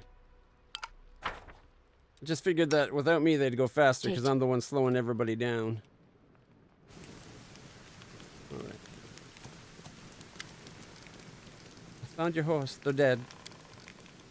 You found them. So I'll keep my promise. Your name is going in my book. My poor horsies, my sweet marble. Gotta go.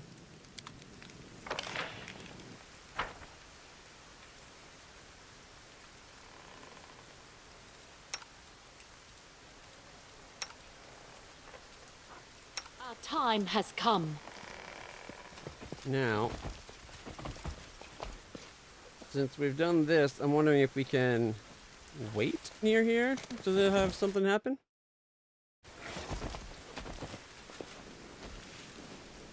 Alright, so if we go skip time.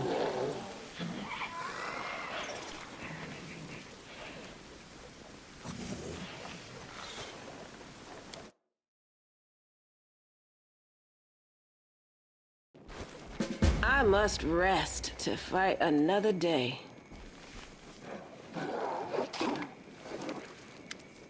The spirit radiates malice, its fur standing on end and its fangs bare. How dare you awaken me after so many years? Is the stone that awoke you? Found a strange flower in the forest that is visible only at night. Can you tell me about it? Fighting with a spirit leaves some kind of dust behind. What do you know about it? Oh, this could go badly. Who are you? The spirit shakes its head. Its big, shaky head. I am the Forgotten One, someone filled with fury and thirsting for vengeance. That is who I am. Don't be angry, great keeper of hives. Ulbrich addresses the spirit with the utmost reverence. The spirit interrupts him with a irritated roar. What are you doing here? I'd like to tear you to pieces. Away with you, away! This is not your forest. You have no cause to roam here. Why were you forgotten? I was once the only spirit in this place. I got all the gifts, but then the others came. If they weren't spirits, I'd tear them to pieces.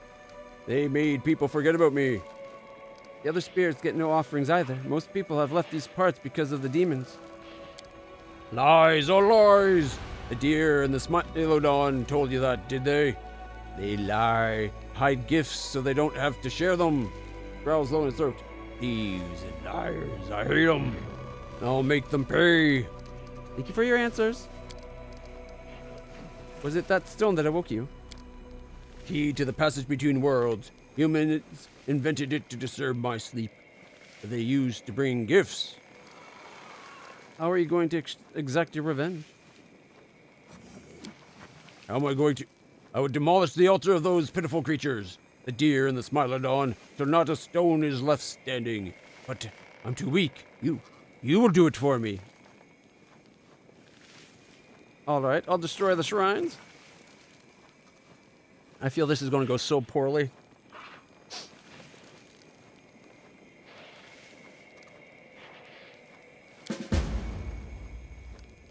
Found a strange flower in the forest that's only visible at night. Can you tell me about it? Flowers? What is this foolishness? Are you baiting me? Go and talk to the deer about flowers and other such nonsense and stop bothering me. Fighting with a spirit leaves some kind of dust behind. What do you know of it? Dust? Nothing of dust. You must be hitting them too gently, like a tap from a Smilodon's paw. When I hit someone, there's not even dust left behind. Gotta go.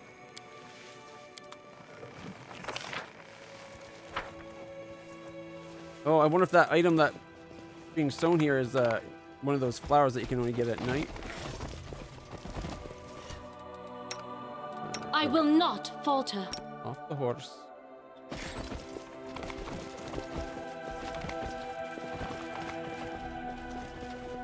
Okay, that's going to drive me crazy that the map shows that there's loot, but there's no loot shown anywhere.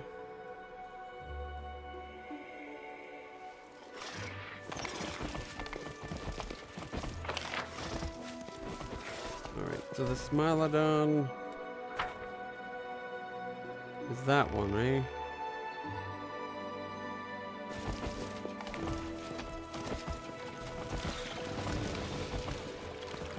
Everybody catches up. Oh, and we're fatigued. Wonderful.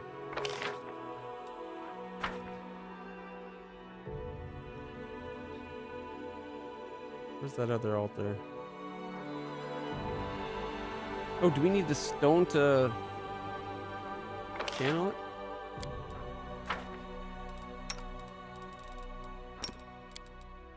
Nope.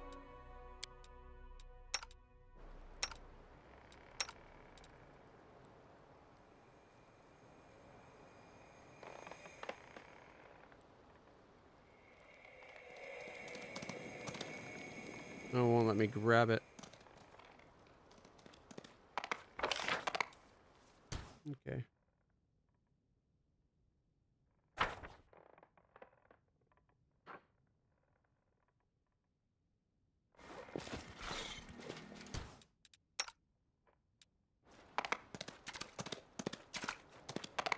I love how fast it travels. Let us not hesitate. Alright. Off the horse. Examine the altar. Smilodon.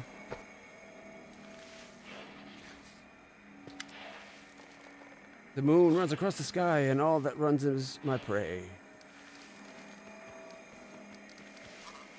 Who are you? Don't you know? I ought to eat you for your impudence, but it's been a long time since anyone has brought me an offering. I've become so weak. It angers me. Who am I? A very hungry spirit of the forest. A spirit of the hunt. Good day to you and good hunting, mighty warrior. And who are you, sister? I don't understand. How did you come to be here? I thought you had died long ago. As you can see, I live. So what? There hasn't been good hunting here for 100 years. The forest is dying, the people are dying, and our spirits along with them. I know how this will end. Soon there'll be no one left. This is just reinforcing that what I think. Ulbrig is a fusion of Ulbrig and and Avar in one. Can you tell me of the forest? This used to be a good place a long time ago, before the bad people came. Ones who reek of magic because of their strange rituals. The spirits of the dead Sarkorians are now sobbing and begging for rest, but they rest no more. What do you know about the shrine? The wolf goddess, the fur on the scruff of the spirit's neck rises. She's always lived here. She was already here when I came. Had I received as many offerings as her, I'd have been just as strong. But now she's fallen on hard times too. Demons are about to break down the door to her shrine. I don't envy her, not anymore. What are the spirits roaming the forest? Unfortunate souls awoken to a strange life. The Sarkorians who were buried here over 100 years ago. They used to bring me gifts. Now I observe them in their torment. Interesting, the way life has come full circle. Here's the people who reek of magic. Who are the people who reek of magic? There are 4 of them, and their magical reek is unbearable. It makes me want to cover my nose with my paws. They worship demons. Their presence in the land is unnatural and abhorrent. How do I release the souls of the Sarkorians? I am just a spirit of the hunt. I am no god. Not even an oracle. But I'd start by tearing those 4 to pieces. The 4 who reek of magic and worship demons. I'd go to the caves, shred them into tiny bits, and eat them. That is what I would do. Alright, I found these flowers. Do you know what they are?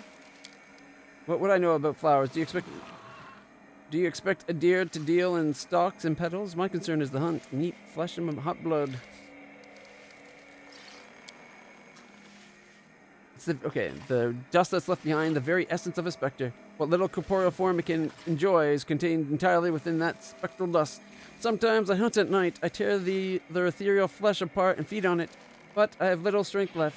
Without offerings, I am but a shadow myself. If only I could have a full meal again, even just one more time. Bring me spectral dust, at least 10 handfuls of it. I'm not used to having to ask, but my hunger speaks louder than me. Bring it to me. The bear asked me to destroy your altar. So many times has the blanket of white changed to green and back again, but the bear is the same pitiful fool as ever. If I could get to him, I would sink my teeth into his stupid face and tear and tear and tear until he begged for mercy. That's the only gift he deserves. I can get you some dust. Gotta go. Alright. Forsake altars the bear, forsake altars the Smilodon. Maybe we should forsake all altars and leave it just for the wolf.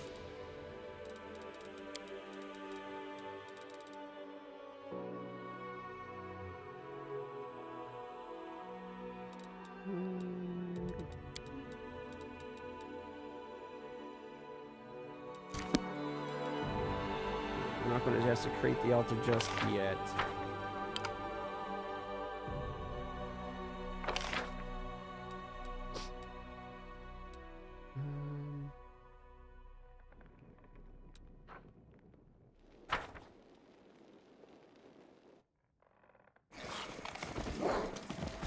Our path leads on.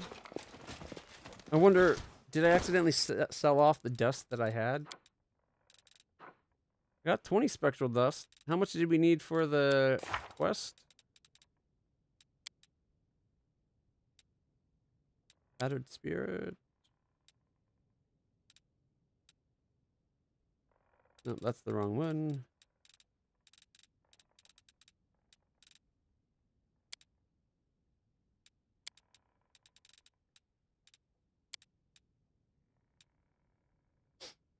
All right, it's been a long time since any offerings, at least, let alone ones as generous as these. Feed the spectral dust to the Smilodon spirit.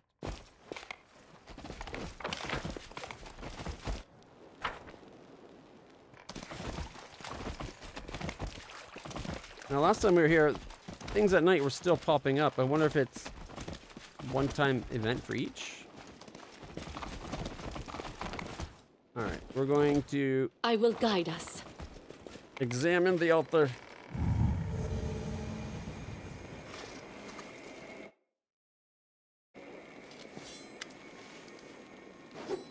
Whose call did I hear this day? Who are you? I am the one who has answered your call, the one who slept for many years, but who heard something long forgotten and came. I came by roads where one must not leave a trace. I am the spirit of this place, the guardian spirit. I know you, ancient one of the Horst. Peace be upon your home. And I know you. But who are you? What's going on in the forest? The stranger's scent carries corruption. The sweet stench of decay is coming from the caves, but it is not flesh that is rotting, but a soul. Oh, I am so weak, too weak. I and the other spirits, we can only watch and do nothing to help. Why are there so many spirits here? This land has preserved the remains of many Circorians. Their bones are embedded in the earth. They have become the earth. The spirit never dies. Strangers have brought their corruption here, and now their magic's entrapping the spirits of the ancient dead. What do the trespassers want with them? I don't know. I don't understand. I found a strange flower. Can you tell me about it? Midnight lilies. They only live for as long as the moonlight and starlight touch their ghostly leaves. It's a rare gift of the night, one that can conquer any sickness. They used to bring me gifts of these flowers. They taste like the moon, like licking the cold roundness of the moon. I'd like to taste them again. Fighting with the spirit leaves only behind dust. Do you know anything? Fighting dust? No, I know nothing about that. I'm a peaceful spirit. I wish harm to no one. Perhaps the other forest dwellers can tell you something about it. The predator, the dangerous one. I can gather you some flowers. The bear asked to destroy your altar. You're not going to do that, are you? The bear's hatred is destroying him from within. His eyes are blinded by the fog of revenge. But for what? We are all equally forgotten. I can get you flowers. Gather 7. I think that's all I have left.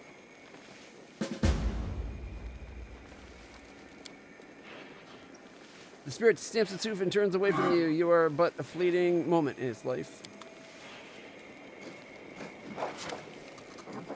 I have the midnight lilies. 1,920 XP.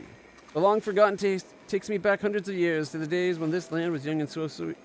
So was I. The moon on my tongue. Thank you for this memory, Mr. Stranger. Alright, I think we're going to be destroying the bear.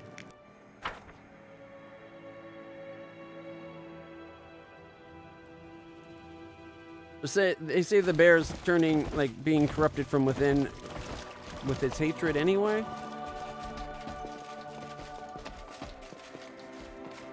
Oh, look, another flower.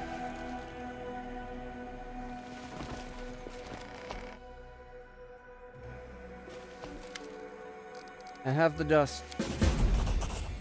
The spirit purrs and sets ravenous upon the offering. 2,400 XP. The strength of my paws again. My body is weak no longer. And my hunger is so powerful now. How can your hunger be quelled? Bring me living prey. I'm strong enough now to tear it apart and drink its warm blood. I'll think about sacrifices for you. Spirit bares its teeth and nods. It can't wait to sink its fang into living, trembling flesh. What are we supposed to find for it to hunt, though? There's nothing living here.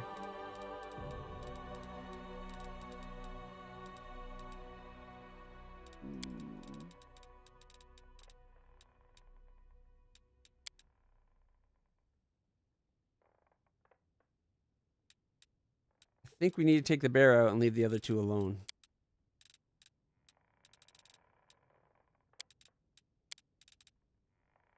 Last gift of the brilliant mind, brilliant thing.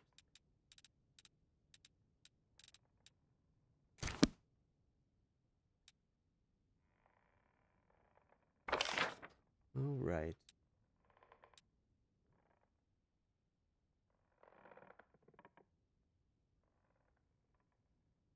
Could we feed him our bismuth only to resummon it tomorrow? Is that something we could do?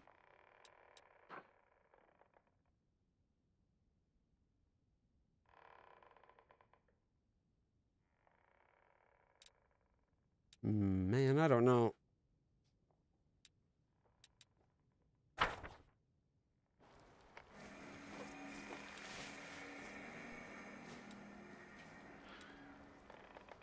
Yeah, that's where the wolf was. The wolf god.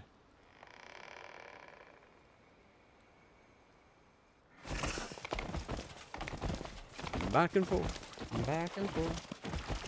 Up, down, round again. Up, down, round again. Here we go. Where we then?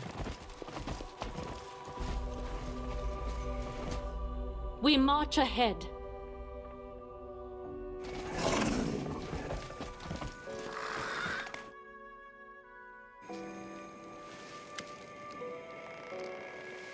You're being a nuisance, walking around and around, not letting me sleep. I will destroy you.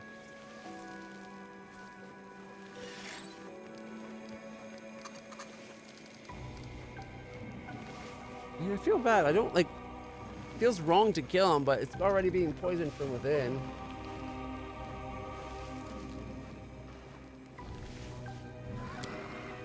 I will rip you to pieces. You'll die, and then you will be respectful and quiet. They will break against our resolve.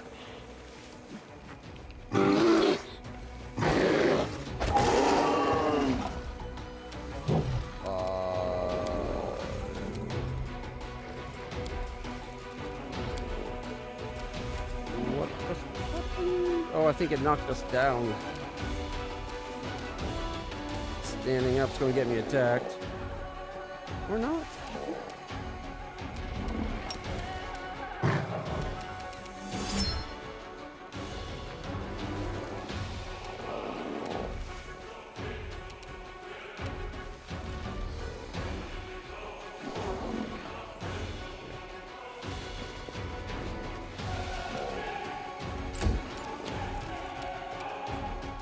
Knocked down even our Triceratops.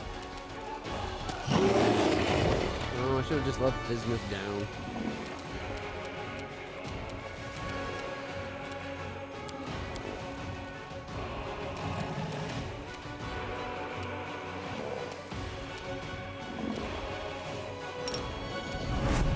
You've crossed the wrong 12, mongrel. 11, miss, 8, and miss.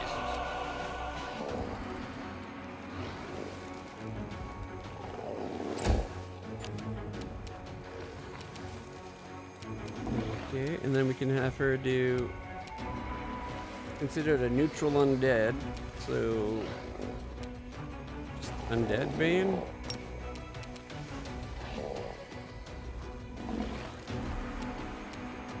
I'll cut you wide open. 14 and a miss, and attack of top opportunity, which I think I missed.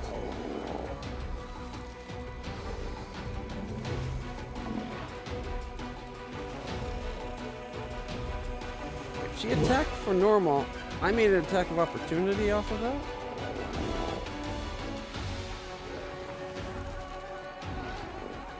I would have thought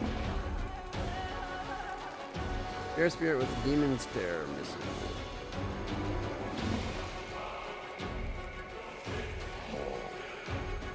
I wonder why I got the attack of opportunity.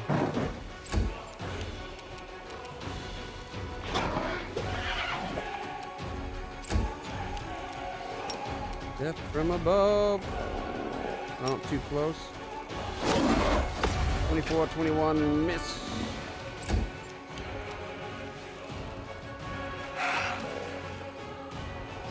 Aspect of the wolf.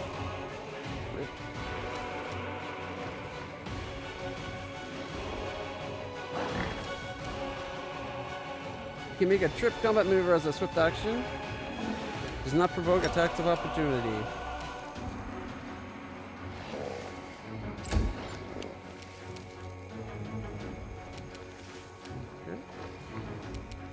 The Inheritor, guide my blade!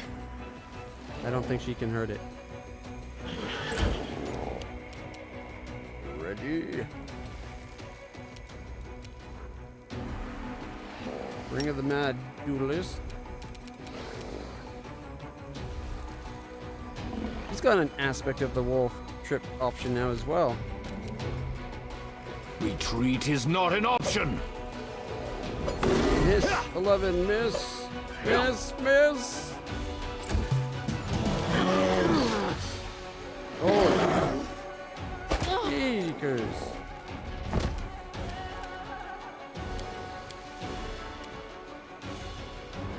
Thank goodness it knocked me back.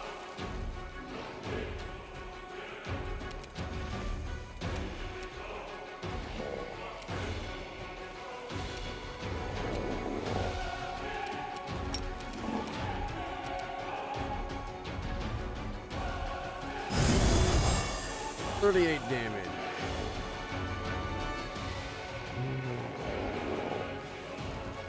Down to 198. Thing hit hard.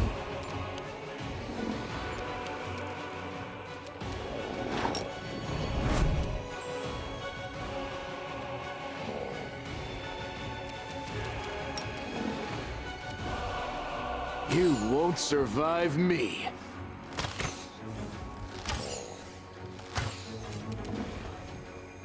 Six shots, 6 misses.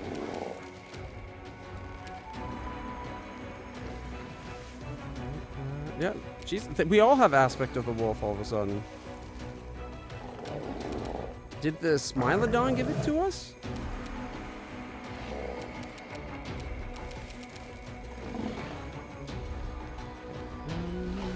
What can I do? I think we need to do a heal. Massacre moderate.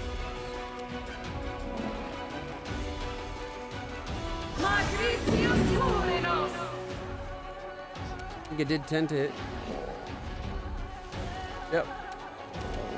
Did not give much heal to my character. Better than nothing. Miss, miss. Hey, hit for 9. Greater aspect of the Griffin, which I keep forgetting to turn on. 31, 30, 26 and a miss.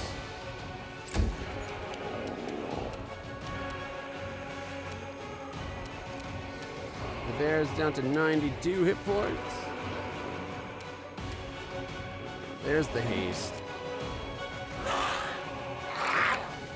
Concealment, concealment, concealment. Miss. Hit for 0.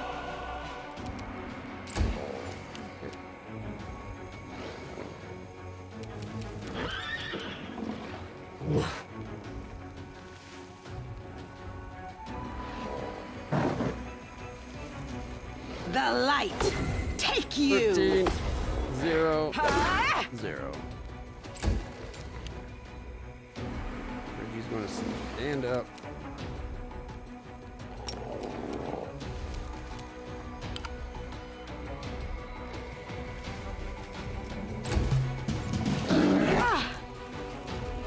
I'll just sit here. Don't worry about me.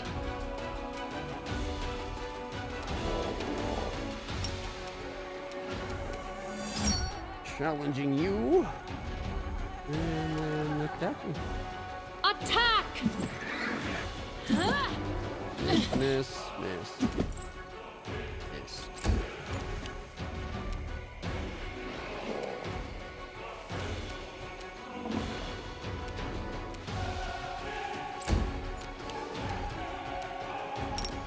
Bismuth will just lie on the ground some more.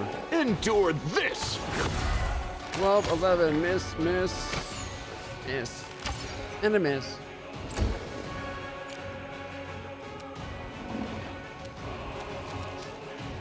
Let's see.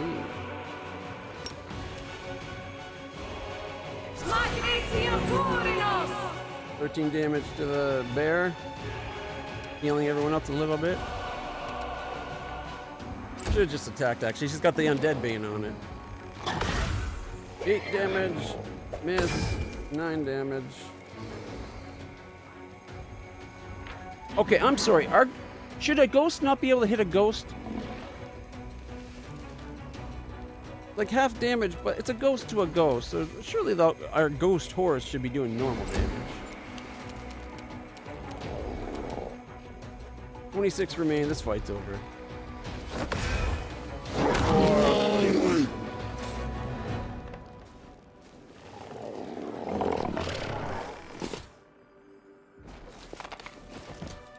Death is life's final surprise, and I enjoy surprising people.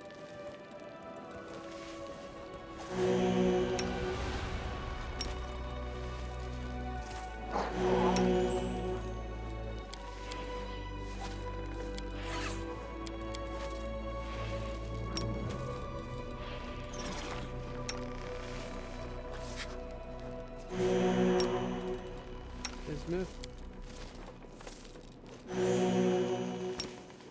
Magnesium Turinos! Magnesium Turinos! Magnesium Turinos! Magnesium Turinos! Magnesium Turinos!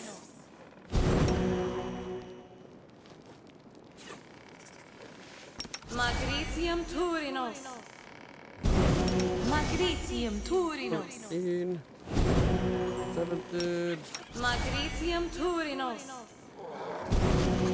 14. Magnesium Turinos! All right.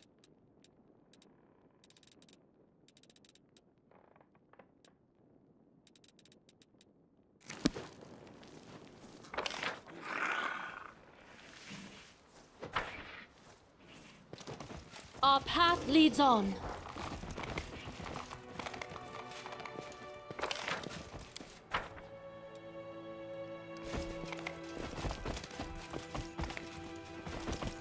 I think we're done here, I guess.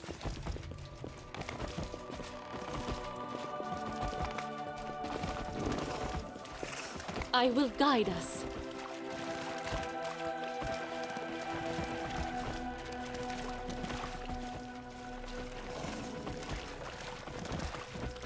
Without a doubt. Yeah.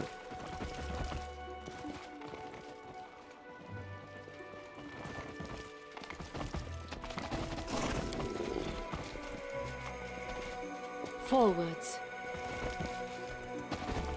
Yeah, the wolf spirits are back. Are we not able to talk to them?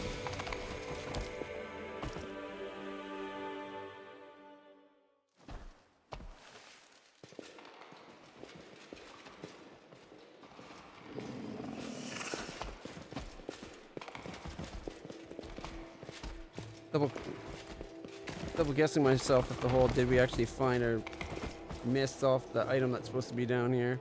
We asked the god about it. It says the shrine's been long since left empty.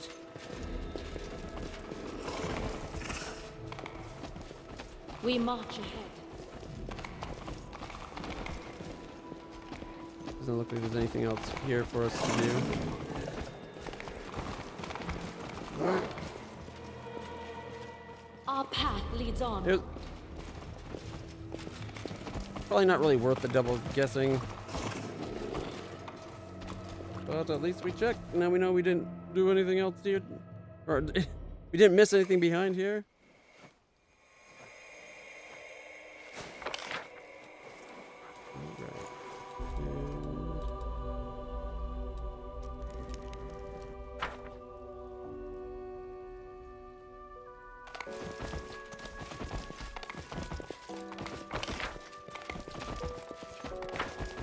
Our time has come.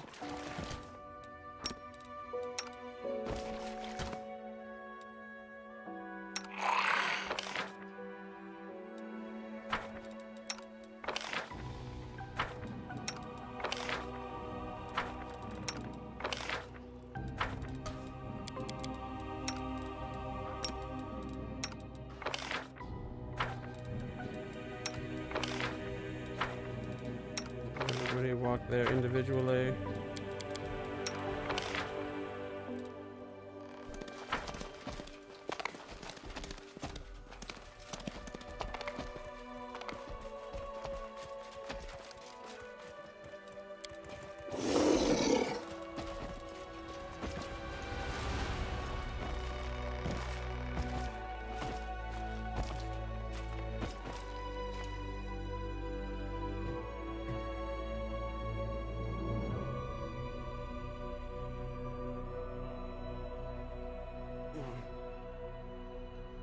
Well.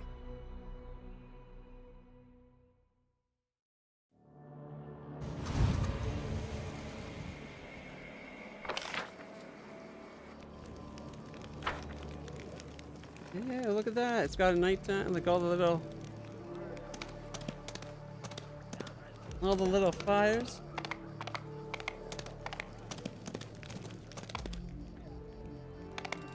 I always did what was right.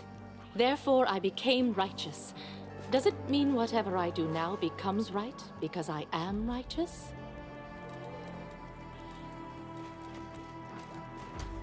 Ghastly stench?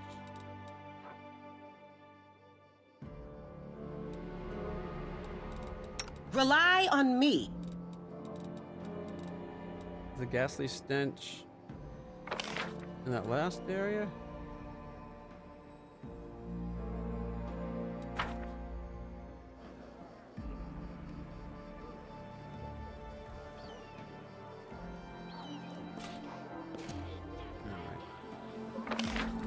Look at the inventory.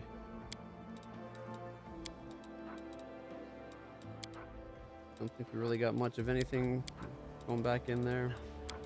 Got XP though. However, we did get some negative levels, so we better Without take a a quick. doubt. Probably worth taking a quick, isn't it?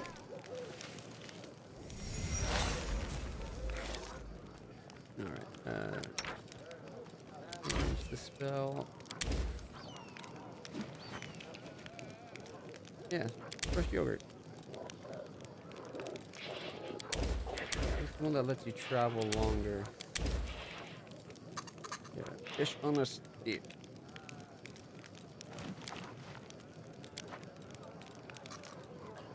Can't fail. I know people like you. Bored aristocrats who think that war is another diversion, like hunting. They usually get killed. And they get their allies killed, too. Oh well, at least I'm not going to die of boredom. That's an awfully nonchalant cavalier approach to the lives of people around you. But we're beginning to realize that she's kind of evil.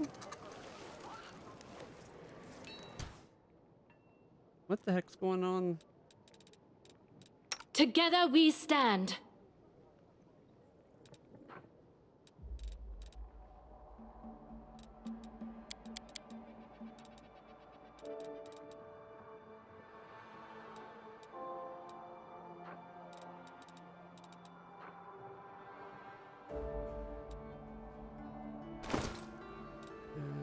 Okay. Character. For 14 more hours, we have aspect of the wolf. When you cast a spell, you take on the aspect of a wolf, including some of the physical characteristics. Become more rugged, ears more elongated, and you spread a sharp fangs of fur. You get +4 enhancement bonus to strength and dex, +2 on trip attacks, and can make a trip combat maneuver as a swift action. This trip attack does not provoke attacks of opportunity.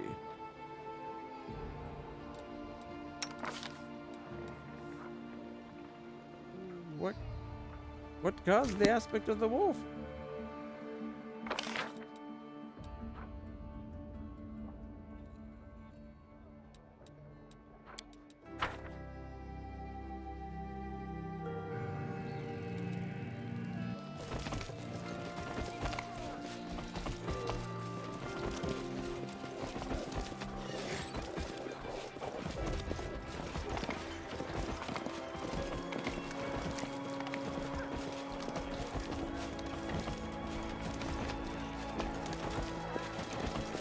Anything else? Journal we missed?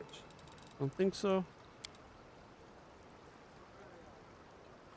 A hot mystery, promising the secrets of creation would be revealed there.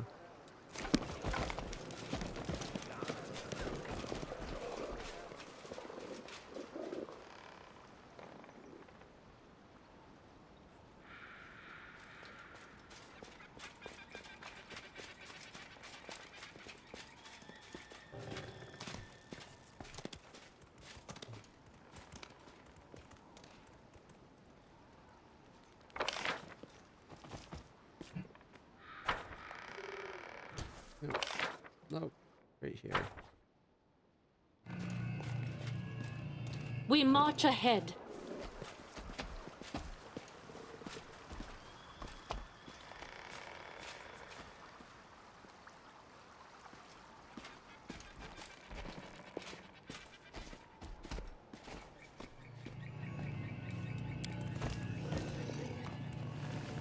Let us continue. Dinosaur. Yep.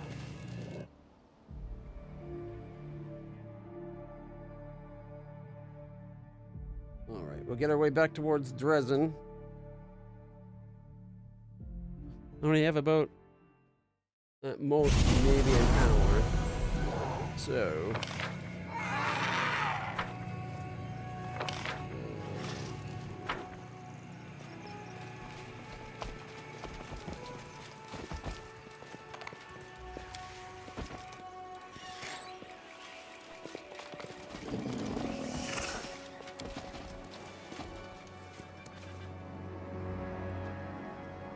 I wonder what triggered that aspect of the wolf enchantment. I don't think anybody cast it. Must have came from dealing with the animals. Alright, we gotta go to the court of whimsy and mirth.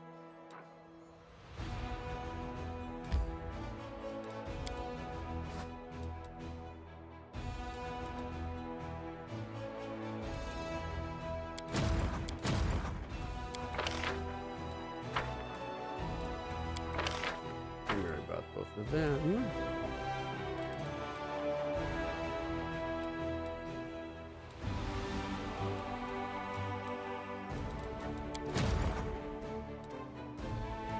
Alright, let's see if we can take out these two armies.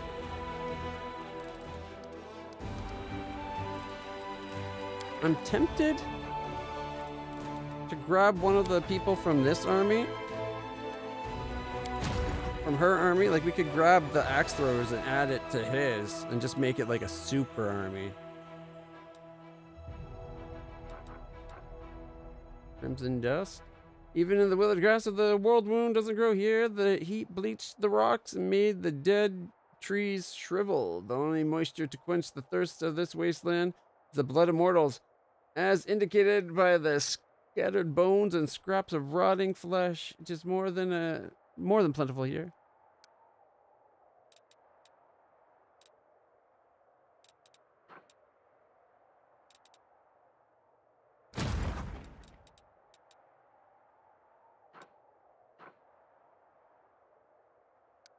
All right, let's take this place out. Core of the riddle.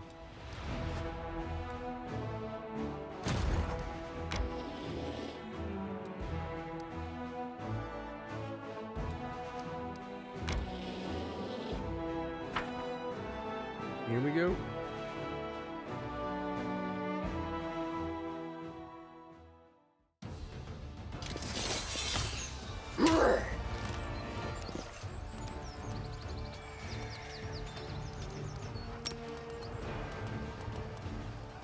$25 to $100.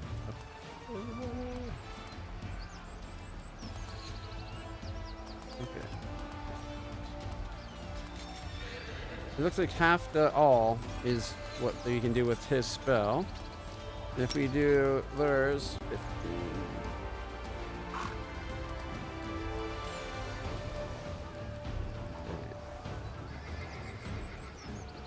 Come on, magic missiles.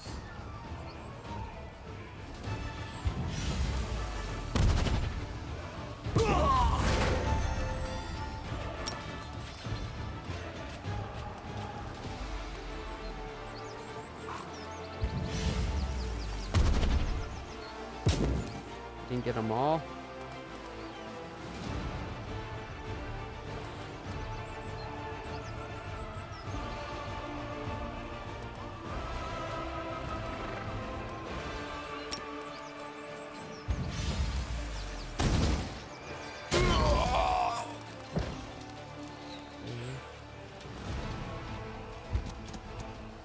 Keep them from attacking.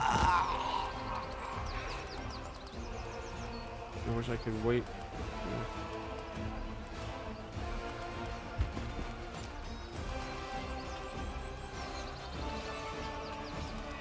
Lay on hands self.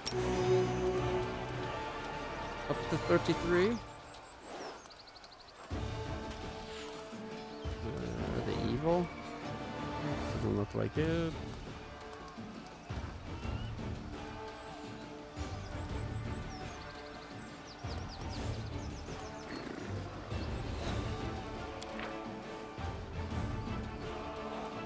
Yeah, control.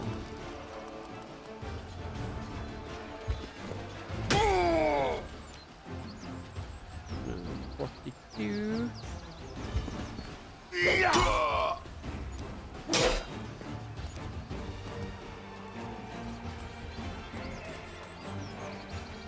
Alright, if we go cure wounds on the ones that have been wounded, and then we can magic missile.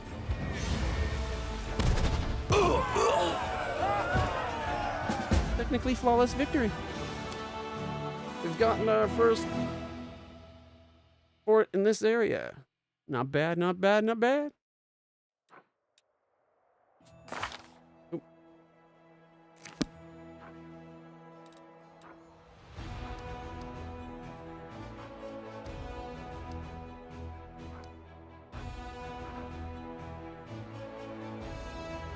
Prison home outpost.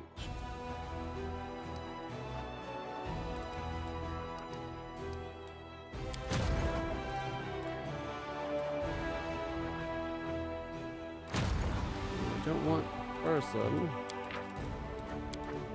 Didn't level up anyway. I would like.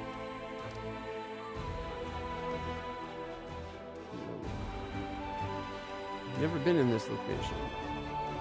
But we own it now. Should I not be able to manage it?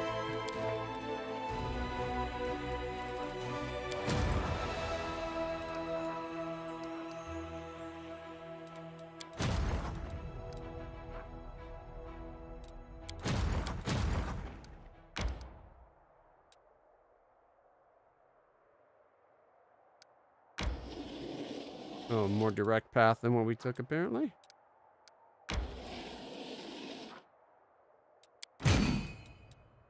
All right, let's see.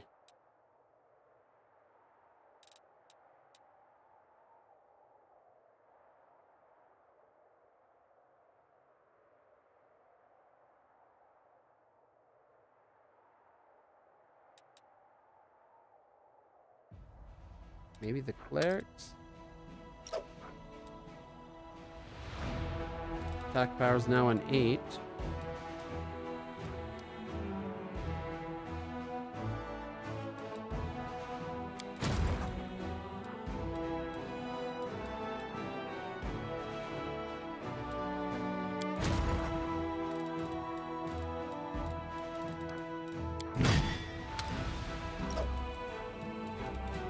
Or should we shove a bunch to the other side and have them continue on?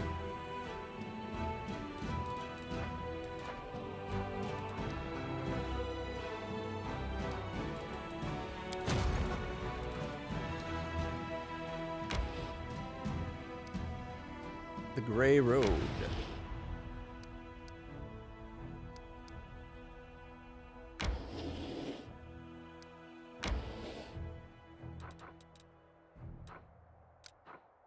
Okay.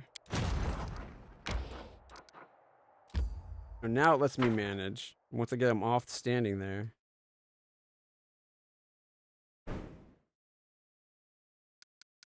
Right, to build. Supply center.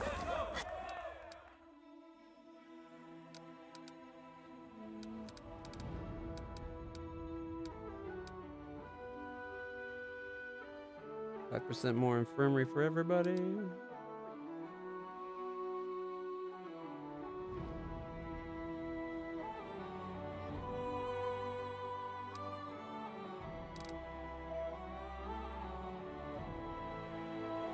Plus 1 bonus AC for all our people in their initiative.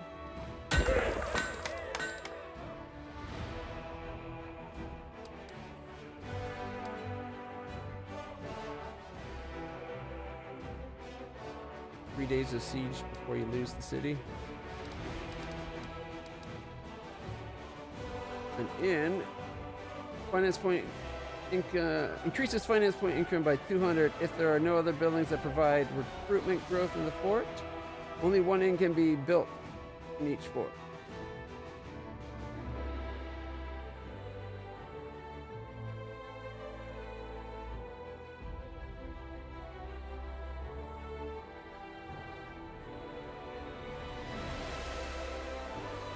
There are no buildings that provide recruitment growth.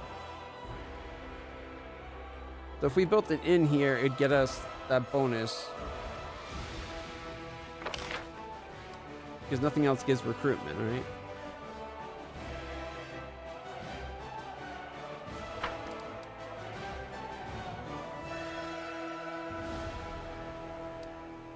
Then if we give these, we lose it? Like we go for stables or something?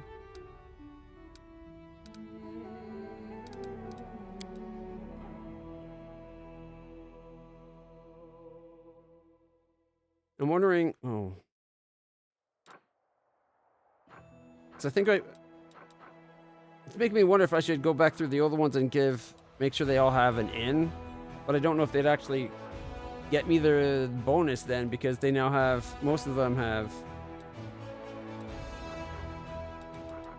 structure or whatever. They have a rangers or at least the archery range or some garrison or another, you know.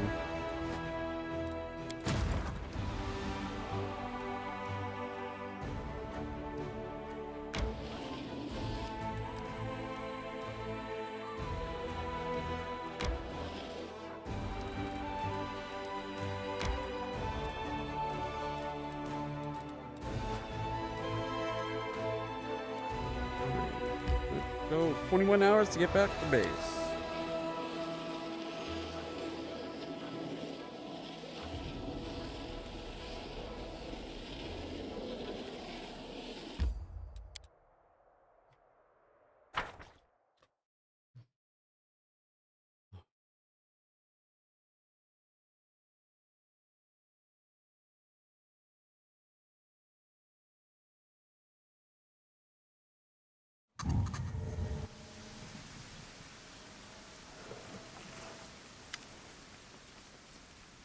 Alright, Aranka.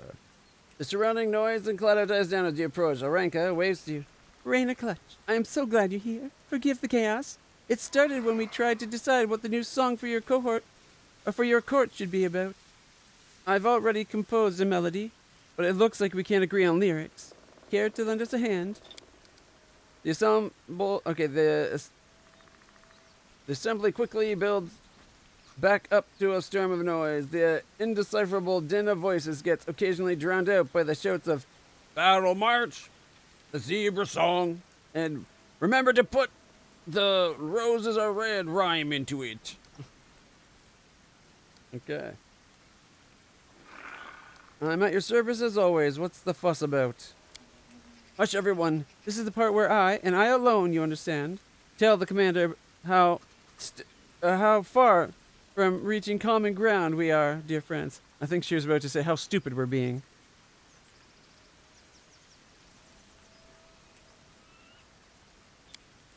We were choosing the theme for the future song. I actually suggested we make the decision together and did not expect it would lead to such chaos. After much arguing, we narrowed the choice down to 3 options, then got stuck. The first one is a battle march, which speaks for itself. The second one is a song about life and nature's renewal. The third one is a song about heroism, both personal and that shared amongst brothers in arms. We'll never come to an agreement, and I've already broken my least favorite lutes over their stubborn heads. Please judge which is best. They're all about chaos, and she's odd that chaos erupted. Early sunset. Standing nearby, I shake his head. Such disputes are not uncommon amongst mortals who seek a balance between self-expression and the common good. It's impossible to rid inquiring minds of the need to defend their opinions, but a wise mentor should offer the guidance in navigating the balance. I thought you were here to advise me, not the other way around. Okay, so if we go with the battle march, all units gain a +2 bonus to speed, a +1 bonus to damage, and each square they move until the end of round. This is a mind-altering effect. Praise the life that is returning to these lands. Song of Seasons. Let's see. Each unit in the army restores power times power +5 d6 HP to adjacent allied units and deals power times power +5 d6 magic damage to adjacent enemies until the end of round. This is an arcane spell with a heal effect.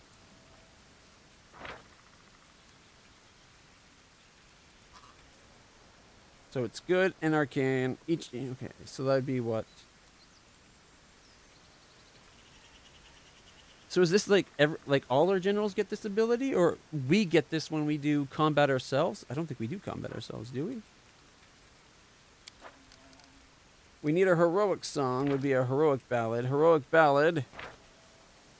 Flanking grants a +4 bonus to attack instead of a +2 bonus to attack, and a +4 bonus to damage for 1 round. This is an arcane spell, which is a mind-affecting spell. It's a spell-like ability.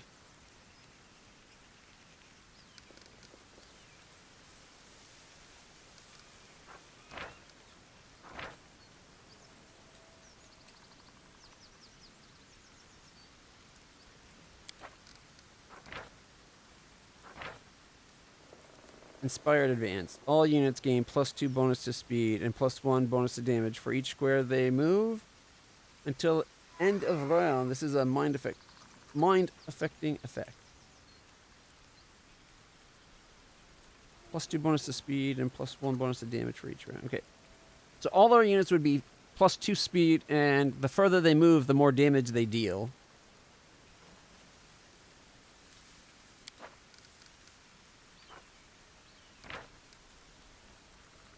All generals learn the Song of Seasons.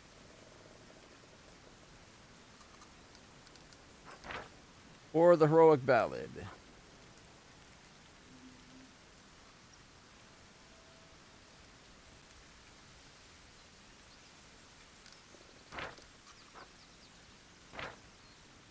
Having a song that can heal my adjacent units to each other while hurting the bad guys sounds kind of nice.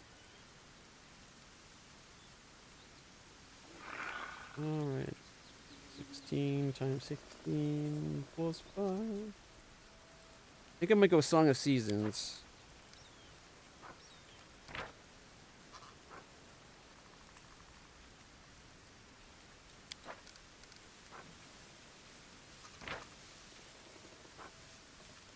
Screw it. We'll go with the... Why not compose 2 or 3 songs? Someday we will, but this one is special. I asked everyone to contribute for a reason. I wanted something that would matter both to ourselves and other crusaders. This song is going to be our gift to them, which is why it's important. So we must choose an important subject. Alright. A battle march accompanies soldiers into the fray. It unites them, helping the troops to hold fast or attack as one. A song about renewal would both inspire hope and incite anger against those who ruined this land. And a heroic song would be good for morale. We do have a hero to look up to, after all. She's standing right in front of us. All right. I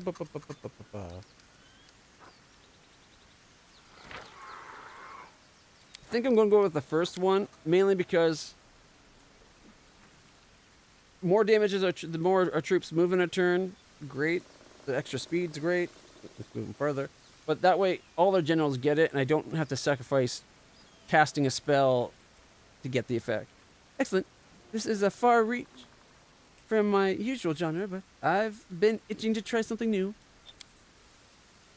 We are in accord, aren't we, my my free crusaders? She seems to be losing her patience with everybody. The simple joke makes a few sullen faces light up.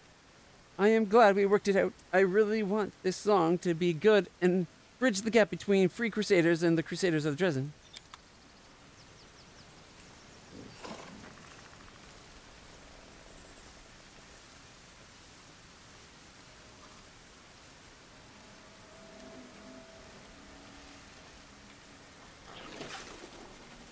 Alright.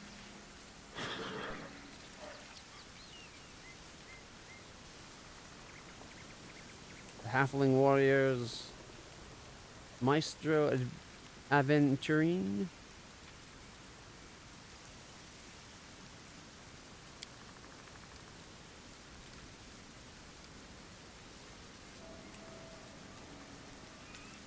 Here. I stand ready. Can I ride my horse here?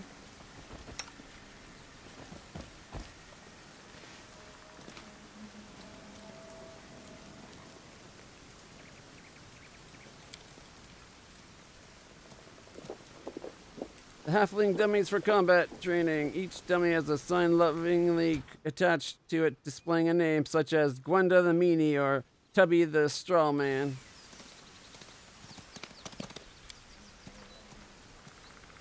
Melted rocks, cobble stains left by various substances, and a strange smell indicate the presence of Matrice Ola Davara, the alchemist. Nothing up there.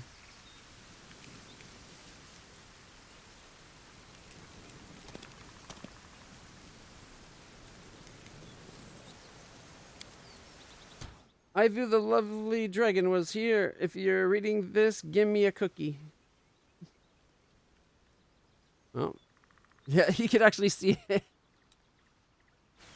I've scratched a little sag in there. I like that you could actually see it there too. Alright. Oh, wait. Two hoof prints are visible at the very edge of the precipice, as though someone has been rearing up on a horse here.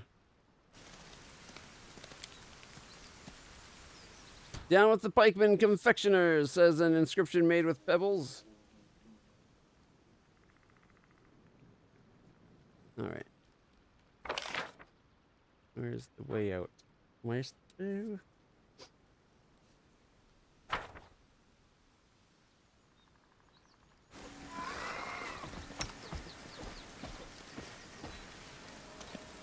Okay. Get off our horse. Exit the area. Wait. Why am I way up?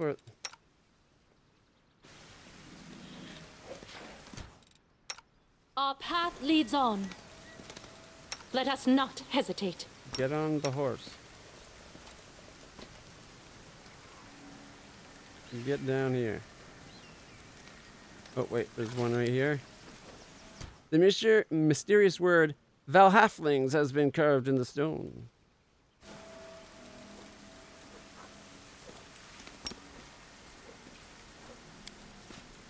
I will guide us.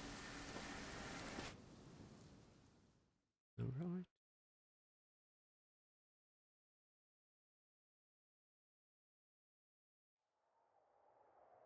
If we look back, we have our mobility once more.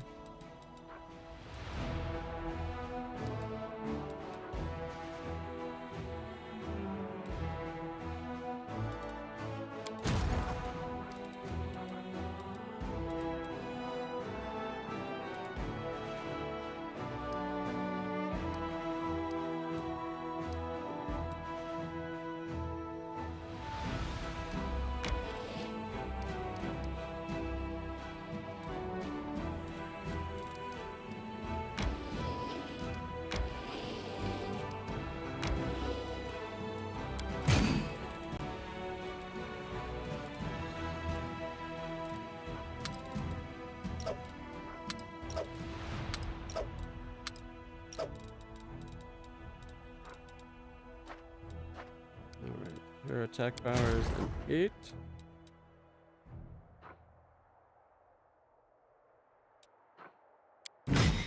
Actually, let's do that. As much as I want them, let's do that the other way around. Bring you over, keep you.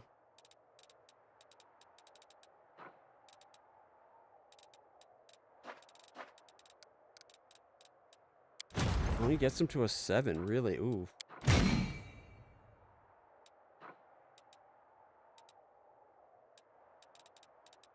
I guess we could swap you out. And you.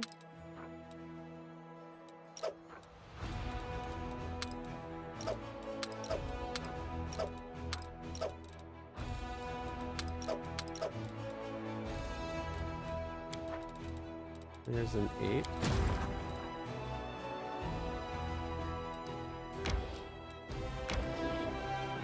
How this fight goes. Some big ass demons to fry up and fricassee.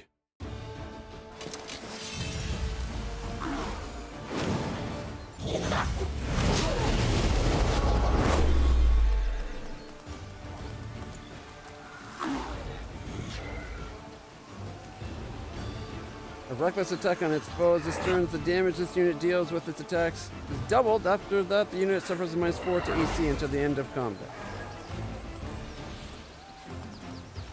5 to 7. 8.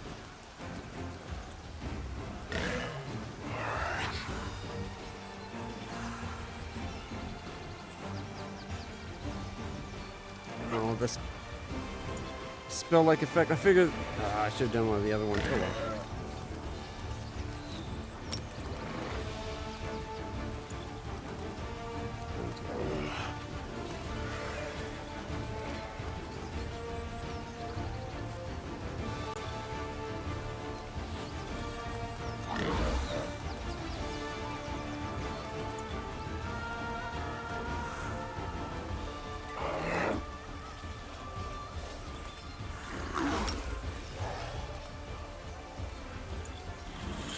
Bow.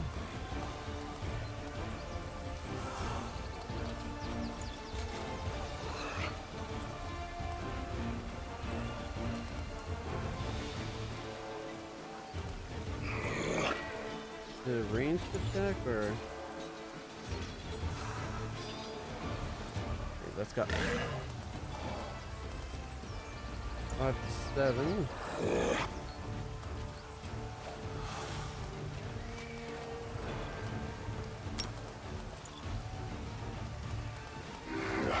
These guys here.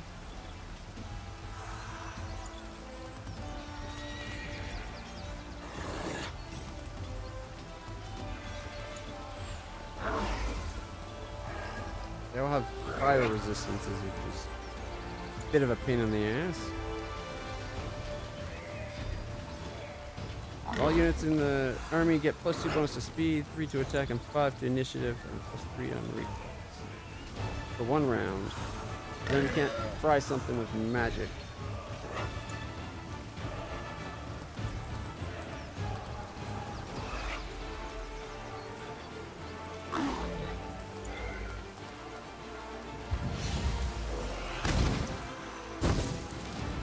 Basically making them all but empty of a threat.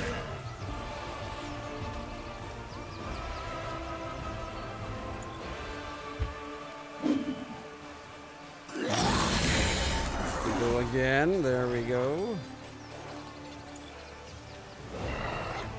Do 0 damage to this one.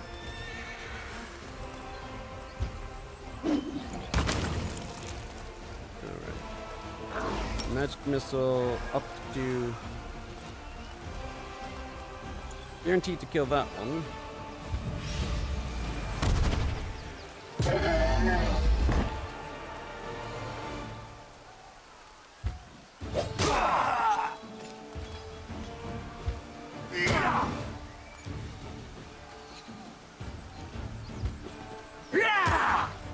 No, I'm an idiot. I should have smited. Smoked.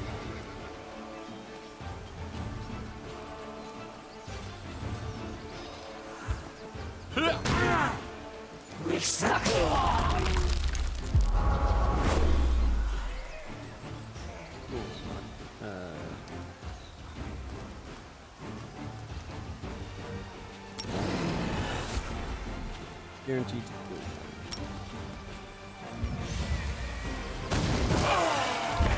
Fight's over. And everyone that was injured is back up.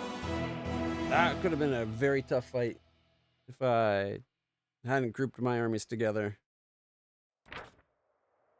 The enemy that the Crusaders ran into is not an ordinary horde of howling cultists and lesser demons, but a unit of deadly monsters skilled in battle. In the bitter combat that followed, Crusaders discovered how dangerous an enemy can be. Now, holed up in the soldiers' tents at night, they only talk about one thing: what new tricks to deploy in order to destroy really powerful demons.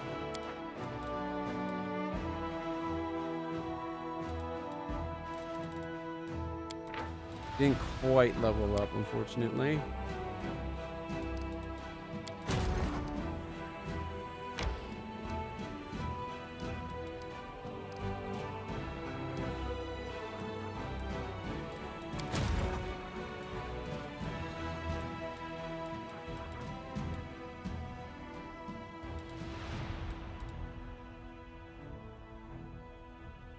I guess that would, let's go up there and then down this way towards this place. We needed 10 to get that taken over.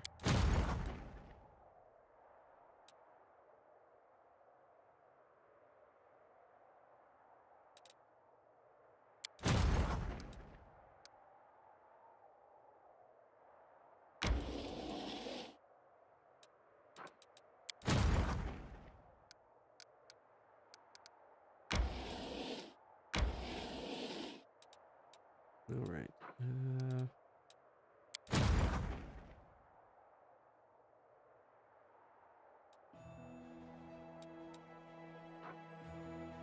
The rocks.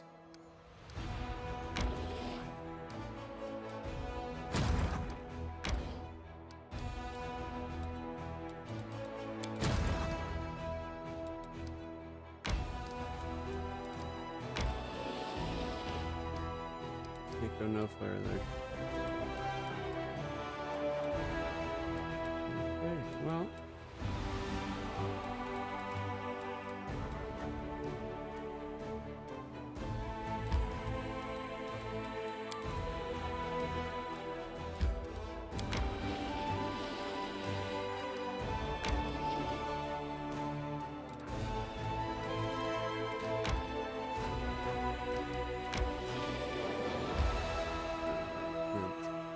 Infert resin. Battered spirit. Let's see if we fixed up Irabeth's spirit.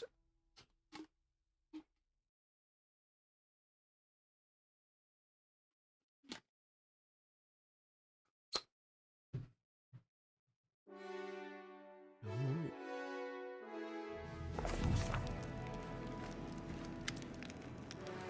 Anivia.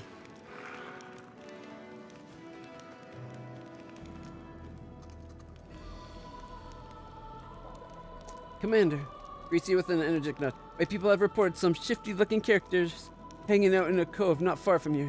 They invite passerbys to go treasure hunting, promise them untold riches. Apparently there have been folk who bought their tails and went away with them. None have come back. Sounds like a place worth investigating. What do you reckon? Tell me more. This is the place, the Murky Grotto. She marks the spot on the map. There are two of them, a fat guy and a scrawny guy. Could be your everyday bandits, but what if they're cultists? Anyway, I'd go check it out myself. I'd go check it out just to be safe. Have there been many reports? A whole heap of them. This is the whirlwind of ours. In this whirlwind of ours, cultists, spies, crooks, and lunatics are all over the place. I usually don't report this kind of stuff to you. I just deal with it myself. But those treasure hunters, my gut's telling me they are a special case. Something that only you can deal with. On it. Thanks for the report. The Treasure of the Midnight Isles. Ooh, Treasure of the Midnight Isles. That's the place that what's her name told us about. The Navy has reported a couple of strange individuals seen in a grotto trying to gather a crew of daredevils and sail off into an unknown direction. It's worth investigating if the grotto is harboring a secret of some kind.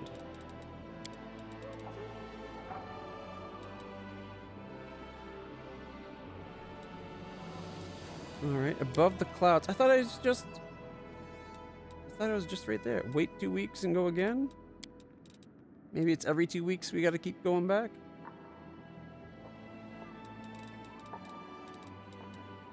Or maybe I needed to talk to people while I was there. That's gonna bug me. That's gonna bother me. Oh well. Why does the camera look like it's crooked?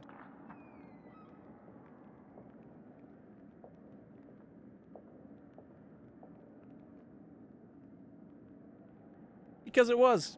That would be why.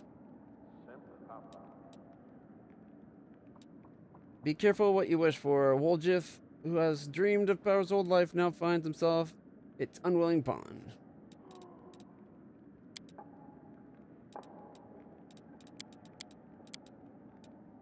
Guess we haven't figured out what's down there yet.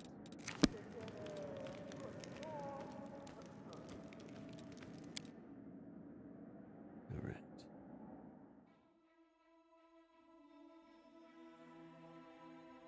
Manage the crusade. The skilled craftsman can do some work on the relic. The relic will be augmented.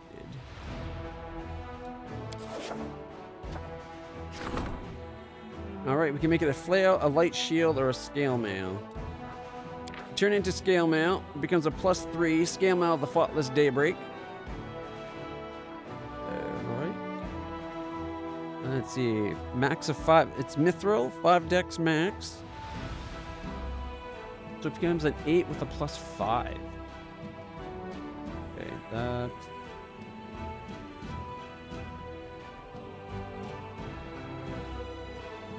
Does it do anything special beyond being mithril?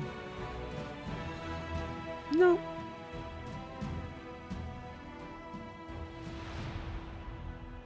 This talks about the course of the first day. This is an intermediate step of relic creation. Oh, it's only on its way to being a relic. So there's something more later on.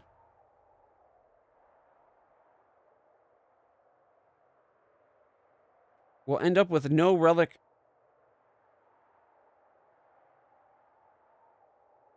Right? Because if 0 armor check penalty for wearing medium armor, which is good for spells for those who cast it. 15 arcane spell check failure, max dex of 5. Turn it into a light shield. The light shield, the Faultless Daybreak. It's an AC4 shield. Or a heavy flail. D10 +3. Alright, I need to think on that one.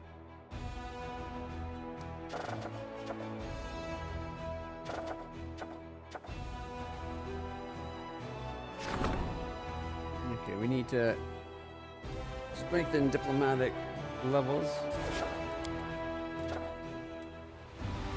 Diplomacy's ready to go up another level. Outpost to Bastion expansion. We have 3 options now.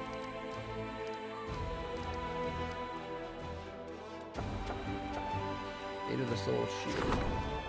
It's 5 days and they'll give me an option, it seems.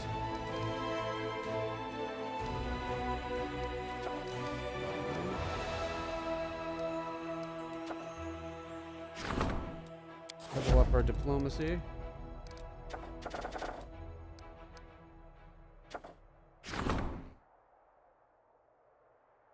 The return of the Faultless Daybreak is a sign that promises victory to the Crusaders. The glow of this holy relic put on the commander's gear will fill the sound of brave warrior or souls of brave warriors with hope and their hands with power. It is necessary to decide on which item it will be placed.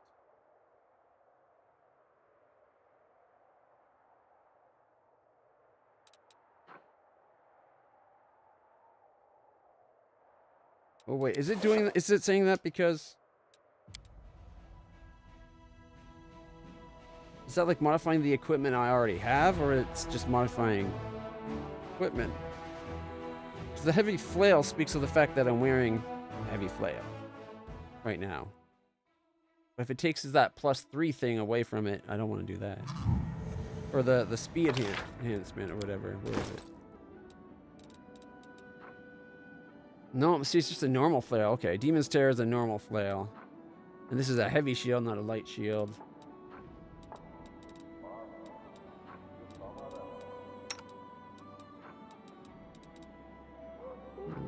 It's a hard choice. I guess we'll pick the scale mail.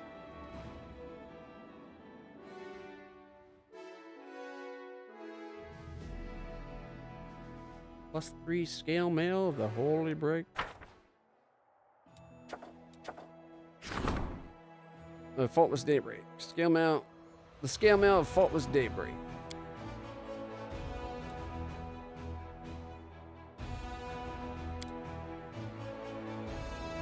Commander's servants have carried out the decree.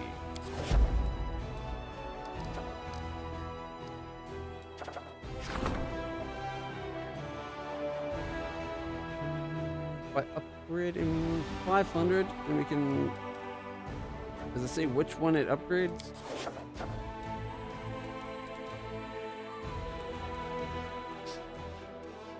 Alright, so I guess we skip a day, right?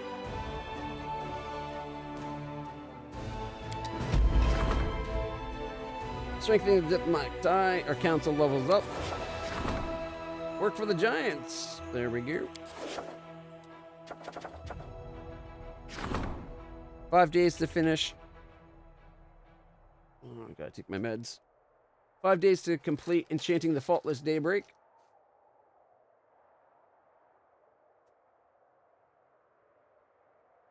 Sucks that we ended up having to fight and slay the Staunton's brother. Oh man, I need to get water before I can take my med. Of course, everything's falling now. You stay up, you stay up. No, son of a... dropping everything. Alright. I guess we already paid for that. Take 5 days to solve. Nothing can rank up. You can issue them to go get the Bell of Mercy. The unit has a +1 to AC against demon unit attack. All units gain the +1 to against demons.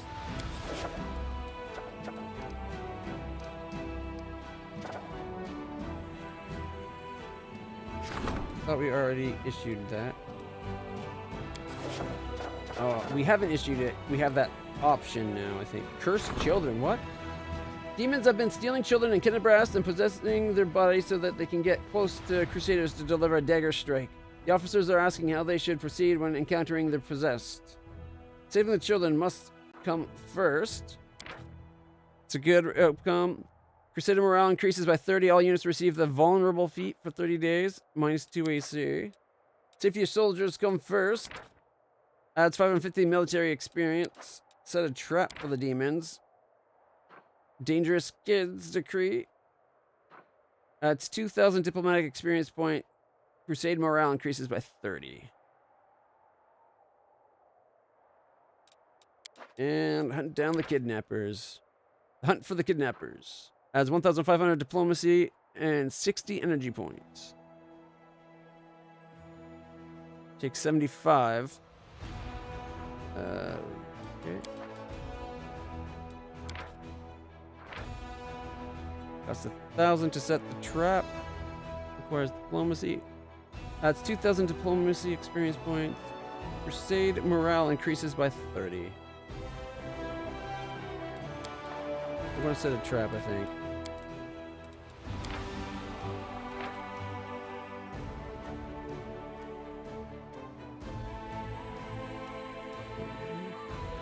Experience points and 600 or 60 energy.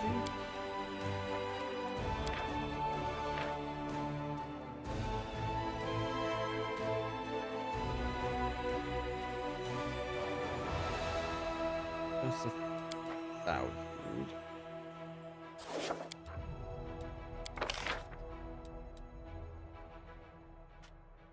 So it's 5,000 gold to set the trap. Was it 75 here?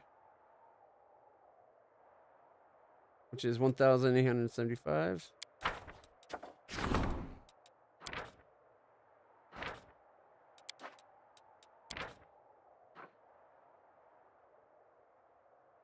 think we're going to have to hunt them down. Start the event. We're hunting them down. Land is willing to select a number of fighters who will track down and slay the kidnappers. Should they succeed, the nation will applaud them, and Mendivian clerics will offer a solemn prayer for their protectors.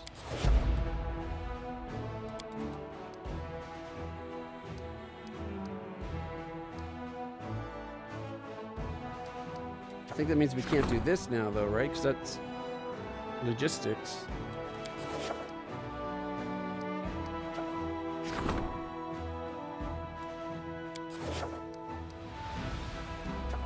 We gotta go do the Lost Soul thing coming up.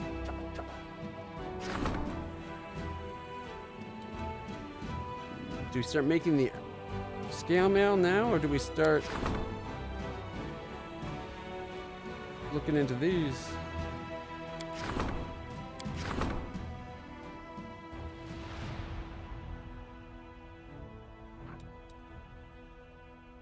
Five days to solve that. Feet of the Holy Sybil Rovagug. Feet of the Chill Aurora's hide and tusks.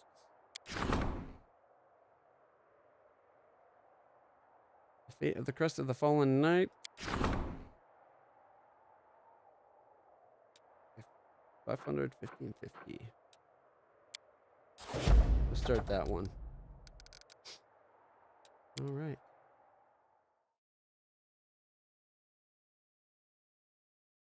No, I think we have to skip one more day so that we can get the started on the next bit for that hunting down the kidnappers. Forgot about that. Land looks resolute and serious. Reyna, we've got ourselves settled in here, so it's time to go back for the mongrels. If we don't do it, Saul will keep stalling until Iomade herself comes down and drags them out.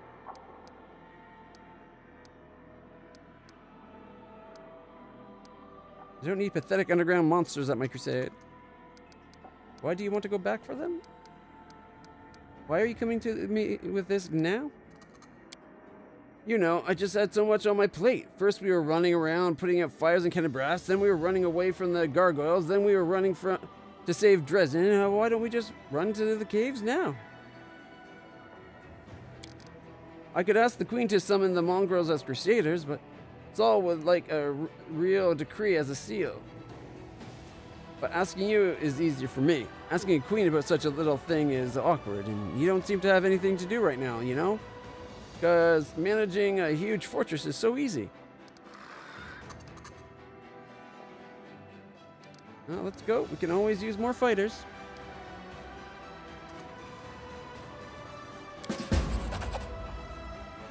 Call me when you're ready to go. I'll be waiting. Niathholm. Yeah, Niathholm has been revealed. Oh!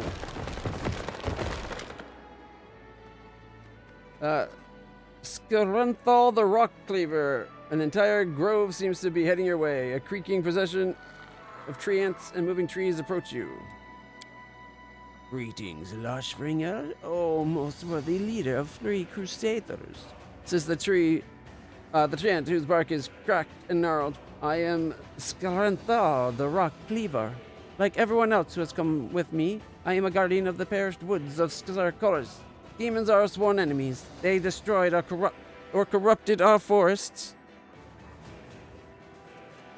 and drained or poisoned the rivers that nourished them. Unable to cope with the loss, many of my brethren have succumbed to insanity. Where spring sap once flowed in their veins, now only fury and madness remains. Lie down. Lie down, puppy. Lie down. Lie down, baby. I'll take you for a quick walk. Shoot. Those of us who retained our sanity guarded the last remaining pockets of the forest in it. Milo. Hey. Milo. Come on. Lie down. Lie down, Bubbas. There we go. Good boy. Good boy.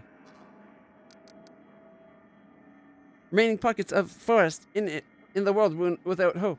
But then, with one wave of a mortal's hand, the abyss-blighted soil was turned into a flowering garden. When we learned of the miracle, we came here to support you and your cause, for the sake of the forest that perished, and those that will be born on the healed land. Trent pauses and ends his oration on a grand note. I beg of you, O most worthy one, to recruit us as free crusaders, and allow us to join the ranks of the allies and fight under your banner.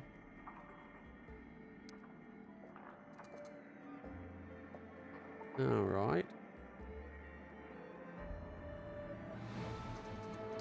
Tree Crusaders? Why not?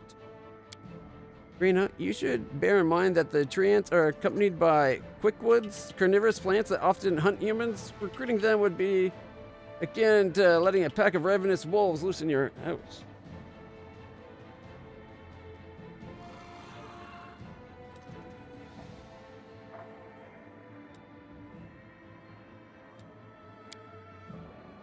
You sense a faint note of anger in the rustling and creaking coming from Skarenthal and the fellow creatures. Do not insult us so, stranger. We wouldn't have come all the way here and extended the branch of friendship and support just to betray our allies' trust. Treants are shepherds to quickwoods. We'll ensure they do no harm. You don't expect us to abandon them to the demons, do you? They too are living creatures, just like you and every other crusader. But can you really be assured that your charges won't harm anyone? Look right up. The phone.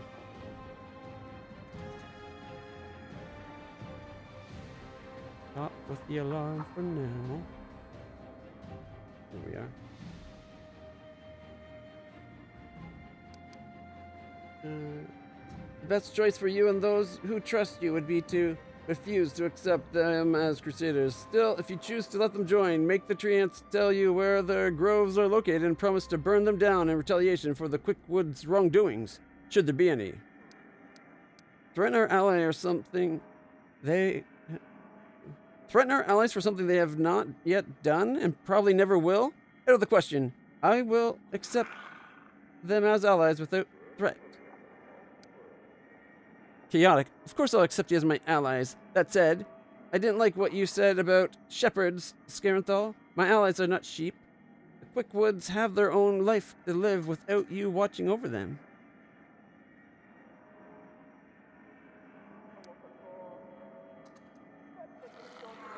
Evil. I'll let you join on the conditions Early Sunset mentioned. You'll tell us where your groves are located and held responsible for any misdeeds that might occur.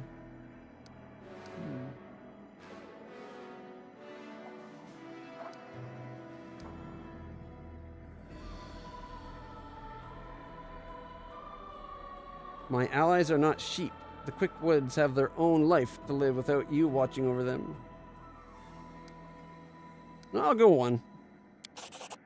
The tree and Quickwoods respond with agitated humming and rustling. For a moment you feel like you're standing under a dense canopy in the middle of a downpour. Thank you, Lushbringer. Your trust is an honor, and we will prove ourselves worthy of it. Now, if you allow me, we have heard tell of a special ritual you performed over your allies. Unite them as crusaders. We don't quite understand all the details of these titles and regalia, but we'd not like to see ourselves going without. We want to be full-fledged members of your company. Genuine enthusiasm rings in their voice. Sing the Song of Elysium. I'll knight you, but you must learn how to play music.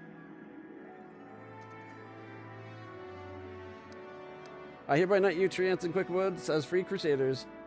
From now on, you may fight evil, all while calling yourselves sirs. Sing the Song of Elysium. Makes a halting attempt to creep through the tune. Your customs are quite unusual, but intriguing. Thank you for the honor. We'll head to your court and help our brothers and sisters in whatever way we can.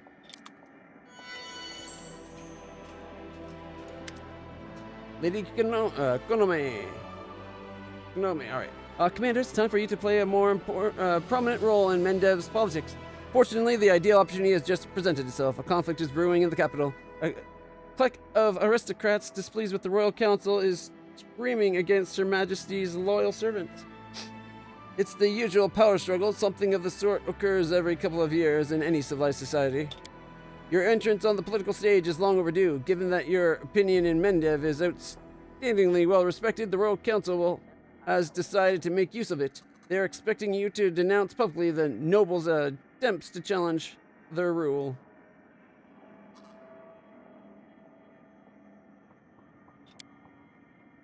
I suggest we publicly address Her Majesty and claim that we're being drawn into an intrigue. Let the Queen know that we're loyal only to her, not to any of her servants or subjects. Sounds like we're not the only ones bored of the Royal Council. Let us support the disgruntled nobles, and Cousin Galfrey's advisors will have too much on their plate to worry about us. I say we don't get involved in someone else's squabbles, and just to make it clear, we'll write a public statement to the people of Mendev that will have the commanders plainly say, "Your bickering is not my problem, leave me alone." Both the council and the aristocrats want to stop supporting their opponent, right? Well, let's just get a payoff from both for not messing with their business. That way we come out with a little something something and we don't ruffle anyone's feathers. Alright, wow, look at all the options we have. We go with Social. 12 paladins and 30 champions are recruited to the headquarters. We go with Darren. We get 12 Cuirassiers and 20 marksmen. We go with Lan. 35 light cavalry and 75 shield bearers. Warjif gets us 15 hedge knights and 30 head hunters. Go with Konome. 70 slingers and 100 conscript. Oh, that's the worst one of all of them.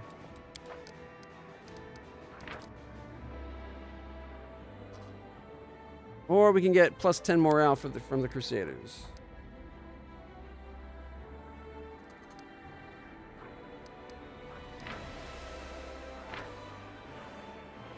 These are units we have squads of already. So there's that plus.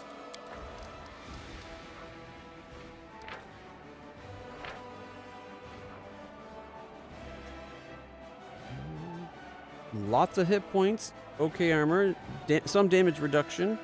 They don't do a lot of damage themselves, though. Mind you, marksmen are pretty good, I think. Yeah, good damage, no hit points.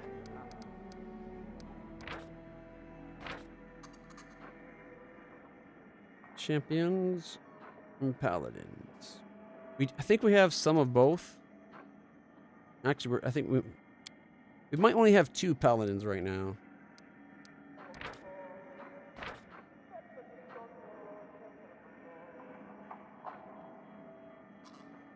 Those headhunters are nice.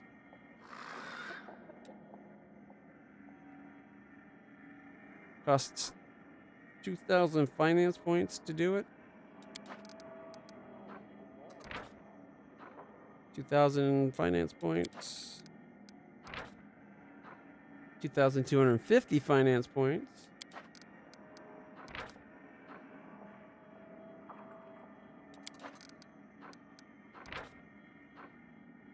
$2,250.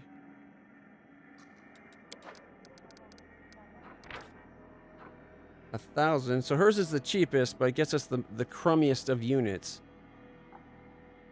The Royal Council gives us conscripts, which is basically conscripted convicts. They're the weakest, like literally the weakest archer and the weakest melee unit.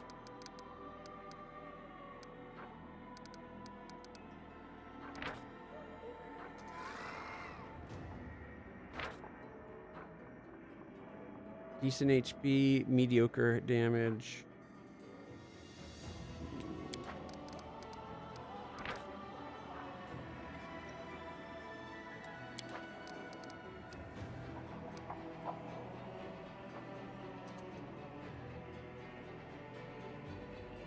I think we're going to do land.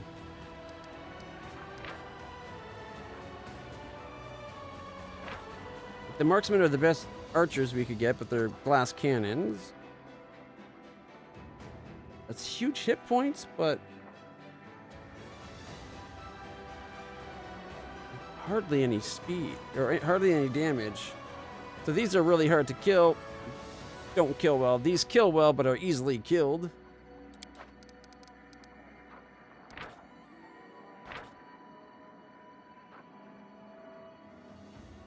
Edge Knight is going to hit them first. And these split the different. Plotters in the capital give us good soldiers for not interfering. Oh man, I kind of like Woljeff's option.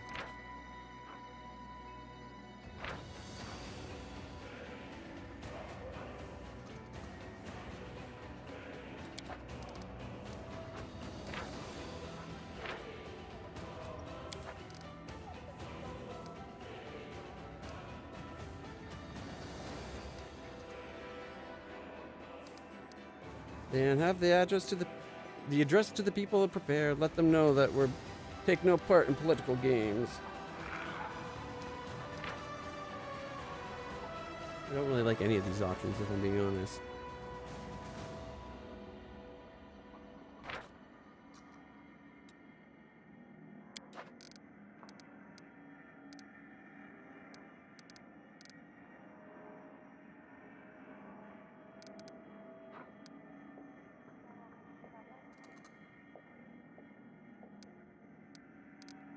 Why am I being pulled into Mendev's intrigues? You're a part of these intrigues whether you want it or not. Political influence is an unavoidable part of your position. In the hands of Mendev, you're a priceless tool, and the Royal Council won't pass up a single opportunity to use you for the good of the nation.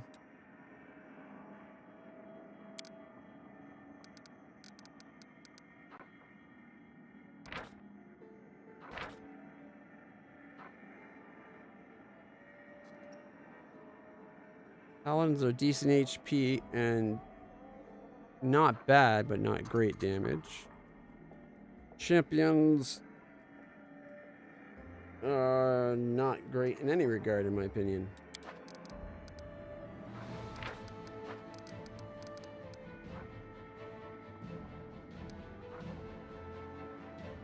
Demand the plotters in the capital give us good soldiers for not interfering.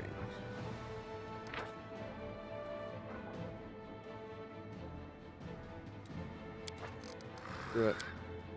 Getting paid for doing nothing is just the best. That's how you know you're a big fish. When the others give you a cut for not getting up from your chair. This meeting is adjourned, but I'm certain that the crusade will soon require another decision from the diplomatic council. Alright, let's save it there. We're back at the crusade base. I gotta get ready for work. Until next time, everybody, stay happy, stay healthy, stay awesome. If you want to see more of this, I stream Friday, Saturday, Sundays, 11 a.m. to 11 p.m. So you maybe, I don't know, hit the follow or subscribe, whatever it is on your platform you're watching from, be it YouTube or Twitch. And I'll be back again where we continue playing this. Next Friday will be more, starting on Friday, we'll be doing more Generation Zero. Then Saturday, Sunday, Dave the Diver and Pathfinder, Wrath of the Righteous. Until next time, everybody. Stay happy, stay healthy, stay awesome. I'll see you. Yes, you. No, not you. Yeah, one in the back. I'll see you in the future. When I'm not being too stupid. Till then, everybody. Bye for now.